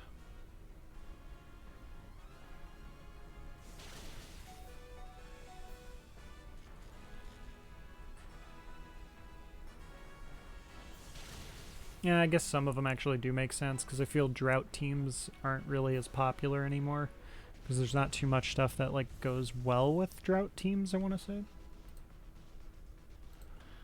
Alright, let's see if we can get a third shiny for the night here. Using almost entirely Pokemon that weren't good enough for overused. Yeah, it's just I was just kind of surprised that like Torkoal, for example, is technically underused, but at the same time, I guess it's because Drought is not really a popular weather team. compared to, you know, Sandstorm as well as to, oh my god, Drizzle. So it makes sense. It just took me a minute to figure that one out for a second there. Alright, so let's see if we get a shiny. Does this Ditto count as a foreign one? No, I don't think. I don't think it would count as a... yeah, it won't count as a foreign, I don't think. Alright, let's see if we get a shiny. So we got Graplock, Cryogonal, Ditto, and... dang.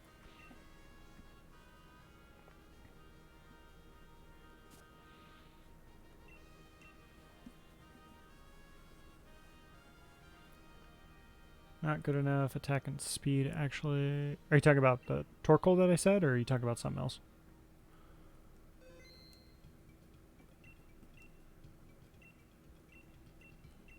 Alright, guys. So, we definitely have been going a little bit longer than usual. I think we're just going to do one more Dynamax adventure for the night here.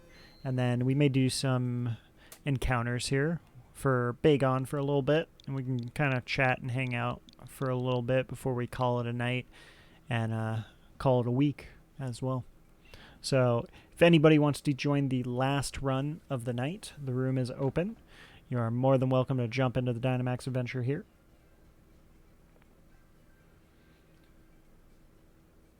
I can give you one. Yeah, Torkoal, just lower BST, then what would be good? Ah. Yeah, I mean, I know his speed. I just figured the drought and the aspect of, like, because a lot of people generally, at least back when weather teams were like a major thing, nobody actually cared what the Pokemon that, like, had the ability to create weather actually did.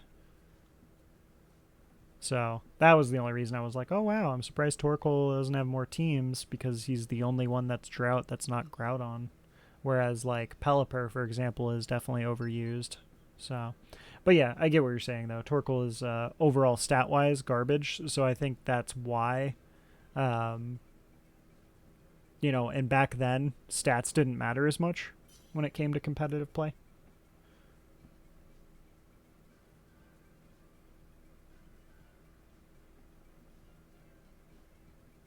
Pretty sure Torkoal saw some use in doubles, at least in the beginning of the generation. Ah. Yeah, I could see that in doubles. Alright, so guys, we are going to start in about a minute or so here. So if anybody wants to join, this is going to be the last Dynamax run of the night. We will do a few encounters here before we end the night of Bagon. And see if maybe we can get a shiny Bagon. But if y'all want to participate in the last run, there is one slot left.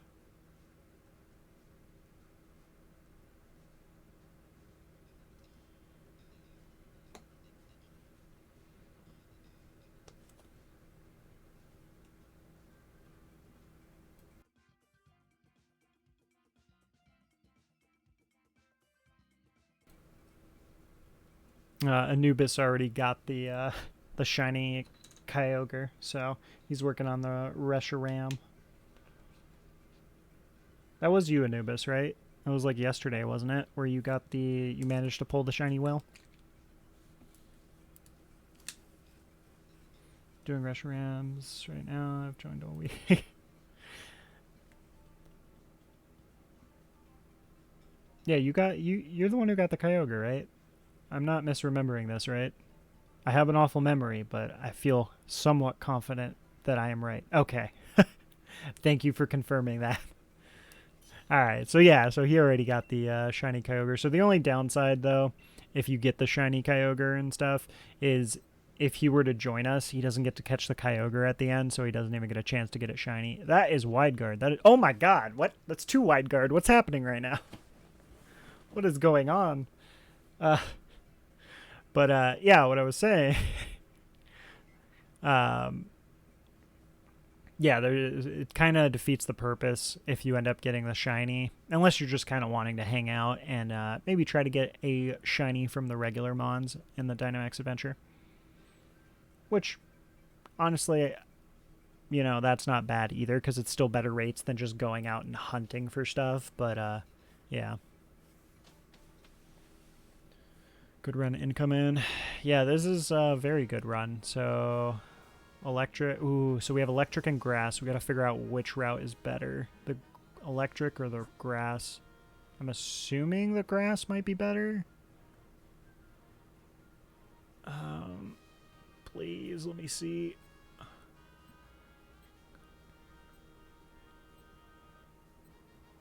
Oh, it's Sceptile? Ugh. Electric is better. Yeah.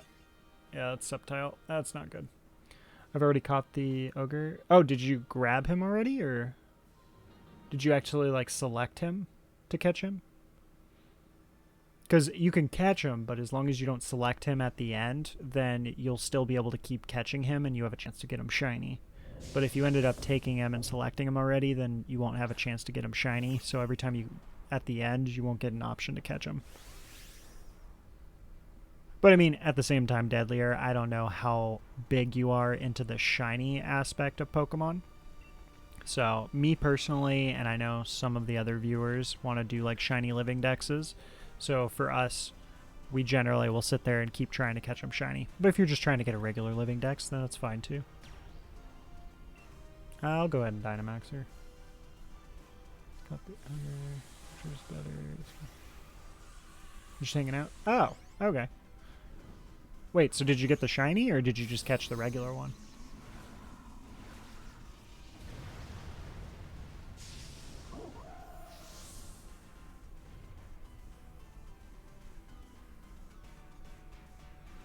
Bash your head against the wall until the blood comes out. A different color? What? What am I missing here? What?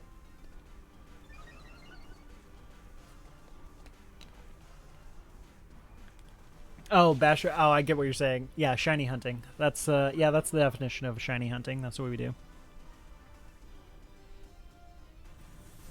We just sit here and do the same thing on repeat for like a couple weeks at a time. Man, real talk though. That Rayquaza. So just a heads up to anybody who was not hanging around at the time of the Rayquaza runs. So Rayquaza took me literally almost exactly 1 month to get it shiny, and it took exactly 169 encounters. It was brutal. So hoping that is not the case here.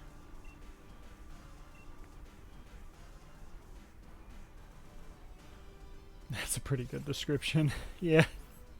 Yeah, that pretty much describes shiny hunting and trying to get a living dex. The blood is shiny. We just sit there around a little cauldron and stuff and, you know, sacrifice a lamb or two to try to get these shinies every night. And, yeah, that's pretty much how it goes.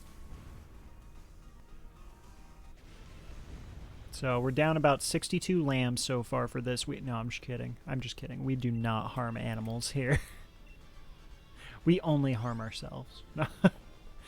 we only harm ourselves mentally by going through the torture of trying to get these shinies.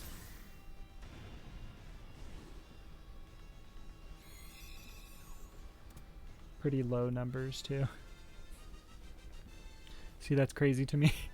I mean, the thing that I will say that the reason, like, I'm able to do stuff like that, like do all the Rayquaza runs, is each run you obviously get a chance to get other shinies. So, like, even though like we had to do 169 runs of Rayquaza, and it was like a month, in the end I think I ended up with like 7 shinies or something, or 8 shinies besides the Rayquaza. So it's still really good. Like, as far as getting shinies, Dynamax Adventure is still really good. Alright, so we have the electric, Hatterene, Haunter, and I don't know who the other person is. Who is that? It's not Hitmonchan. His legs are too spread out. I don't know who the fighting is. You'll take the Emolga. Oh, yeah, Deadlier. You can take the Emolga since I already have Wide Guard, so we don't really need 2 Wide Guards. Ah, it was Machoke. Okay, that makes sense. Yeah, the only thing we need right now is damage. Because, like, we will most likely survive the Kyogre, but we do need to kill the Kyogre now. Because once you get a wide guarder, all we need to do is kill. Kill, kill, kill.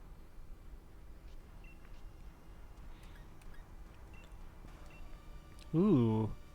Rock is really good. I just realized. Does that do 4 times? I always forget, man. I always forget with the Emolga and Electric Flying if Rock is 4 times or on it. Let's see.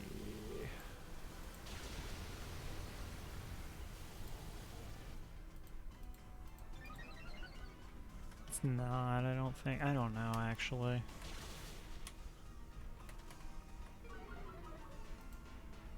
Two times? Okay. I always get confused because rock is technically strong against flying, but I always think it's strong against electric, but it's ground that's strong against electric. So I get those two flip-flopped constantly.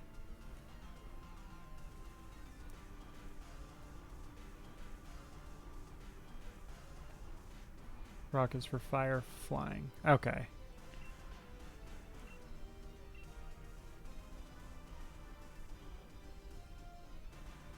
Ice and oh, rock.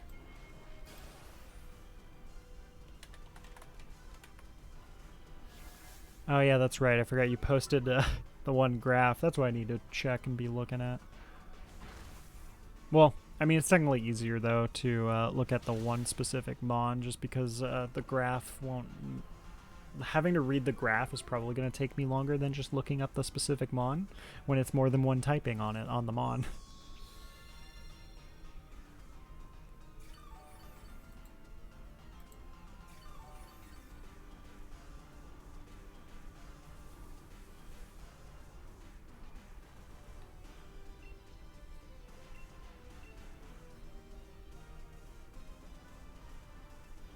So, wait, which one, do we have one, like, definitive that's best to choose on the last route?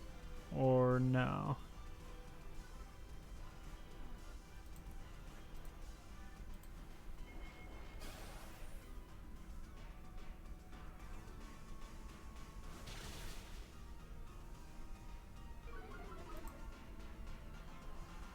So electric is only weak to ground and flying is immune to it. Yeah, I knew that. Like, I knew ground doesn't work on it because it's flying, so it ends up being really good there. But I just couldn't remember on rock. That was the only one I was confused at for a second. But yeah, I knew about the ground thing, and that's why Emolga is, like, really good, because it's electric flying. Because I always liked, what was it? Zapdos. Because Zapdos is typing, like, electric flying is so insane. And nope, Haunter is the fastest speed. So Deadly Air, you should take that.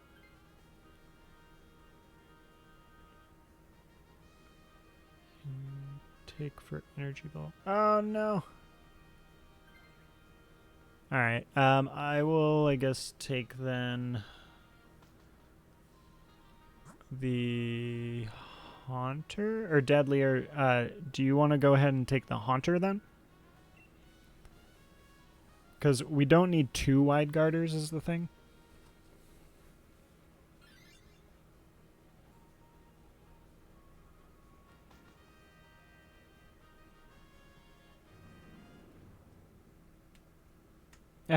No worries.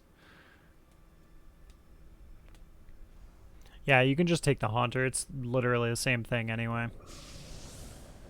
Because we only just need the 1 wide guarder, so it doesn't really matter if it's me or you, technically. Actually, who is technically better as far as tankier? Because that's really what it comes down to, right? Specialty. Actually, shouldn't I take it? Because Deadly Air is actually tankier.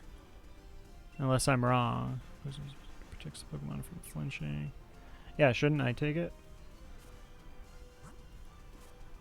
Maxo you get? Yeah.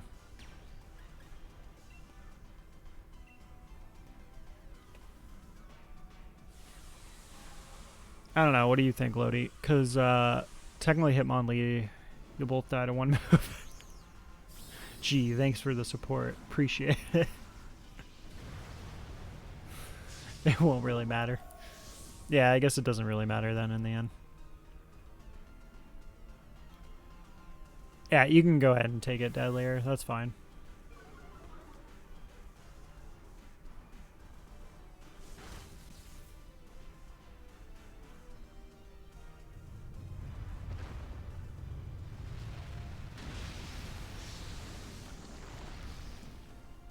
If the minus stats, you'll both live it. Yeah, either way. Dream Eater. Great job. You did it.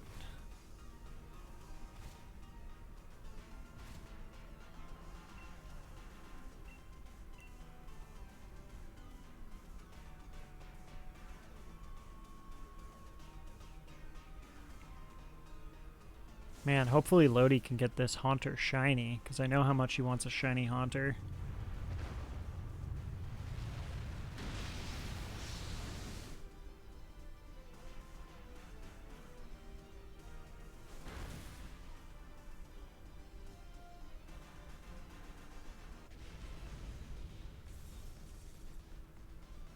Alright, I'll catch it with the Premier Ball, because Gengar's Gigantamax.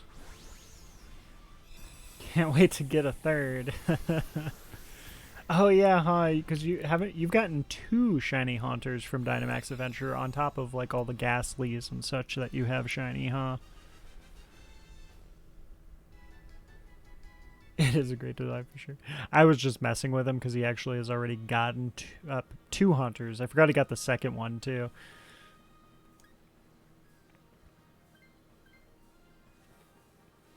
Okay. So then this should work. So you just energy ball it. I will sit there and protect, and hopefully between all of us, or between you guys, we can kill it quick enough. Sure did.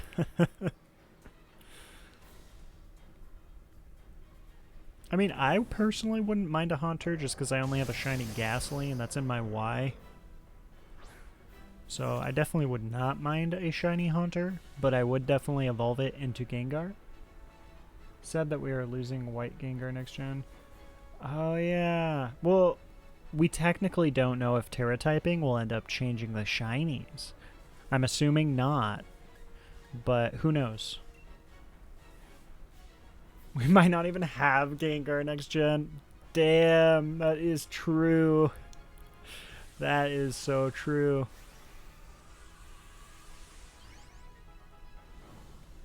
Don't think it's confirmed. Yeah, so who knows what'll happen as far as shinies go. But yeah, that is actually true. We may not even have Gengar. I mean, I'm assuming we probably will just because of how like popular Gengar is.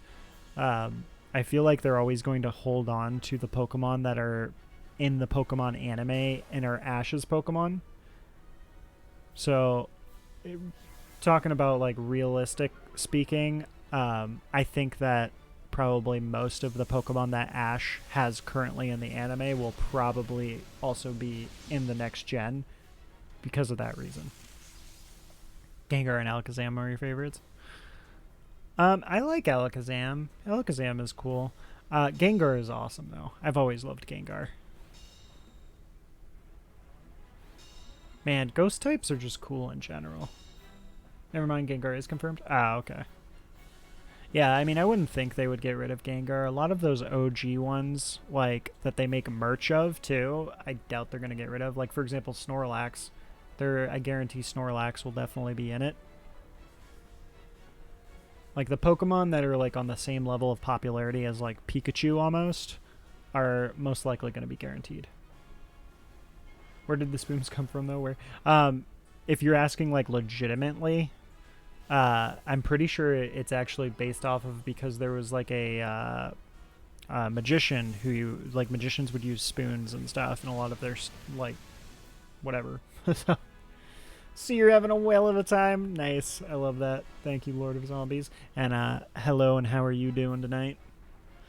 Having a whale of a time. Heart attack avoided. Oh yeah, we're doing good damage. I thought that I thought we wouldn't actually make this one. Or I thought, it's not that I didn't think we would make it, I just thought the damage would be really slow, but we managed to do almost half health in one turn. That's pretty obscene. It's almost why Kadabra couldn't be printed as a card for 15 years. Yeah. Been trying to hunt Lunala like crazy. Ah, nice. Yeah, Lunala is definitely a sweet shiny, so good luck with that. How many encounters, or have you been keeping track of your encounters? The magician it was based off of didn't like it. Yeah. Yeah, I do remember that.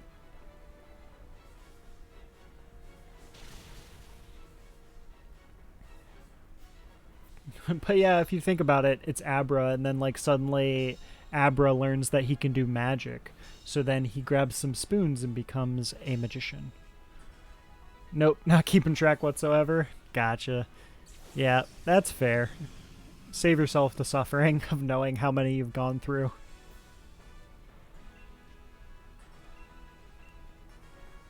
Well, hopefully you can get that Lunala, because Lunala is a super cool shiny. I love Lunala. So once we get out of the OG Mons, honestly, Xerneas, Lunala, Solgaleo, Solgaleo? Is it Solgaleo or Solgaleo? Solgaleo. Dude, I am like awful with some of the pronunciations. Anyways, Lion Legendary Red Boy. Those are all good shinies, and I would definitely consider one of those as being like our after we get like our Gen 1 or our Gen 3 legendaries and finish that off, and our Gen 2 probably head over to that. I originally planned on doing Gen 1, but I'm not sure if I'll go for the Gen 1 shinies with like Mewtwo and the birds. I don't know. We'll see. I mean, I will eventually, but I don't know if we'll like rush to do it. You got a shiny DD? Nice! I love DD. We actually got a shiny Alolan Raichu, so the non-chibi miniature version of the DD. So I really want a DD though, because I love those like chocolate shinies. Little chocolate rats. Oh my god. That was... Was that our last death? I think that's our last death, right? Oh no. Okay, we're good, we're good. Whew, that was actually a close call near the end. Alright, so last Dynamax adventure of the night. Let's see if we can end it with a shiny, and this will be the first time we get 3 shinies in one stream. If we can get another shiny.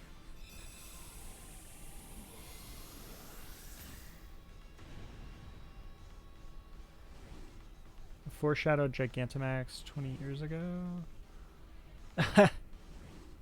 Remember the episode for the first season of the anime with the giant? Yeah.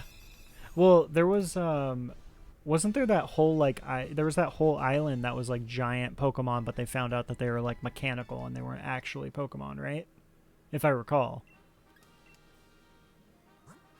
I'm pretty sure that's what the episode was. It's been so damn long. I have no idea.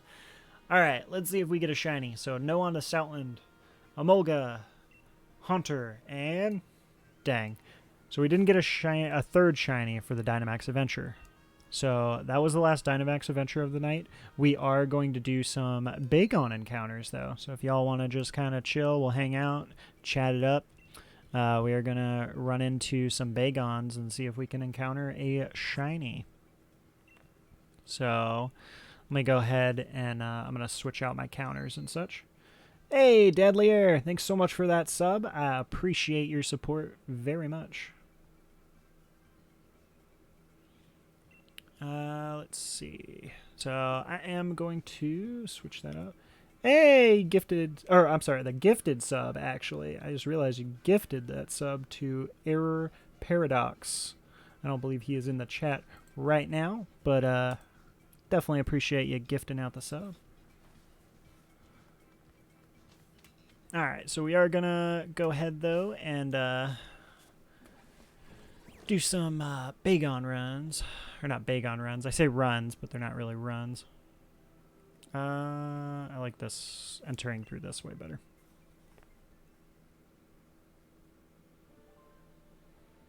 Alright, let me... What was I doing? Oh yeah, I'm switching out the counters. Gotta do potty training tomorrow. Wish me luck. Oh, boy. Well, yeah, good luck, my man. It's always fun. Alright, so... Oh, nope, that's not the right one. Boop, boop. Alright, let me get my counter. Okay, let me make sure the counter is working here, the auto counter that is. And then we will get to hanging out and running into some of these Bagons. Oh my god, there's so many Apsils. I forgot Apsil spawns over here. I don't really want any of those, though, as shiny, because we can get them at Dynamax Adventure. Nope, that's the wrong way. Alright, where are you at, Bagon? I need to find one of you to make sure that the auto encounter thing is working. Here, let me... I'm just going to reset the auto counter here.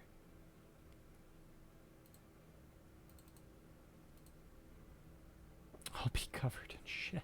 Well, I hope you don't get covered in it.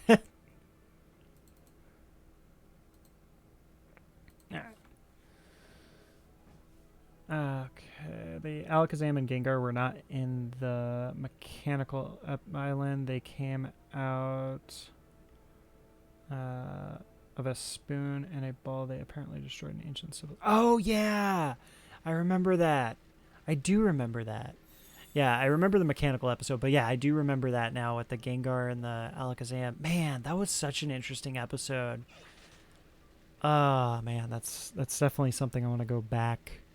If I'm back tomorrow, don't touch my Switch. Ah, the joy of parenthood. Let's see. Where is the Bagon? I just want to find a Bagon here real quick just so I can make sure counter is working good. Of course, these Bagons don't want to show up right now.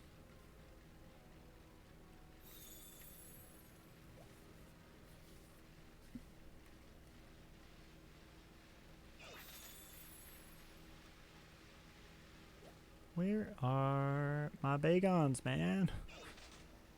I just want to run into one real quick here.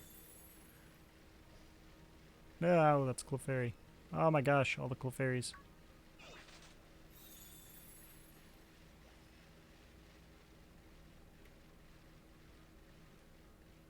Are there any Bagons even in here? What is seriously going on right now? I get that it's like a low spawn rate, but man, this is nuts. Adino has a 1% chance to spawn. Come on now. We got an Adino popping up. What is this?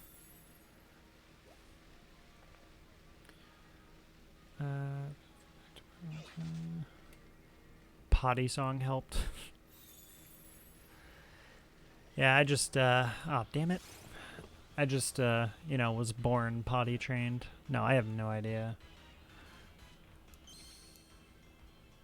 Man, I can't imagine. Potty training. This is why I like cats. You fill a box with sand and you're done potty training. I mean, yeah, but like I just can't stand when the cats go to the bathroom in the house, even though they have a designated bathroom area. Like, I don't know. It just bothers me. I like dogs. Like, when you potty train a dog is great because, like, they go to the bathroom outside. Now, of course, the whole concept of potty training a dog at first can be a little bit difficult, but, you know, once you get it down, it's usually pretty good. So, I like to stick to dogs when it comes to that. Okay, so my counter is working. Perfect.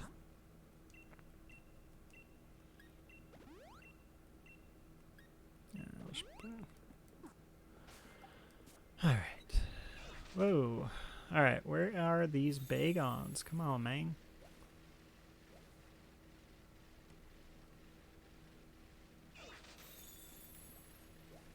So, Anubis, are you still doing these Reshiram runs? Have you gotten, like, any shinies or anything from the runs, actually, by the way? recently, I should say, because I'm sure I'm assuming you've at least got some shinies if you've done over 200 encounters. That's wild.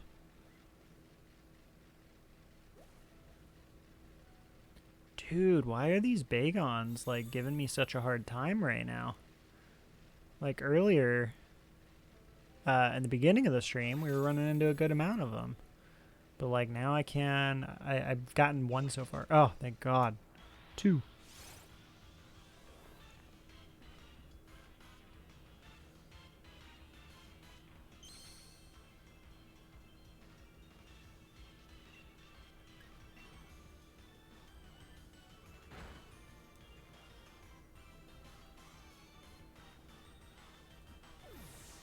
God, these Bagons are, whew.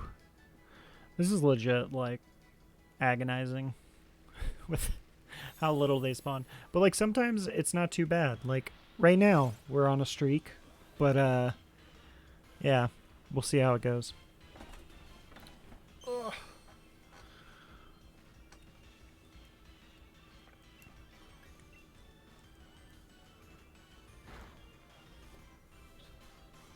Anybody have anything planned for the weekend? I know for me, I will be relaxing. And then Sunday, probably going to try to do some of them Deoxys raids on Pokemon Go. See if I can get a shiny on that, because getting a shiny Deoxys is pain anyway else. Hey Reggie, how you doing? What is going on with you? Gonna go do the Inky thing tomorrow. Oh yeah, they have like the Inky spotlight thing. I've actually usually never make the spotlights, but yeah, I'll have to actually keep an eye out for that. Because tomorrow I'm really just going to be like relaxing. Like, I am going to be a vegetable tomorrow. Like, I'm going to probably just watch anime and just be chilling. That's about it. Oh, research day, that's right. Not spotlight. What does shiny Inkay even look like? Because, like, the research day, it's got, like, the increased shiny rates, right? Oh, it's got a cool shiny. I like that. Every event research from 11 to 2 will be for Inkay. Ah, okay. Still looking for Sandygast, and I think I'm going to die. How many, or have you been keeping track of your encounters for the Sandygast? Man, Sandygast is a really cool one, though. I'm actually jealous. I really want to be doing some Sandygast encounters or something right now. That would feel so much better than doing these Bagon ones. But I feel too committed to stop on the Bagon until we get it. I'm like 600. Help me. Oh, you're fine. Trust me, that's not that bad. Oh, man. At least Sandygast doesn't have awful, what's it called? Awful spawn rates. Like, Sandygasts are pretty common to run into. I'm fine, what? Yeah, you're good. 600. Those are rookie numbers. No. I mean, to be fair, I haven't had, like, any crazy encounter hunts yet. Hopefully the Bagon doesn't end up being it. Why don't I breed for Bagon? Because I've already started the encounters. I'm committed, Reggie. I can't turn back now. Like, I should have done that. Also, my current breed, my current shiny hunt for breeding is the Dino. So I'm when I do shiny hunting, I generally don't want to change it and just like stop doing something. Like right now, my encounters are Bagon. My egg hatching is Dino. And then our Dynamax adventure is Kyogre. So I kind of keep them all within the same.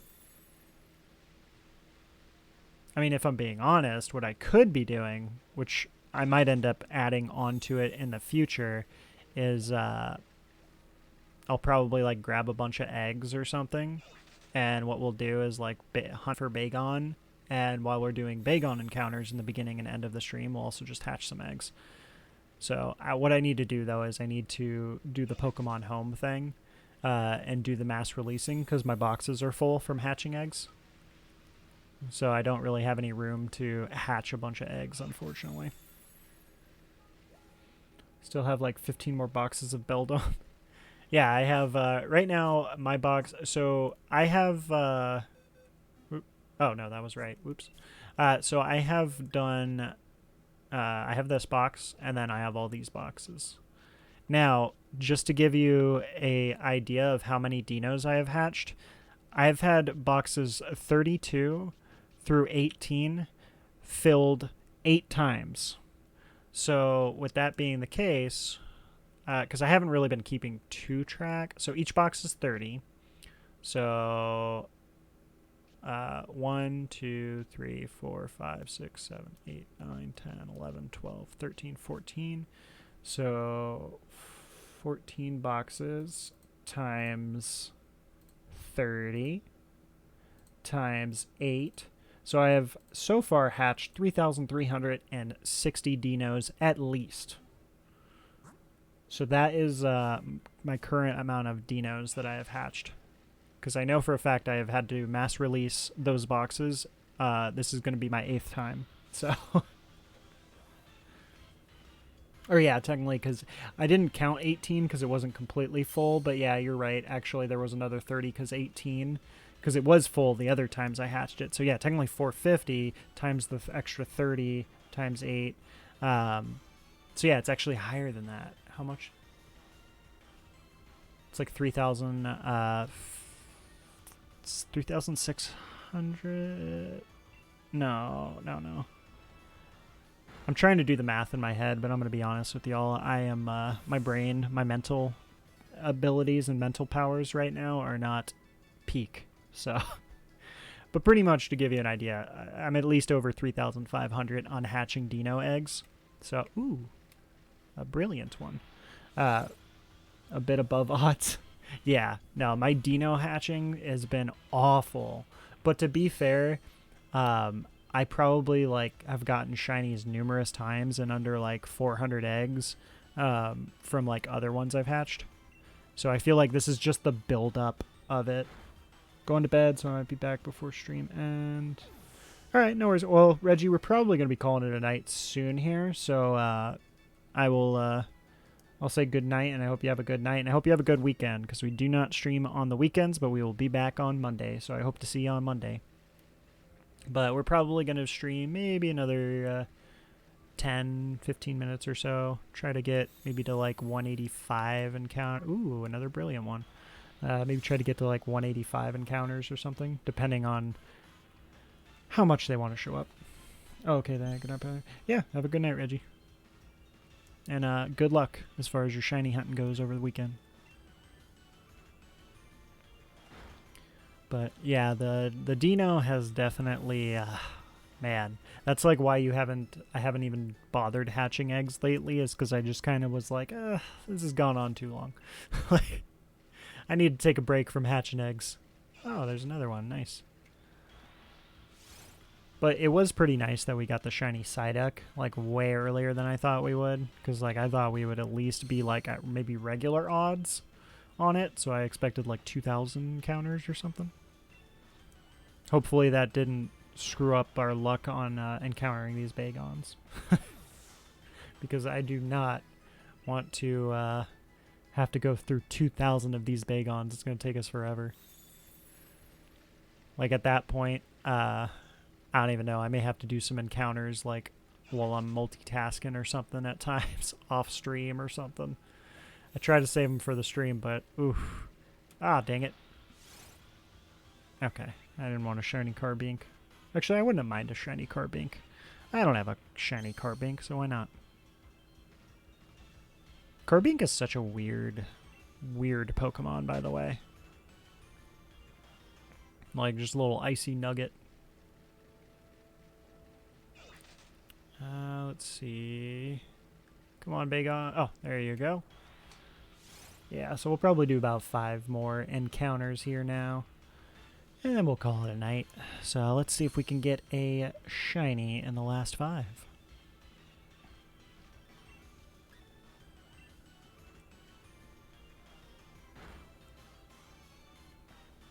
Man, though, could you imagine if we got the shiny Bagon, like, this early, and the excitement I would have combined with the factor of the overconfidence of then doing other encounters? Like, I'm just going to get too confident and be like, oh yeah, we can get it within like a couple hundred or so, and then it's going to be that one where we have to encounter it like 6,000 times.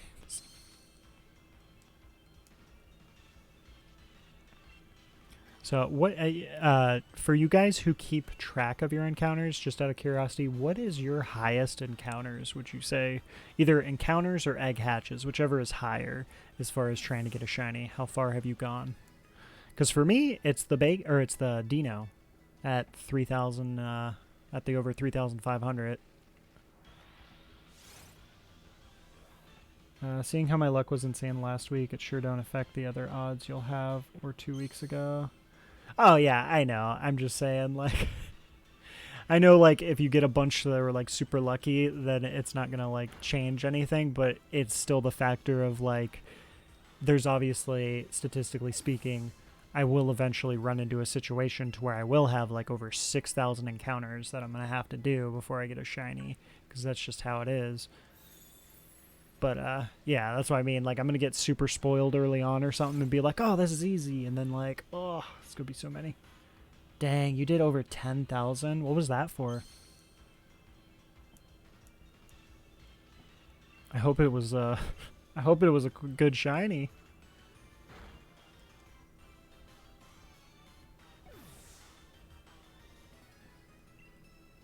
Oh, you know what? I just realized I did not do the prediction. So let me do that here. Unfortunately, nobody voted no on the last shiny.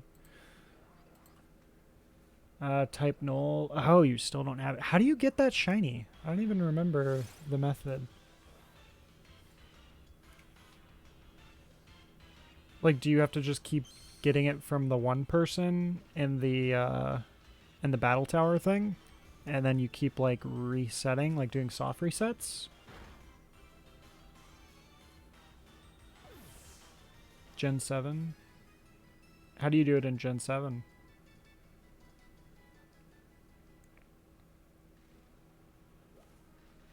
Both Sun and Moon and Ultra, they are a gift. Well, yeah, because I know they give you it as a gift in this. Is it shiny locked in this?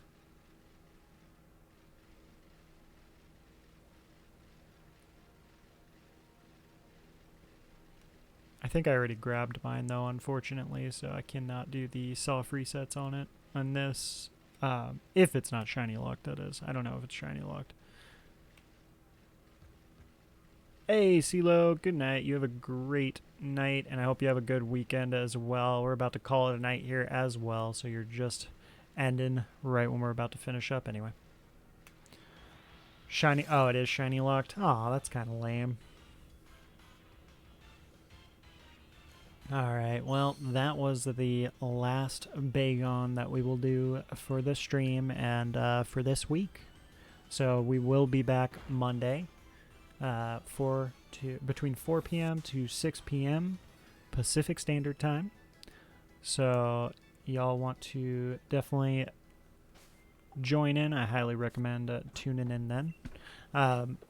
Also, for you guys who are not in the Discord, highly recommend it. Discord is... Oh, wait. We have one more Bagon here. I'll get back to it. Just a draining hunt. Yeah. No, for sure. I mean, that's how I feel about the eggs right now. That's why I haven't started them up again. But, I mean, the eggs aren't as bad, at least, because you can, like, do other stuff with it, which is why I was saying I probably should do it with the encounters. So, alright. But we did not get the shiny. So now, for real, that was the last Bagon, since that one just wanted to sacrifice itself to us. So I will go ahead and save, and then, yeah, with that, that will be the end here for tonight. I hope everybody has an awesome weekend, and hope to see everybody on Monday. Good night.